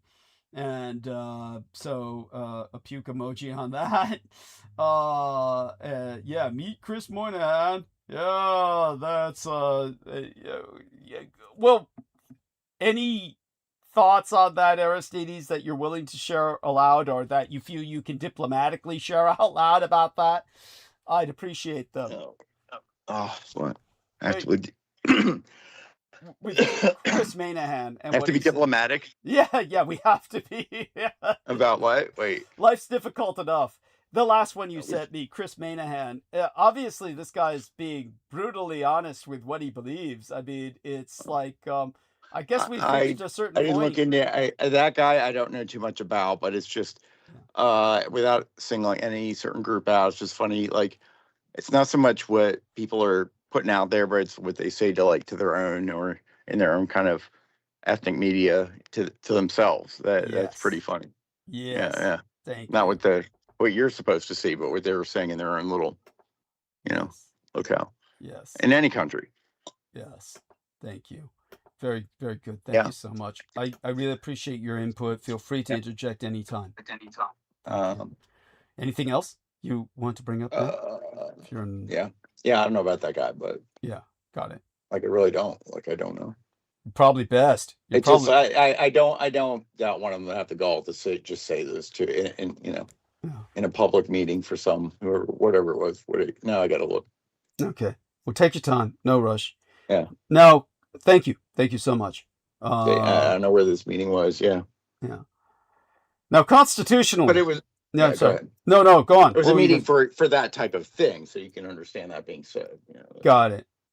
They felt that they were in a comfort zone.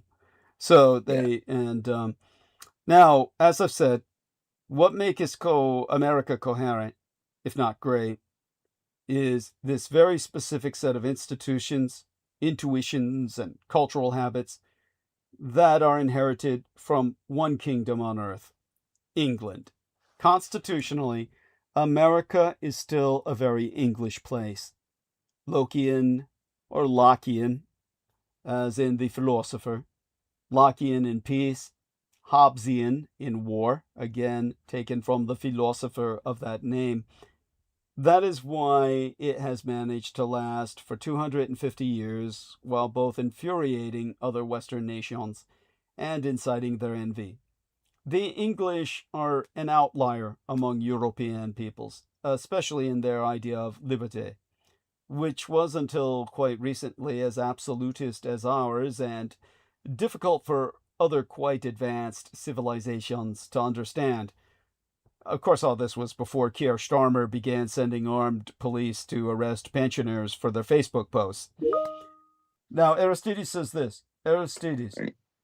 Meet Norm Coleman. I think I'm just catching up. The significance is the guy that said the masters of the universe are Jews. That's his quote. Norm Coleman. Never heard of this guy. But apparently, is this true? Is this true? Meet Norm Coleman, the new vice chair of Secretary of War, Pete Hegseth's Defense Policy Board. So he has official governmental responsibility. Yeah. And he said that. See, link those two things together. Mm-hmm. Yeah. Yes. Right. He has a government post, and he said Jews are the master of the universe are Jews. Yeah. Right. Right. There If we this go. is true, somebody fact check me here. Yeah, if this is true. If this is true. I mean, it's a video. It looks legit. Let me see. Let me look into it. Yeah. Okay.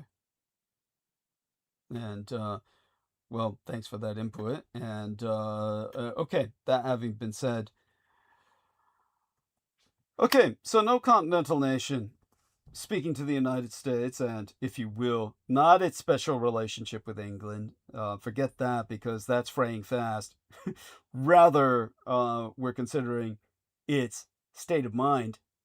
No continental nation has ever been so strongly allergic to political censorship as, well, if we were to put a comparison between Europe and the Britannics. As I said, the Britannics are very much an outlier of European civilization. So, if we were to look at Europe, the superpeninsular subcontinent, well, they think of themselves as a continent, or at least they're on the continent. Really, they're on the continent of Eurasia. And no continental nation has ever been so strongly allergic to political censorship as the British were after a century after their own Civil War, when we were writing our First Amendment. Nor was there ever a nation state with the reverence for unfettered trade that the English had, especially with the first stirrings of the Industrial Revolution, which came as the American Revolution was beginning. The other great thing that happened in 1776, coincidentally or not, was the publication of the Scotsman Adam Smith's The Wealth of Nations. Now, in le XVIIIe siècle, the 18th century, those most inclined to agitate for commercial adventurism were the very Whigs who made up the revolutionary elites of the 13 colonies. When the revolution succeeded, their ideals were radicalized by the fact that the conservative opposition to them had been chucked out. So American ways were not wispy universalisms. They are cultural achievements, if we can use that word for the fervently held prejudices of the most acquisitive subgroup of the most irrational people in Europe. As prejudices go, these are ancient ones. The Englishmen of the 13 colonies took up universal male suffrage long before anyone in the old country thought to. We codified the duties of our chief executive before the French declared an end to kings in 1789. As a result, America, for all its superficial modernity, is more tightly bound than other Western countries to more traditional forms of social organization. It was set up when people's ideas of right and wrong owed as much to the Renaissance as to the Enlightenment. A mix of monarchical sentiment and classical Republican ideals was coursing through the hearts of the early columnists, as the Harvard historian Eric Nelson shewed in his 2014 book titled The Royalist Revolution. Speaking about Americans, mind ye, that would be the roots of where we circle back to Trump. Now, taking a look at what was sent from Aristides, the query connects to a controversy stemming from a speech given at a Jewish news syndicate. Got it. I'm downloading this. JNS Policy Summit, which was subsequently... Apparently it happened. Apparently it did happen. So it's like, now it's just damage control over this statement. Thank you. Got it. Yeah. Got it. So it was real. He did say it. Right. I'm going to put the 100% and the bang emoji on that. So this is not... I mean, what happened to separation of church and state? Like, Well, the Israelis never... Did they have that? Pretty good one, huh? Yeah, that's it's kind of a paradoxical concept for Israel. But let's ask: does Israel have separation of? Yeah. What? No. The separation of our state from their church. How about... Yeah. I get what you're saying. I know what you mean, but it right. leads to another question. Yes, why is our state, now their church? Well, their state is our church. Their state is our church. Yeah. So, by the way, Israel does not have separation of church and state. The state officially recognizes and funds specific religions and religious institutions, and religious authorities have exclusive jurisdiction over personal status matters such as marriage and divorce. There we are. So, important point. There we have that. Deeply appreciate it. And thank you for this proof that this did happen. And again, now they're running damage control over it, and that alone vindicates its factuality. There we are. It was basically the independent journalist and blogger Chris Manahan shared what happened on his platform named Information Liberation, and it got amplified across social media. So the controversy involves the following specific elements. The quote itself: during the summit, the former United States Senator and chairman of the Republican Jewish Coalition, Norm Coleman, stated, "The masters of the universe are Jews. You know, we've got Altman at OpenAI." You know, I really thought he was going to take this into a religious zone. But no, he took it into a social zone. He took it into a social engineering zone. You know, we've got Altman at OpenAI. We've got Zuckerberg. We've got Sergey Brin. We've got the whole group across the board. Jan Koum founded WhatsApp. It's us. It's a boast of dominance over, well, the American economy, to say the least, our narrative, the American narrative, our very reality, our very concept of reality.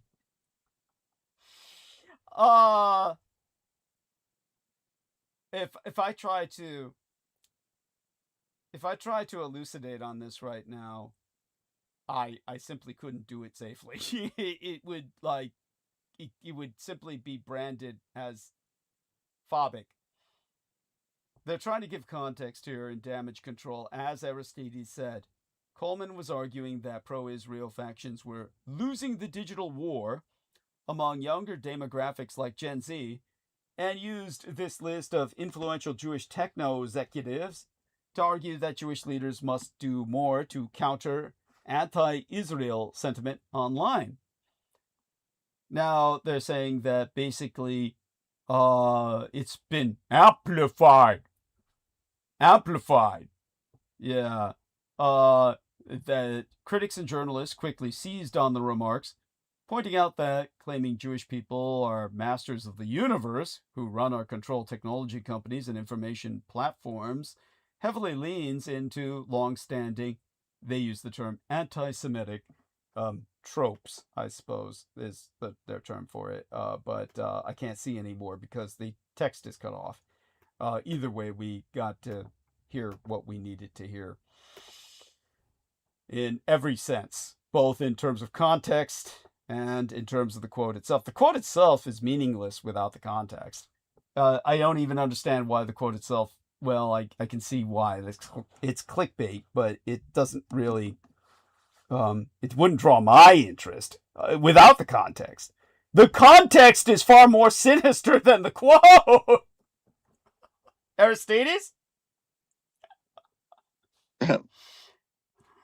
Yes, I suppose. Yes, thank you. Okay. Now, thank you very much, I think Aristides. that's what I was going for. Yeah. Yeah, by the way, that's very important.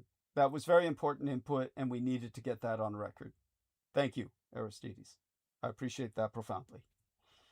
Now, Eric Nelson, the man who wrote the book titled The Royalist Revolution, to prove that our ultimate cycle back towards kingship of Donald Trump was inevitable based on the faults and flaws of the founding fathers, who were aiming to do that with George Washington, who abdicated because otherwise we would have been a North American monarchy.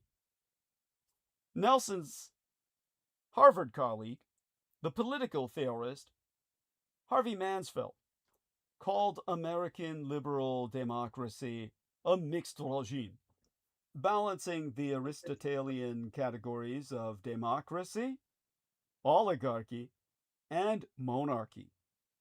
The historians Rowland Berthoff and John M. Murin argued 500 years ago that the founders' understanding of classical republican virtues was indeed in vogue in le 18e siècle, the 18th century, but in the early part of that century. So by the 1780s, these ideas were already a bit fogey-ish, and certain patriots might have professed them as a defense against accelerating change.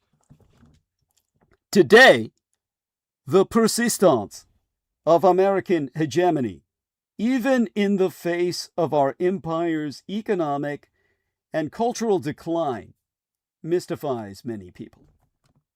But perhaps America's antique, pre-democratic elements suit it to a period in which we seem to be witnessing the close of the 250-year-long Enlightenment, parentheses.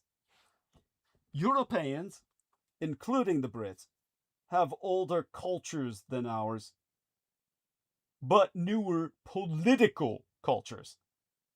In recent years, they have been slower to take up the American progressive brainstorms of the post-World War III era, aftermath the grossly misnomered Cold War. From wokeness to gender ideology, but have clung to them even as those novelties have grown slightly ridiculous in these United States. Why is this? We should recall what I was saying about the radicalizing effects of expelling an opposition.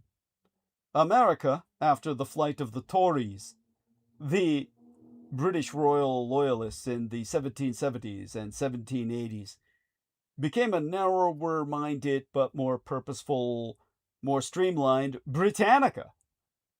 History offers plenty of other examples. Consider the sudden conservatism of Francisco Franco's España, which had been for more than a century a hotbed of anti-clericalism after its civil war ended in 1939. Or consider the way the revanchist and revisionist Russian Empire has evolved in a more nationalist direction since the Ukrainian war it started, with the self-exile of its cosmopolitan elites to Berlin, Istanbul, and elsewhere, it being one of Vladimir Putin's more savvy acts of statesmanship that, rather than insisting his adversaries share the sacrifice of the war, he let them flee it, and with that their share in the running of the state. In the wake of cessation of proactive prosecution of hostilities per the Second World War, the countries of Western Europe were refounded in such a way as to exclude those elements incompatible with international rules laid down by these United States. These rules were devised by the most gifted State Department diplomats of the generation of George F. Kennan and Dean Acheson, and elaborated by the most gifted non-profit technocrats of the generation of George Soros. The result has been the remaking of the civilized world as liberal America's caricature. Thus, Germania, for instance, owe more to Frederick the Great and Bismarck than it does to JFK and LBJ. No one who witnessed the mass adulation of Barack Hussein Obama on the streets of Berlin in 2008 will consider the answer obvious. Elements of populist America, and not just Donald Trump, have grown uneasy with the progressive drift of Europe, its evolution into a borderless and even nationless space. American retro-conservatives' more general preoccupation about Europe is of longer standing.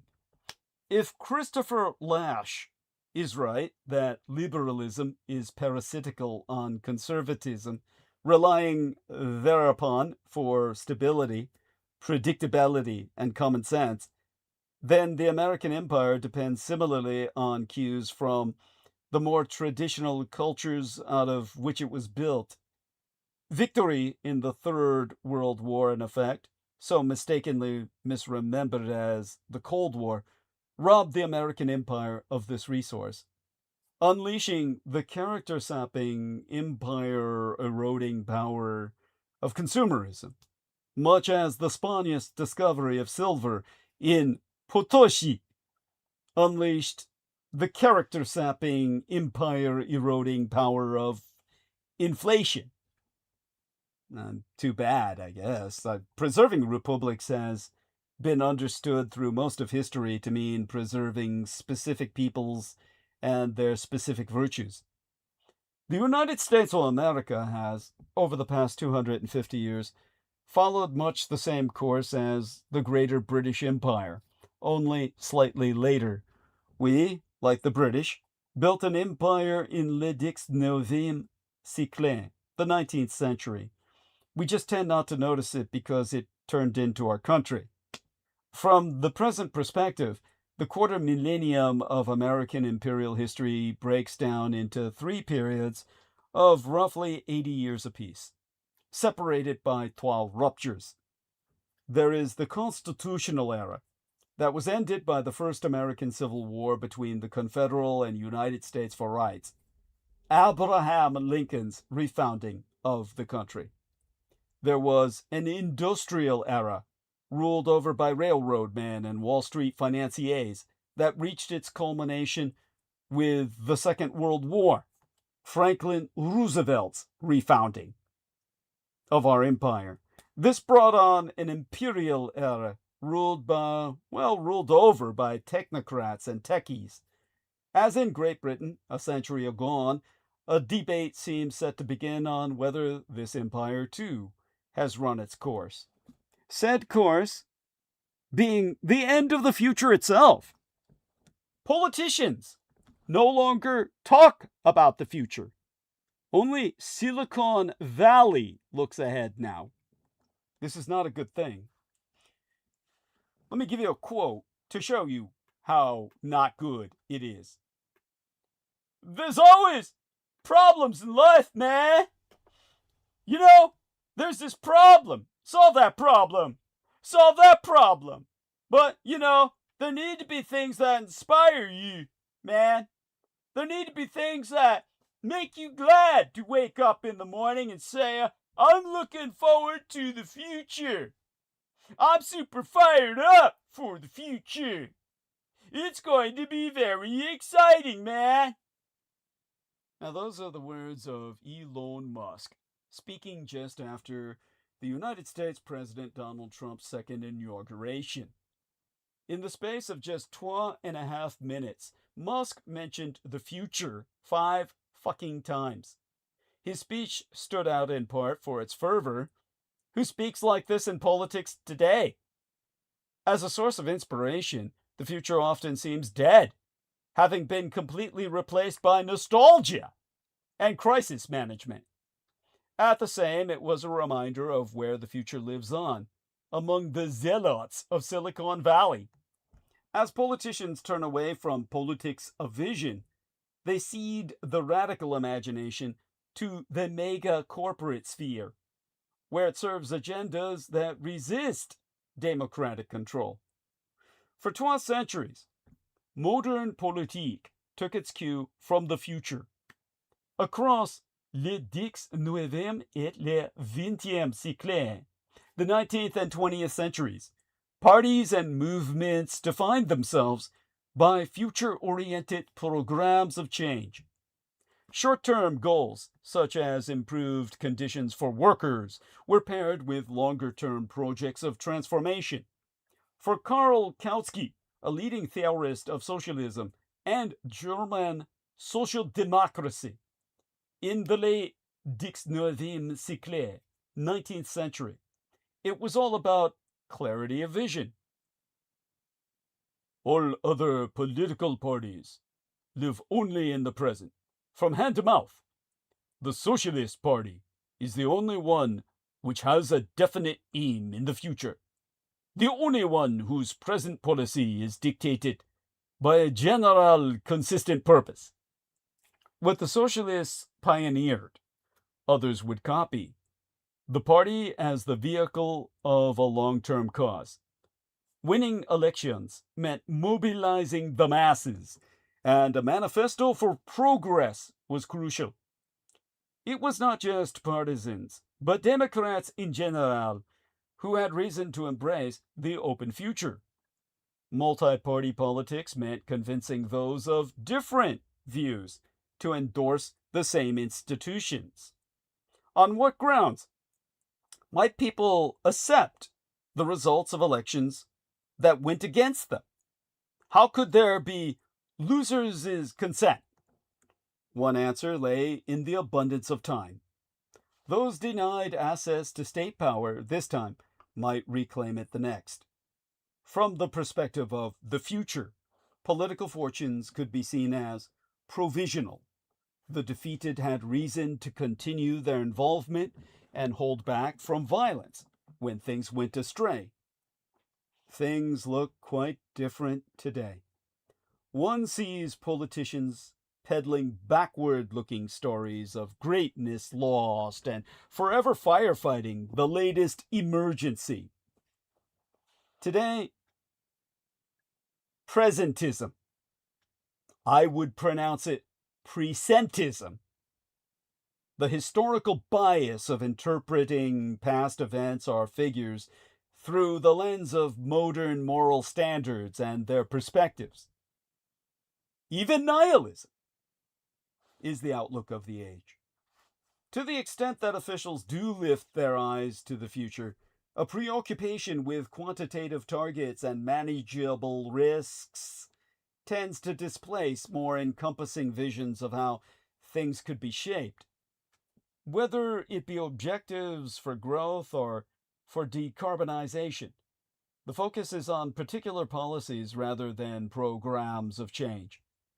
The future-oriented concepts that make an appearance, recovery and resilience, for example, tend to be vague and lacking in agency.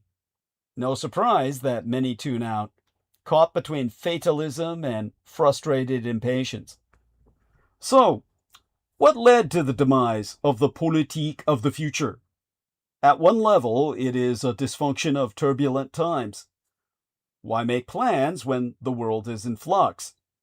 Long-range speculation can look irrelevant.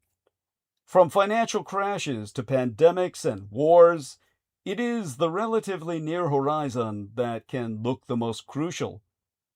Locke Johnson, a scholar of United States national security and intelligence, observeth that security officials increasingly discount the long-range forecasts that their advisors prepare for them, preferring short-term forecasts that address the pressing concerns of the moment.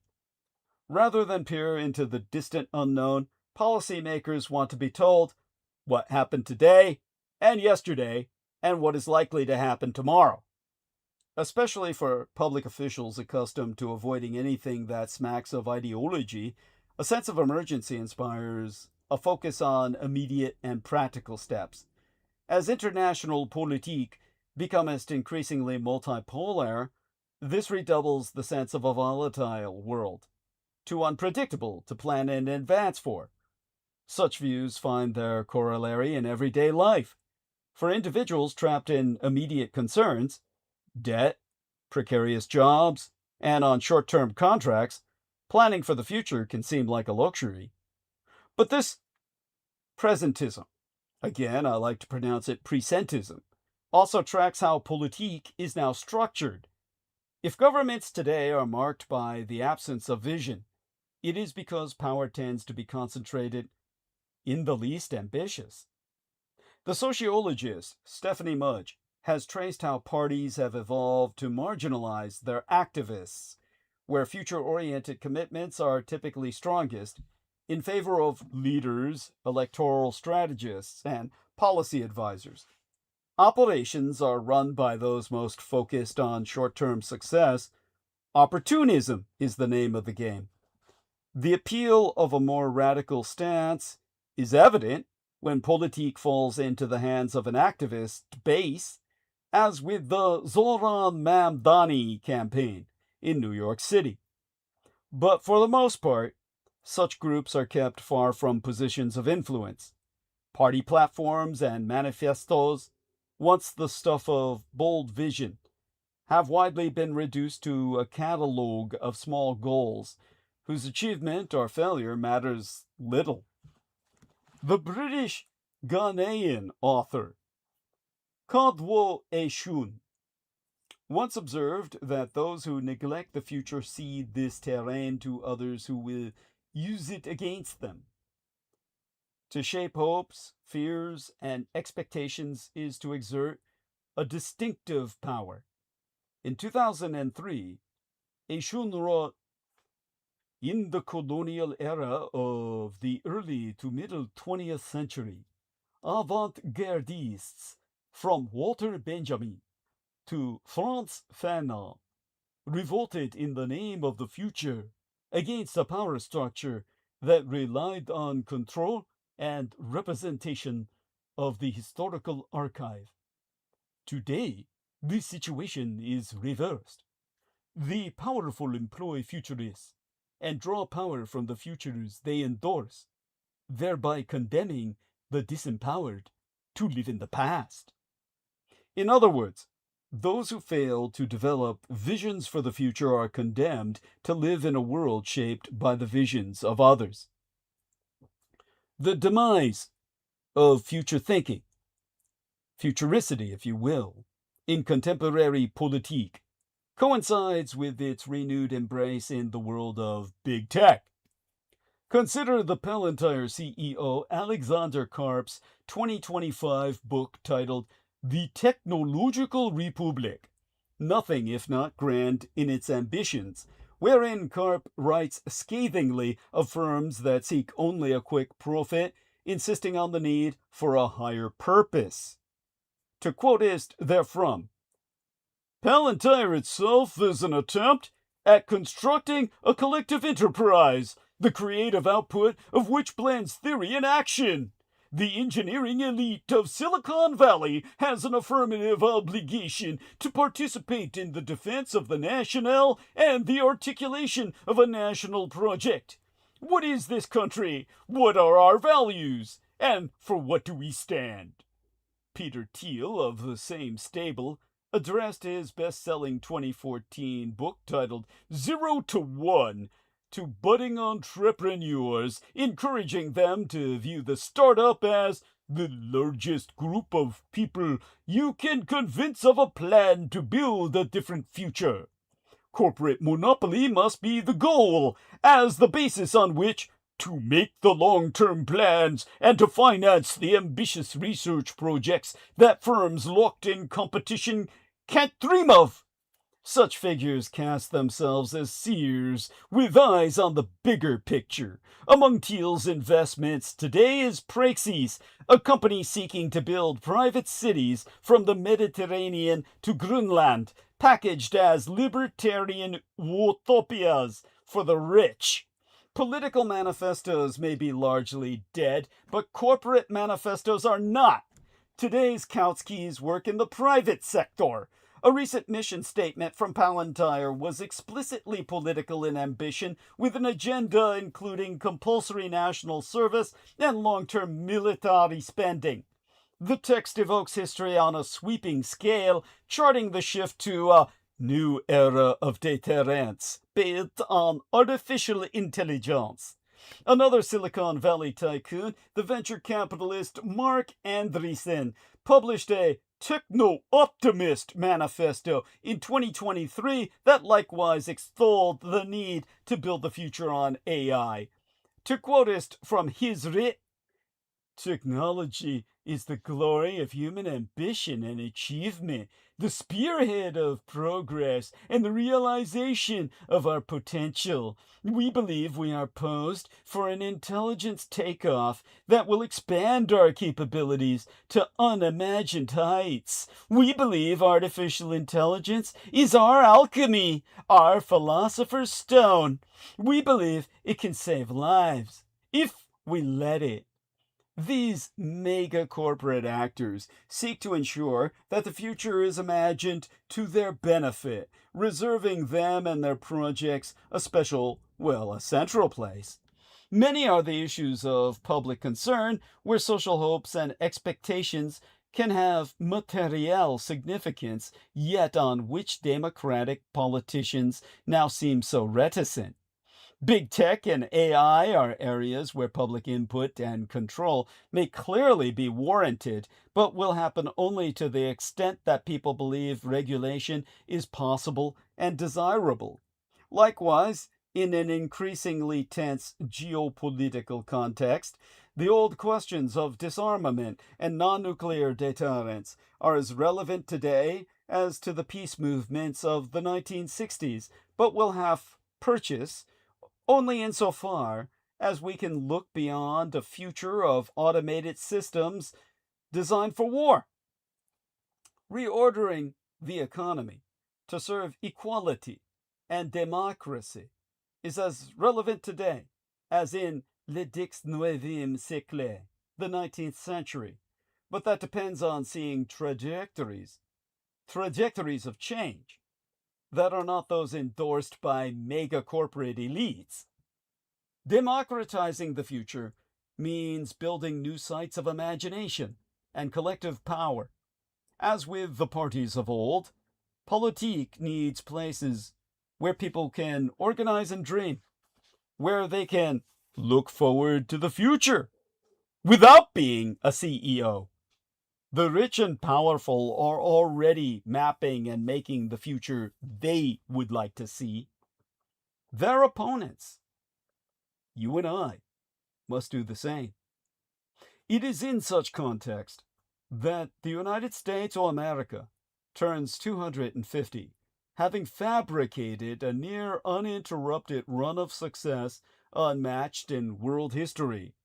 By her 100th birthday, these states in union were already master of an entire continent. By her 200th, she had won one world war via the holocaustic deployment of a weaponized biovirus, the so-called Spanish flu, which originated in the cantons of the United States Army here on the continent of North America, while losing the Second World War under threat of the same kind of weaponized viral agent, claiming to have invented the aeroplane despite the fact that it was the Brazilian father of aviation, Alberto Santos Dumont, who first took to heavier-than-air flight, invented the transistor before literally begging for the atomic bomb from the Third Reich that deployed it in Kurland in October of 1944. America then creating rock and roll after monopolizing the motion picture industry under Zionist occupation, and becoming the first automobile nation before putting a man on the moon only after the Japanese Empire. America in 1976 had just lost a major war for the third time ever, but she was anything but finished. Neither World War II, Korea, nor Vietnam could make her realize, well, let's just say, we smacked the jackass on the forehead, right between the eyes, with a 2x4, 3 times, and it didn't even fucking blink. Instead, America promptly embarked on a fresh run of global dominance, during which she vanquished communism and launched the global digital revolution. No nation's golden age lasts forever, however much of a pile of lies it has been rooted into. America arrives at her latest milestone, still the world's premier economic and geopolitical power, but one facing tests unlike any that have ever come before. No nation has ever absorbed as many immigrants as America has in the 500 years since our bicentennial. Today, the political bill is finally coming due on that decision.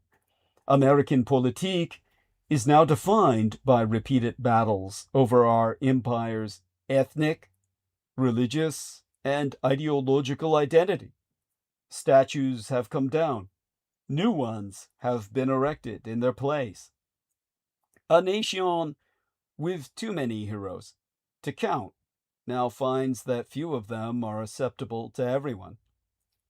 Donald Trump's own efforts to celebrate America's anniversary have become a partisan issue, a split that would have been unthinkable at the nation's bicentennial, which, of course, well, was intrinsic, inextricable from my childhood.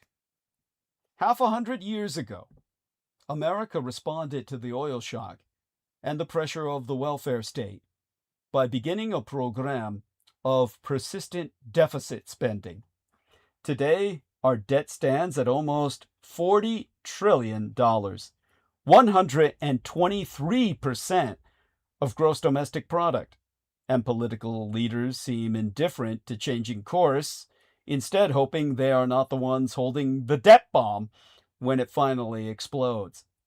America remains the world's largest economy, but has lost its manufacturing crown to 中华人民共和国, the People's Republic of China. Our technological lead, under tech's tarnished halo, looks vulnerable as ill.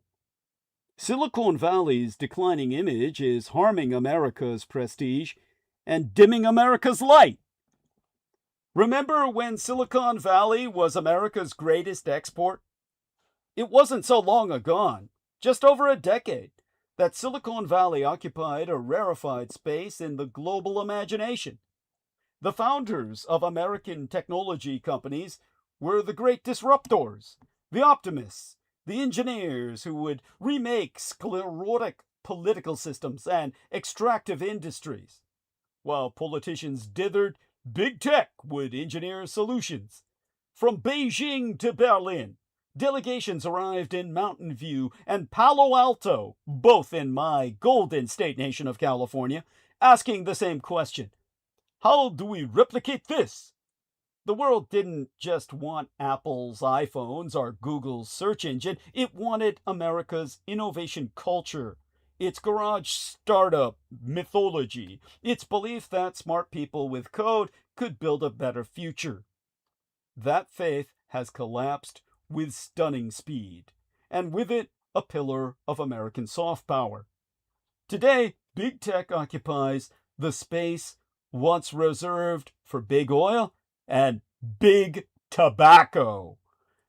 Toxic, reviled, distrusted, and, facing a global regulatory backlash that would have been unthinkable a decade ago. The numbers tell a grim story. In these United States, negative views of major technology companies surged from 33% in 2019 to 45% by early 2021, with those holding very negative opinions more than doubling from 10% to 22%.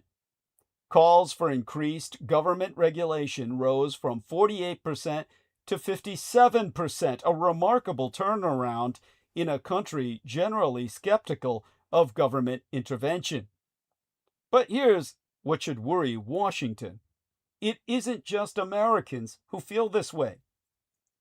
After 2 decades as the most trusted sector in the Edelman Trust Barometer of 28 countries, technology now arouses more and more anxiety, especially in the developing world. This is part of a larger pattern of decline of trust in the techno sector, captured in the Thales 2025 Digital Trust Index, which surveyed 14,000 consumers across 14 countries. Not one category within the techno sector achieved 50% approval when consumers were asked which they trusted with their personal data.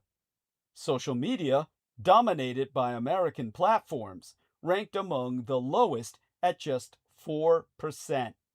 Perhaps most damning, 82% of consumers abandoned a brand in the past year due to data concerns. This isn't merely a commercial problem. For decades, American technology has been one of our empire's most potent instruments of soft power. The concept Joseph Nye famously defined as the ability to shape global preferences through attraction rather than coercion. If Hollywood exported American culture, then Silicon Valley exported American values: free speech, privacy, respect for diversity, innovation unbounded by legacy thinking. When the world ran on American technology, it ran on an American operating system, both literally and metaphorically. That conferred enormous geopolitical advantage. Now that advantage is eroding. Consider what unfolded on March 29th or yesteryear, when tens of thousands of protesters gathered at over 200 Tesla locations worldwide, not just in these United States, but across Canada, Europe, Australia, and New Zealand. Protesters in the United Kingdom held signs reading, "You thought the Nazis were extinct? Don't buy a swastika." In Paris, demonstrators carried banners declaring, "Send Musk to Mars now." In West London, protesters told reporters they felt compelled to act because it's too overwhelming to do nothing. The Tesla takedown protests targeted Elon Musk's political activism, but they revealed something more troubling. A major American technology company has become such a lightning rod for international anger that thousands felt moved to take to the streets in a number of countries simultaneously. Or consider the reaction when the European Union fined Apple 500 million euros and Meta 200 million euros on April 23rd for breaching the Digital Markets Act. These were the first penalties under the European Union's new techno rulebook, a set of regulations that exist because European publics and policymakers have concluded that American techno giants cannot be trusted to regulate themselves. The European Commission Presidentress, Ursula von der Leyen, made the subtext into text by declaring, "Our digital laws must be enforced consistently, regardless of where the companies are based." Translation: American exceptionalism no longer applies in the digital sphere. Vulnerable young girls. Scholars have also documented how YouTube became a radicalization machine, and how Twitter's design let harassment flourish while driving traffic and revenue. The damage wasn't contained to America's shores, and that's precisely why the soft power toll has been so severe. Facebook served as a platform for inciting genocide in Myanmar. WhatsApp became a vector for deadly misinformation in India. YouTube radicalized viewers from Brazil to Germania. When American technology facilitates mass violence abroad, when American platforms undermine democratic discourse in allied nations, when American companies treat foreign users as test subjects for algorithms optimized for addiction rather than well-being, it reflects poorly, not just on the companies, but on America itself. Previous administrations made tentative efforts toward accountability, but techno companies resisted fiercely, hiding behind hackneyed appeals to innovation and free speech. Their resistance only deepened international skepticism. When European regulators finally stepped in, American techno companies cried protectionism. But the Europeans argued that if American companies won't police themselves, and Washington will never police them, someone has to. The tragedy is that American technology genuinely was a force for good in many ways. It enabled entrepreneurs, spread knowledge, created wealth. It empowered pro-democracy movements and activists. The iPhone really did put powerful tools in billions of hands. Google really did democratize information. These innovations carried American values to every corner of the earth. But that's all past tense now. Today, European consumers eye American platforms with suspicion. Democratic governments from Brussels to Canberra craft regulations explicitly designed to constrain American techno companies. Citizens worldwide delete apps, cancel subscriptions, and search for alternatives. 82% of them, according to Thales, because they no longer trust what American techno companies do with their data. This is how soft power dies. Not in dramatic confrontation, but in the accumulated weight of betrayed trust. When the world's digital commons become toxic, and American companies are the landlords, America itself becomes associated with that toxicity. When teenagers worldwide struggle with mental health crises amplified by American algorithms, their parents don't just blame Facebook, they blame America. When democracies fracture under the pressure of algorithmically amplified outrage, their societies don't just call for regulation, they rethink their relationship with American technology wholesale. The commercial consequences will take some time to play out, not least because there are very few non-American alternatives to the dominant super companies. But the damage is already irreversible. A decade ago, countries aspired to build their own Silicon Valleys. Today, they aspire to regulate the original. That's not just a commercial setback. It's a geopolitical disaster. Because if the world no longer wants what American technology offers, it no longer wants to be like America. And if it doesn't want to be like America, American influence, the real currency of global power, is devalued. On the world stage, America's proverbial status as leader of the free world is under pressure like no time since the so-called Cold War that was World War III in effect. And not just externally. President Trump has been openly dismissive of NATO's value and is openly eager to pivot America to a role as hegemon of the Americas, rather than being the essential country of every region on the planet. Europe and Canada speak more openly than ever of forging their own power blocks, less reliant on Washington.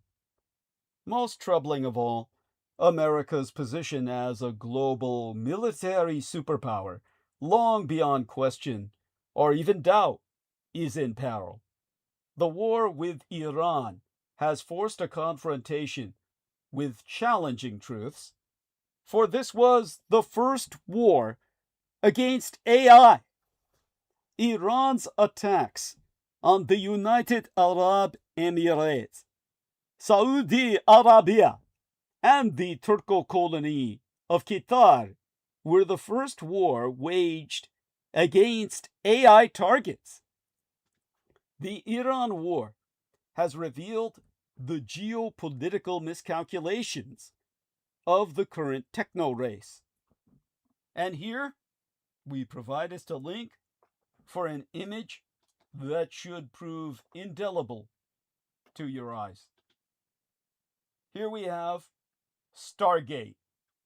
This is the actual Stargate, the real deal, the real thing. It is, of course, in Dubai.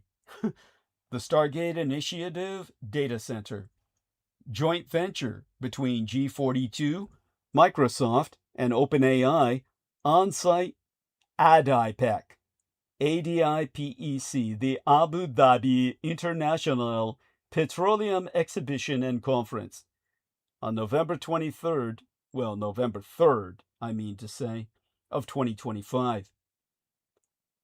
But far later on in our history, as we feel it or experience it, on the first day of March this year, Iranian drones struck Amazon Web Services data centers in the United Arab Emirates, and a third was damaged in Bahrain.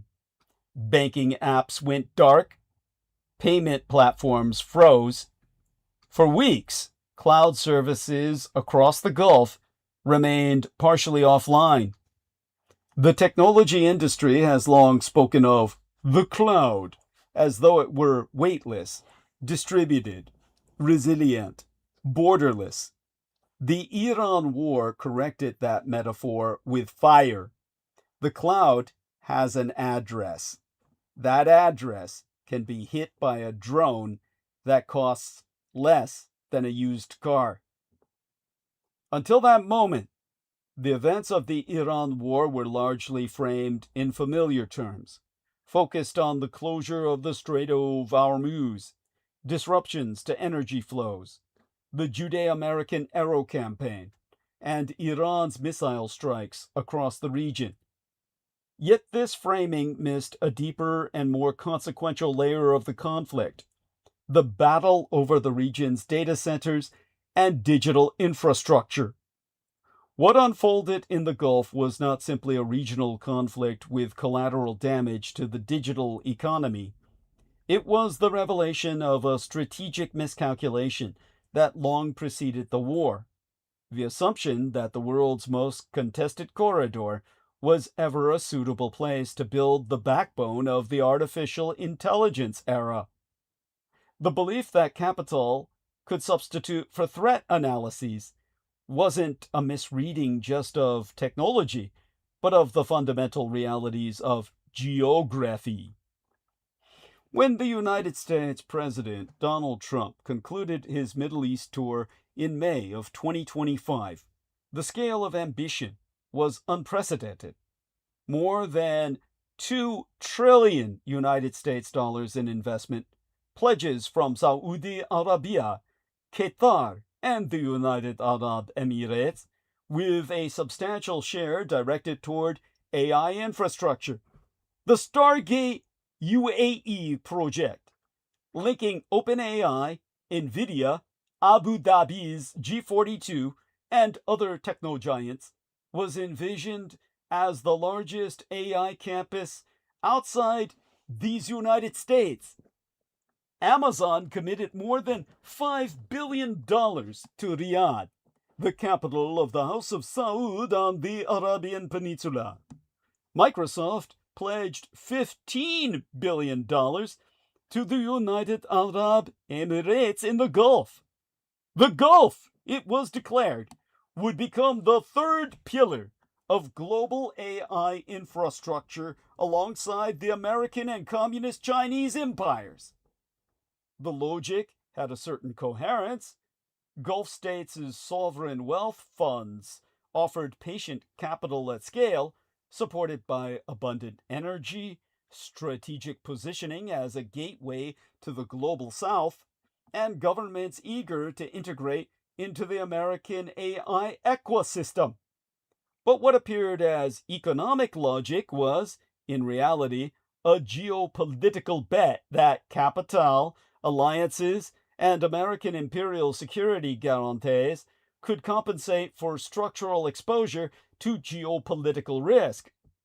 The Pax Silica initiative reinforced this alignment, pulling the United Arab Emirates and the Turkish colony of Qatar into an American-led technological bloc designed to restrict the monolithic communist Chinese superstate's access to advanced semiconductors.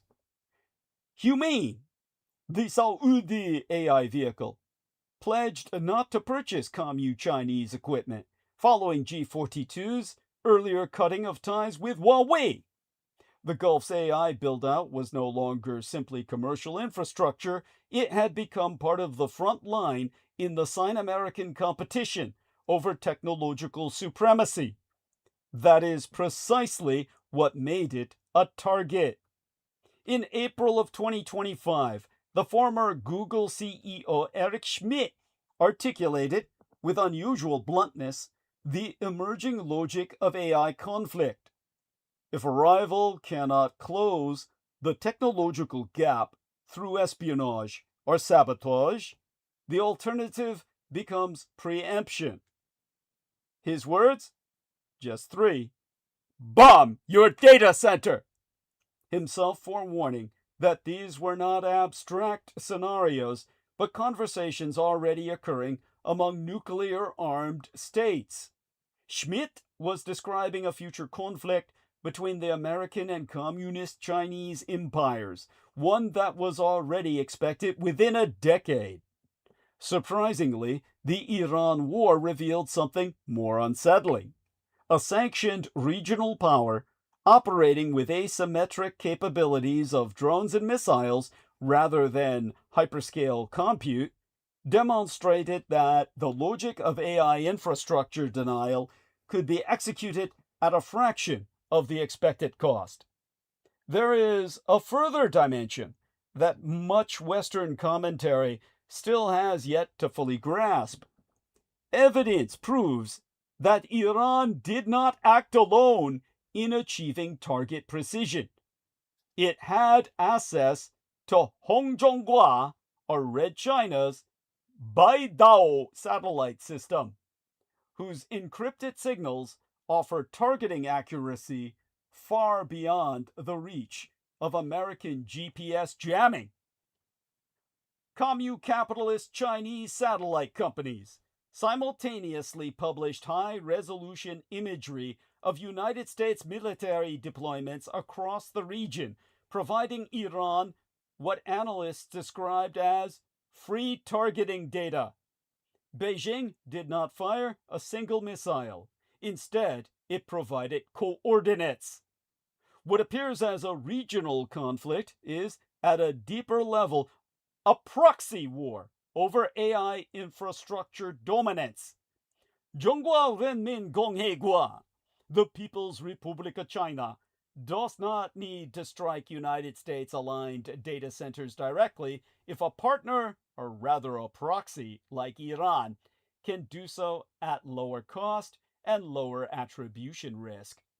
In the Gulf, this logic was not theoretical, rather, it was operationalized. The region's AI build-out became exposed through a structural trap created by data localization mandates. The Arab states required sensitive data to be physically hosted within the national coastal zone, leaving hyperscalers with no geographic flexibility. Access to capital, energy, and markets required local presence. But regulatory logic collided with geopolitical reality. The Gulf is not simply a platform for connectivity. It is one of the most persistently contested strategic spaces in modern history. What capital interpreted as a growth corridor, geography had already defined as a battlefield. And even the most sophisticated Emirati aero defense systems proved unable to guarantee the protection of large, fixed, energy-dependent data campuses.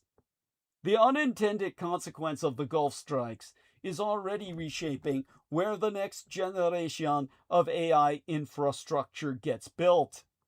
For years, space-based data centers existed on the margins of serious planning, held back by economics that could never justify the cost. The Iran war has changed that calculus by attacking both foundations of terrestrial AI infrastructure at once. Iran's relentless strikes demonstrated that a data campus worth billions of dollars can be disabled by a drone costing a few thousand. Simultaneously, the closure of the Strait of Hormuz, through which roughly 20% of our world's seaborne oil and a significant share of our liquefied natural gas pass through, having exposed how fragile the energy supply feeding these facilities, I mean to say, truly is. These two pressures together, kinetic vulnerability above ground and energy insecurity below it, make us the case for orbital infrastructure, not as any futurist ambition, but as a strategic necessity. SpaceX had by then already filed confidentially for an IPO, an initial public offering, within months, at a reported $1.75 trillion valuation, after absorbing xAI and hiring AI infrastructure architects at pace. NASA's fake-staged Artemis II mission, which simulated launching on All Fool's Day as an April Fool's joke on you, as dated April 1st of this year, in a role-play act of carrying humans beyond LEO, or LEO, low Earth orbit, for the first time since 1972, in act, if not in practice, adds an unmistakable signal, if not actual deed. The second space race, like the first, begins when something on the ground becomes too costly to defend. Great powers have never waited for the economics to clear before deciding what they cannot afford to lose. The Iran war has settled the argument about whether the security case for space-based compute exists. The Gulf states may not be finished as AI infrastructure hubs. The capital, the energy, the sovereign mandates, and the geopolitical alignment with Washington may continue to attract investment, but the Iranian drone and missile strikes have permanently altered the risk calculus. War insurance for a $100 million data center facility in the Middle East has risen 1,900% since February. Constellation Energy's CEO put it plainly at an industry summit attended by my son's husband in March. Who's going to insure a $20 billion facility in the Middle East that can be taken out by a $5,000 drone? The constraint is no longer capital, but survivability. The pattern is durable. In a war, states have always targeted the infrastructure that gives their adversary any decisive edge. This is not new. From the cutting of telegraph cables in World War I to the bombing of industrial production in World War II, to the targeting of oil facilities and pipelines in the late 20e siècle, 20th century, and, more recently, to cyber attacks on financial systems and energy grids. What has changed in 2026 is that the infrastructure layer in question is AI compute, and the lesson of the Iran war is that it is no more immune to this logic than anything that came before it. The Gulf AI build-out assumed that this logic no longer applied. The misbelief that massive sovereign wealth investments, reinforced by bilateral techno-partnerships and American imperial security guarantees, could override geography has proven false. The Iran war has shown again that technology alone cannot tame geopolitik, since infrastructure follows geography, and geography follows history. And in the Gulf, history has always been clear about the risks. The next phase of the AI infrastructure race will unfold on trois fronts. On Earth, where the question is which locations can credibly protect critical assets, and in space. In the heavens, where the question is whether those assets can be removed from risk altogether. Neither front has a clear answer yet, but the Iran war has made certain that both questions will now be answered urgently by every power that understands what is at stake. For the American empire that once built 5,000 ships and 300,000 planes to lose World War II will now need half a decade or more to replace a few months' worth of missiles expended bombarding the Islamic Republic. And that bombardment has failed to dislodge the Iranian regime or even win convincing mastery over the Strait of Hormuz. The Communist Chinese Empire of the East increasingly looks less a rising military threat and more a military peer.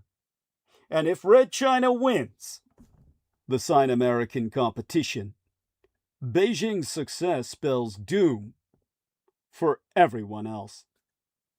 Based on how the CCP, the Chinese Communist Party itself, defines success, the CCP's success will only result in a more dangerous, impoverished, and tyrannical world for everyone else.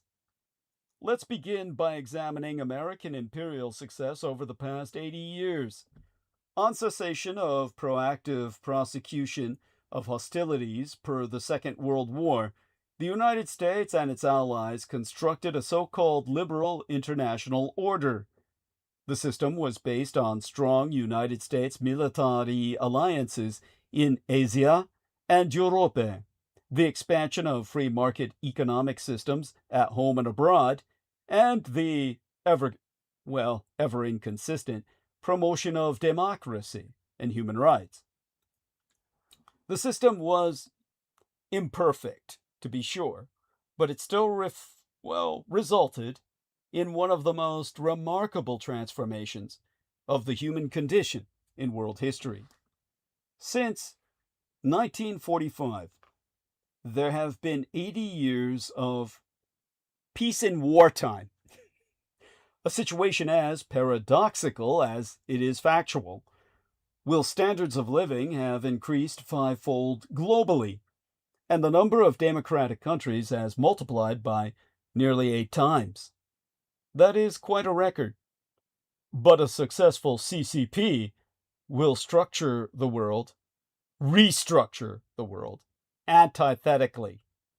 The communist Chinese dictator, Xi Jinping, has railed against American imperial alliances in Asia as relics of the Third World War in effect, so grossly misnomered as the Cold War, that should be replaced by an Asia for ASEAN's approach to regional security.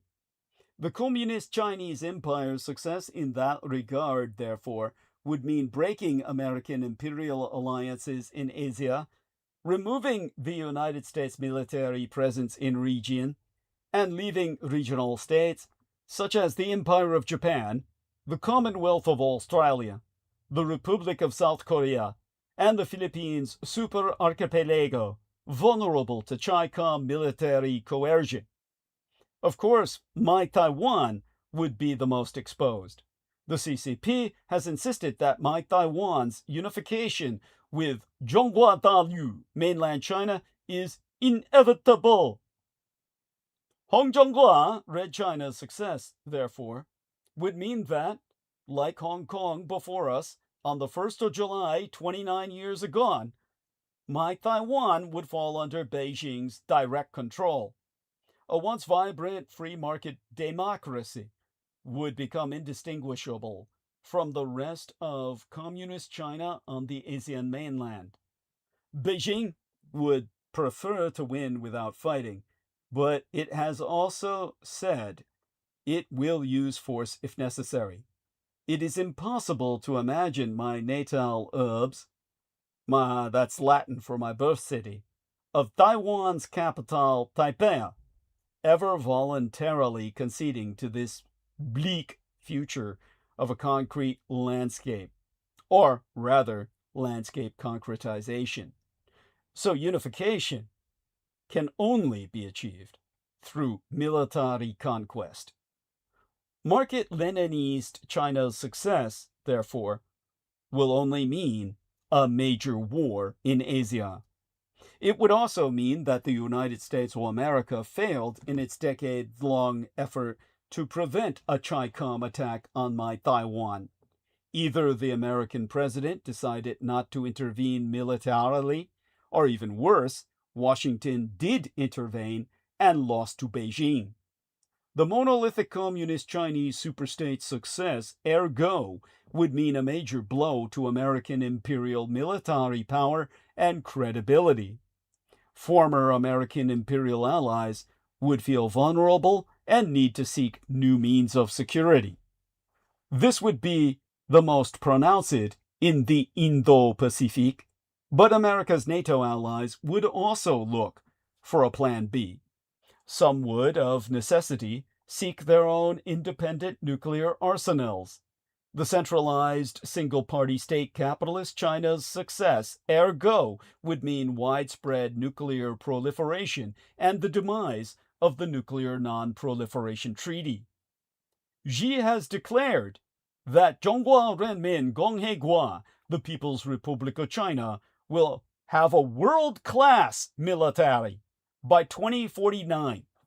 Today, the United States of America is the only power with a military that can credibly fight in all regions of the globe, including in the backyards of other great powers. To join this rank, it's a rank in the singular, not the plurality, would mean that the People's Liberation Army has also become a global military power with the ability to fight major wars in every region, including our Western Hemisphere. How would the CCP deploy this newfound military power? We don't need to stretch our imaginations. Just look at how it mistreats countries within its military sphere of influence today, engaging in almost daily military coercion against my Taiwan and the Philippines. As Zhonghua-Dalu, mainland China's military sphere of influence expands, so too would the number of countries exposed to such mistreatment. Turning to economics, a successful commercial-centrist China would employ its economic weight to pursue a closed economic trading system that locks in preferential terms of trade for itself at the expense of others. The United States is the odd superpower that, after World War II, used its power to create a free and open international economic system. Most great powers throughout history, even the Greater British Empire in the late 19e siècle, 19th century, preferred closed imperial blocks. Instead, Beijing boasts that it is pursuing a dual circulation strategy that seeks to ensure that other countries are economically dependent on the monolithic communist Chinese superstate, while communist China on the Asian mainland secures economic independence for itself. Again, we don't need to stretch our imaginations too far to envision what this world will look like. The communist Chinese empire already abuses its economic leverage to arbitrarily coerce vulnerable trading partners, such as when it cut off Zhonghua Dalu-Ren, mainland Chinese tourism, to South Korea in 2017. Market Leninist China's success, therefore, would mean the end of any the end of an open global trading system, and a fragmentation of the global economy into those within Beijing's economic bloc and those outside thereof. In the technological domain, the United States has been the world's innovation leader since the late 1800s. This has provided us with enormous military, economic, and soft power advantages. Through its own commu-capitalist program, formerly known as Made in China 2025, the CCP says it will claim those advantages for itself in new technologies, from artificial intelligence to green energy and quantum computing. The centralized, single-party state capitalist China's technological edge would reinforce its military and economic advantages. It would also be a major boon for Commu-Chinese intelligence, as the world's data flows over communist Chinese super surveillance networks straight to Beijing's spy ministries, raising privacy concerns for everyone else. The United States has naturally embedded our values in our technology, including a preference for openness and transparency, such as in developing the protocols for the World Wide Web. The CCP's autocratic values are similarly reflected in its technological priorities. It exploits AI for facial recognition software that it abuses to spy on its own citizens, and that it exports to dictators around the world. It tightly polices the internet to control the information its public can access online. The communist Chinese super surveillance state's success, therefore, would mean that the rest of the world could only access advanced technology through and crafted and controlled by an Orwellian dictatorship, or, in the proper Soviet terminology, dictator state. While much of the free world has blocked the deployment of Commu-Chinese 5G technology, Chi-Com companies such as Huawei are making inroads in the global south, including Brazil. These countries have wanted to avoid choosing between Washington and Beijing, but dependent on Zhonghua Dalu, mainland China, for 21e siècle, or 21st century technologies, they will have a hard time maintaining autonomy and face pressure to align with Beijing. All too many insist that the Sino-American rivalry is not about ideology, but that they should have asked Xi Jinping himself. He frequently speaks about the decline of Western democracy and the superiority of the communist Chinese super surveillance state's governance model. The monolithic communist Chinese superstate abuses its power to curtail freedoms in other countries, including in these United States. It has established secret police stations to spy on Zhonghua Dalu-Ren, mainland Chinese citizens, and employs economic threats to pressure corporate America and Hollywood to self-censor speech offensive to Beijing. Western conditionality on trade and aid has nudged countries toward democratic reforms over the years. Developing countries have also sought to emulate the United States' successful democratic model. Hong Zhonghua, Red China's rise, is already reshaping these patterns.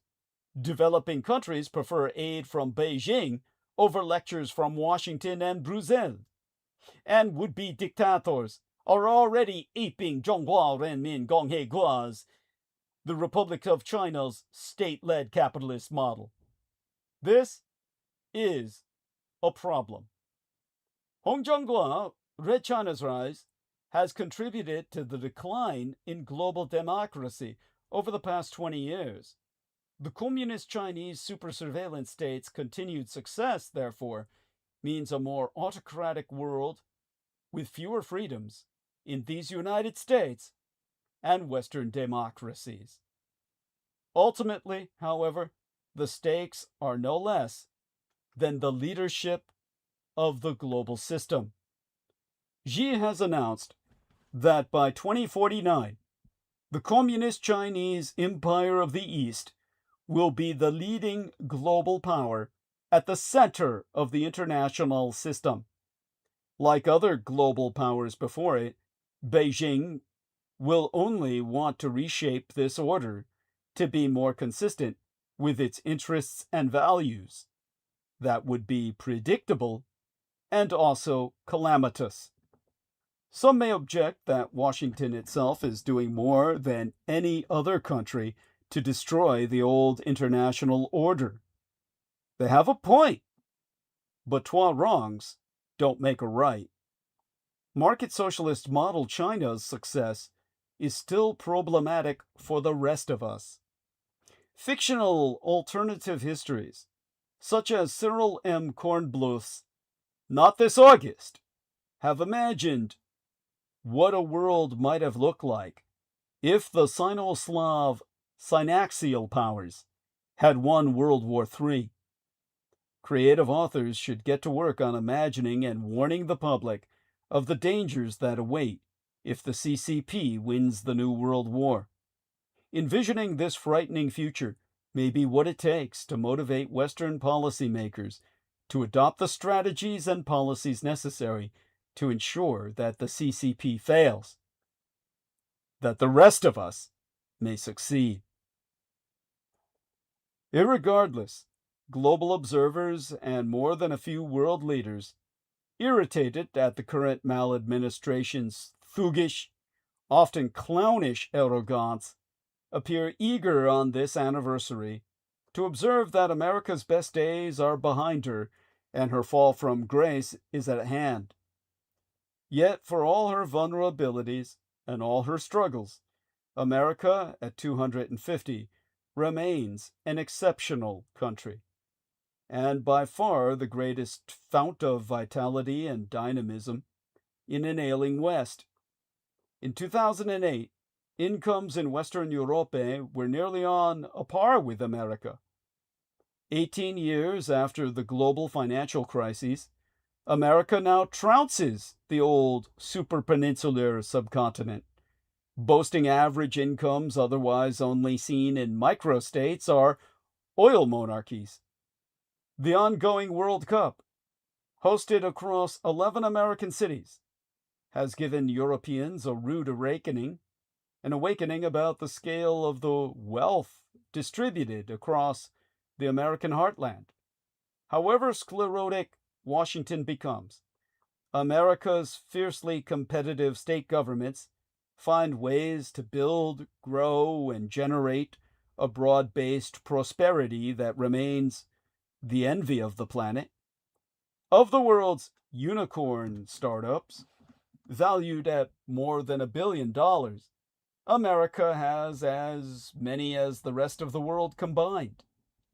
Despite the justified fretting about America's eroded manufacturing base, the largest IPO in history, SpaceX's debut on NASDAQ, was for an American manufacturer making cheap expendable rockets and satellites at factories in America. The unfolding AI revolution is yet another forged in mine own Silicon Valley, and America is driving that revolution with an unprecedented buildup in computing capacity. Even the Trump maladministration, for all its innumerable flaws, represents something special about America, beyond a special education class, namely her continued ability to dramatically reorient herself, despite the constraints imposed by constitutional and democratic government. America's borders, long left open to every manner of intruder, have inarguably been secured. While Europa seems set on impoverishing itself with deliberate energy scarcity, America has gone from being a net oil importer to the world's biggest exporter. Then, too, America's strengths go beyond the economic. Whatever her multitude of faults, America continues to exert a magnetic pull upon the world. The empire of the eagle remains a global trendsetter for culture, politik, technology, and society. Whether America is taking many immigrants or only a few, it's the empire where those immigrants, above all, want to be, especially the most ambitious ones. To borrow from Winston Churchill, one might well say that America is the most dysfunctional of all countries, save for most any other country one might settle in. And as long as that remains the case, Americans have any number of reasons to feel proud of our empire. On the debit side of the ledger these days, the King of England is warmly welcomed in Washington, while most renounce a president we never elected by our own popular vote, but is instead a president-select of our anachronistic electoral college. In 1950, the worst of all the first men, Trump included, then-President Woodrow Wilson intoned, "Think first of humanity. America was created to unite mankind." Who would say that today? And that brings us to tonight's meander point. A midpoint, if you will. One that will not necessarily take us to the end of narrative tonight, as that might take us into Wednesday. Now, let me know, everyone in chat, who wishes me to continue. Let's get some feedback before I venture on. I guess I should, because, well, it's topical enough. Now, while the left appears to be in the middle of democratic socialist summer, Republicans are getting a fresh reminder that the head of their party is unconcerned about how his presence might impact how they fare in the midterm elections. No, it's not that President Trump is still refusing to sign the bipartisan housing bill, passed with overwhelming majorities in both houses of Congress, and a key part of the Republican affordability pitch. He called it a yawn. It's Trump's announcement on Tuesday or Septimania that for the first time ever, Republicans will hold a midterm convention in Dallas, Texas. A Twa-day confab on September 9th through to the 10th. It will be a reminder to anyone who is listening that Republicans are irredeemably tied to this unpopular president. Something out of nothing, mayhaps? Unlike the party conventions that happen every 4 years in order to pick presidential and vice presidential nominees, set a platform, and conduct other party committee business, this convention was Trump's idea, and, predictably, is obviously shaping up as more of a celebration of himself. In an interview, the Republican National Committee Chairman, Joe Gruters, told CBS News Texas, and here I quote his T, at length and verbatim, "It's gonna be a Trump-a-palooza. We're gonna highlight all the amazing things that the president's doing, that the president's working on, all these ideas, policies, and people that are helping return America to greatness. And we are going to do it right here in Texas to help our candidates in the midterms moving forward. It's never been done before. And yeah, there's a lot of expenses that are involved, but obviously we think it's worth it because this president's the best showman who has ever existed, and why not highlight him, put him front and center, and do the Trump-a-palooza." Trump, of course, is not on the ballot. But perhaps unsurprisingly, unlike some unpopular presidents who try to make themselves scarce during midterm years, Trump has only placed himself more at the forefront of American lives. Look no further than this weekend's 4th of July celebration in Washington, D.C. that featured a 9:45 p.m. address by Trump, bumping the largest fireworks show in history per Freedom 250 until 10:30 p.m. It's all me first! Late fireworks notwithstanding, there are plenty of reasons why not to put Trump front and center, as undecided voters in critical races are mulling where to throw in their lot. Chief among them are Trump's polling numbers. In June, New York Times Siena polls of likely voters in battleground Senate states, 54% said they disapprove of how Trump is mishandling his job as president. 48% strongly disapprove. His approval nationally is even lower. The CNN poll of polls having him at 62% disapproval. Midterms are traditionally tough on the party in power. In 2018, Republicans lost 40 House seats.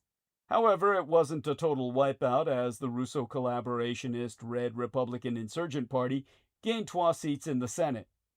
Now, it's not that the midterms are totally an afterthought. It's that Trump has tried to change the rules of how the midterms are conducted. In fact, the reason Trump declined to sign the much celebrated 21st century Road to Housing Act was to pressure Republicans to pass the Save America Act, a bill that would, among other things, severely curb absentee voting. It does not have the votes in the Senate to pass, and the House was sent home early last week due to disagreements over that very legislation. Trump has long mischaracterized mail-in voting as prone to fraud. Another Trump effort was blocked last month when a federal judge in Boston ruled to block an executive order that would have required proof of citizenship in order to register to vote. Despite the setbacks, Trump has remained undeterred. A Supreme Court ruling on Tuesday that upheld Mississippi's law that allows ballots postmarked by Election Day only added fuel to his push for the Save America Act. On his social media site, Truth Social, Trump posted, all emphasis being his own, ear warning here, "In light of the tremendous loss in the Supreme Court today concerning voters' rights and the fact that people's votes are allowed to be counted long after an election is over, it is more important than ever to pass the Save America Act. There is only one reason to oppose: cheating.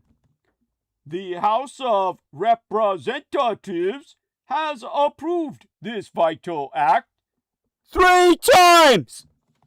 The United States Senate seems unable to do so." Okay, that brings us to what this 4th of July is really about. The Atlantic magazine's founding editor strained to write a 4th of July poem for America's centennial. In his unfinished ode, he landed on a form of patriotic commitment that might serve us well now, considering the Supreme Court has a death wish for Americans. In a 6-3 decision, breaking on partisan lines, the Supreme Court ruled in Trump versus Slaughter that Trump can fire federal trade commissioners and other federal agency directors without cause. The ruling overturns long-standing Supreme Court precedent and express statutory instruction that combine to protect the political independence and subject matter expertise of federal agencies for well nigh unto a century.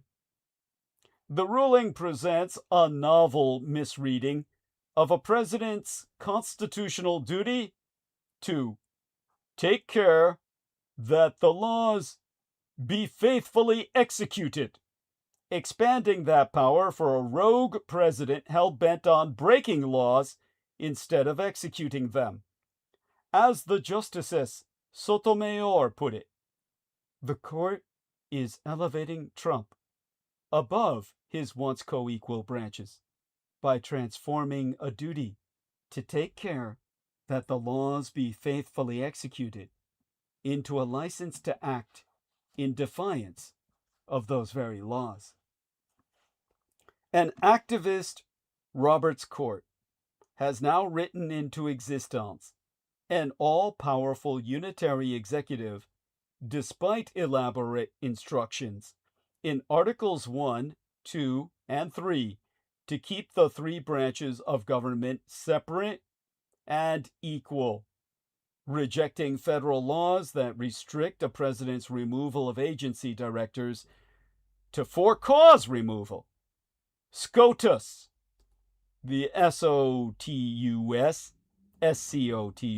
acronymous for Supreme Court of these United States, has made the president all-powerful and the Congress even less relevant, while arrogating scientific and technical questions to itself. Trump's mega corporate donors can now choose their own regulators. Before Republicans on the bench rewrote it this week, the Federal Trade Commission Act stated that a president could only remove a commissioner for inefficiency, neglect of duty, or malfeasance in office. That statute clearly and intentionally barred presidents from firing directors for partisan or corrupt reasons, and from punishing regulators who rule against a president's mega corporate donors. Vesting a singularly authoritarian executive with unprecedented, expansive powers, the Supreme Court rewrote federal laws to advance their own political narrative.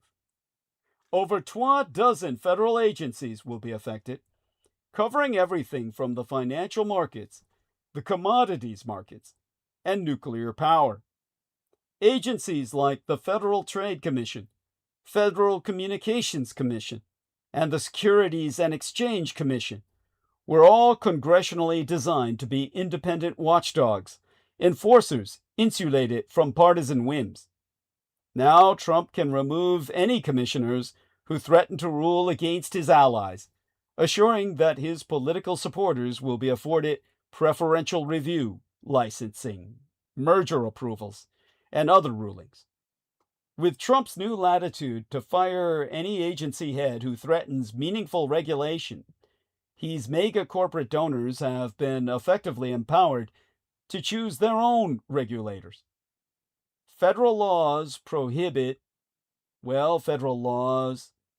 are passed to protect human health, finance, banking, communications, workplace safety, and clean air, soil, and water. Well, they've all been rendered functionally meaningless. We're replacing science, expertise, and merit with political fealty. Now, congressionally created and funded federal agencies serve express statutory purposes written to safeguard our American public. The Supreme Court had protected agency autonomy and expertise dating back to 1935, ruling that some degree of autonomy was necessary for federal agencies to meet specific scientific, economic, communications, trade, health, and environmental mandates. Federal agencies were never meant to be a president's personal toys with which to reward donors and cronies. For a president in the habit of accepting lavish gifts, cash, and every manner of subversion from foreign governments, along with hundreds of millions from domestic supplicants, finding even more room for self-dealing, corruption, and political favoritism must be heady. For the rest of us, it's fatally dangerous. We actually need competent people to run the federal government, even in its post-Doge eviscerated state. If Trump declares that every home must be heated by dirty coal, the head of the Energy Commission must try to effectuate that command no matter the harm to Americans' lungs. If Trump declares that particulate matter, fossil fuels, and the widespread employment of Monsanto is good for the environment, any EPA director who contradicts him with cancer and death statistics will be silenced through removal. It's governance by full idiocracy. A know-nothing, anti-science president can now follow his gut. To every American outside the Fox News propaganda bubble, Trump has demonstrated astonishing incompetence on all fronts, from economically illiterate tariffs to our defeat in Iran, sprinkled with comically disastrous results in between. An ignorant and arrogant, I follow my gut Trump revels in rejecting science and expertise as Americans pay the price. The only thing saving our empire from complete chaos and disaster to date is that several federal agencies had retained some level of institutional competence despite Trump and Musk's best efforts to dismantle them. The people Trump brought in to destroy federal institutions were expressly chosen for their lack of competence, which tracks for a maladministration, dismantling the entire federal government to advance an oligarch's coup d'etat. Trump's cabinet has widely and apolitically been described as the least competent and least qualified cabinet in American history. And any federal agency left standing is about to morph into a Trump-affiliated, for-profit private scheme. Trump has insisted that Article 2 of the Constitution gives him the right to do whatever I want. The same 6 justices who mishanded him immunity for crimes committed in office just agreed with him. The rest of us can kiss health, safety, banking, and environmental regulations goodbye. The best advice I can give anyone is to, number 1, vote. And number 2, buy a goddamn good oxygen mask. Albeit that is becoming nigh impossible to do sans oversight, since Big Brother is watching you via data centers. The panopticon of le 21e siècle, the 21st century. Now, this will bring us all the way back to Silicon Valley and data centers, and I may as well hit it again on Wednesday. Join us then. Same Dietrich time, same Dietrich channel. Dietrich, of course, being the Teuto-Slavonic for dragon. Same dragon time, same dragon channel. With that, we'll check in on Aristides. Aristides, be with us. If not, we can close for tonight. And with that, to all of our supporters, kisses to the ladies, hugs to the guys, and spread the word and bring a friend.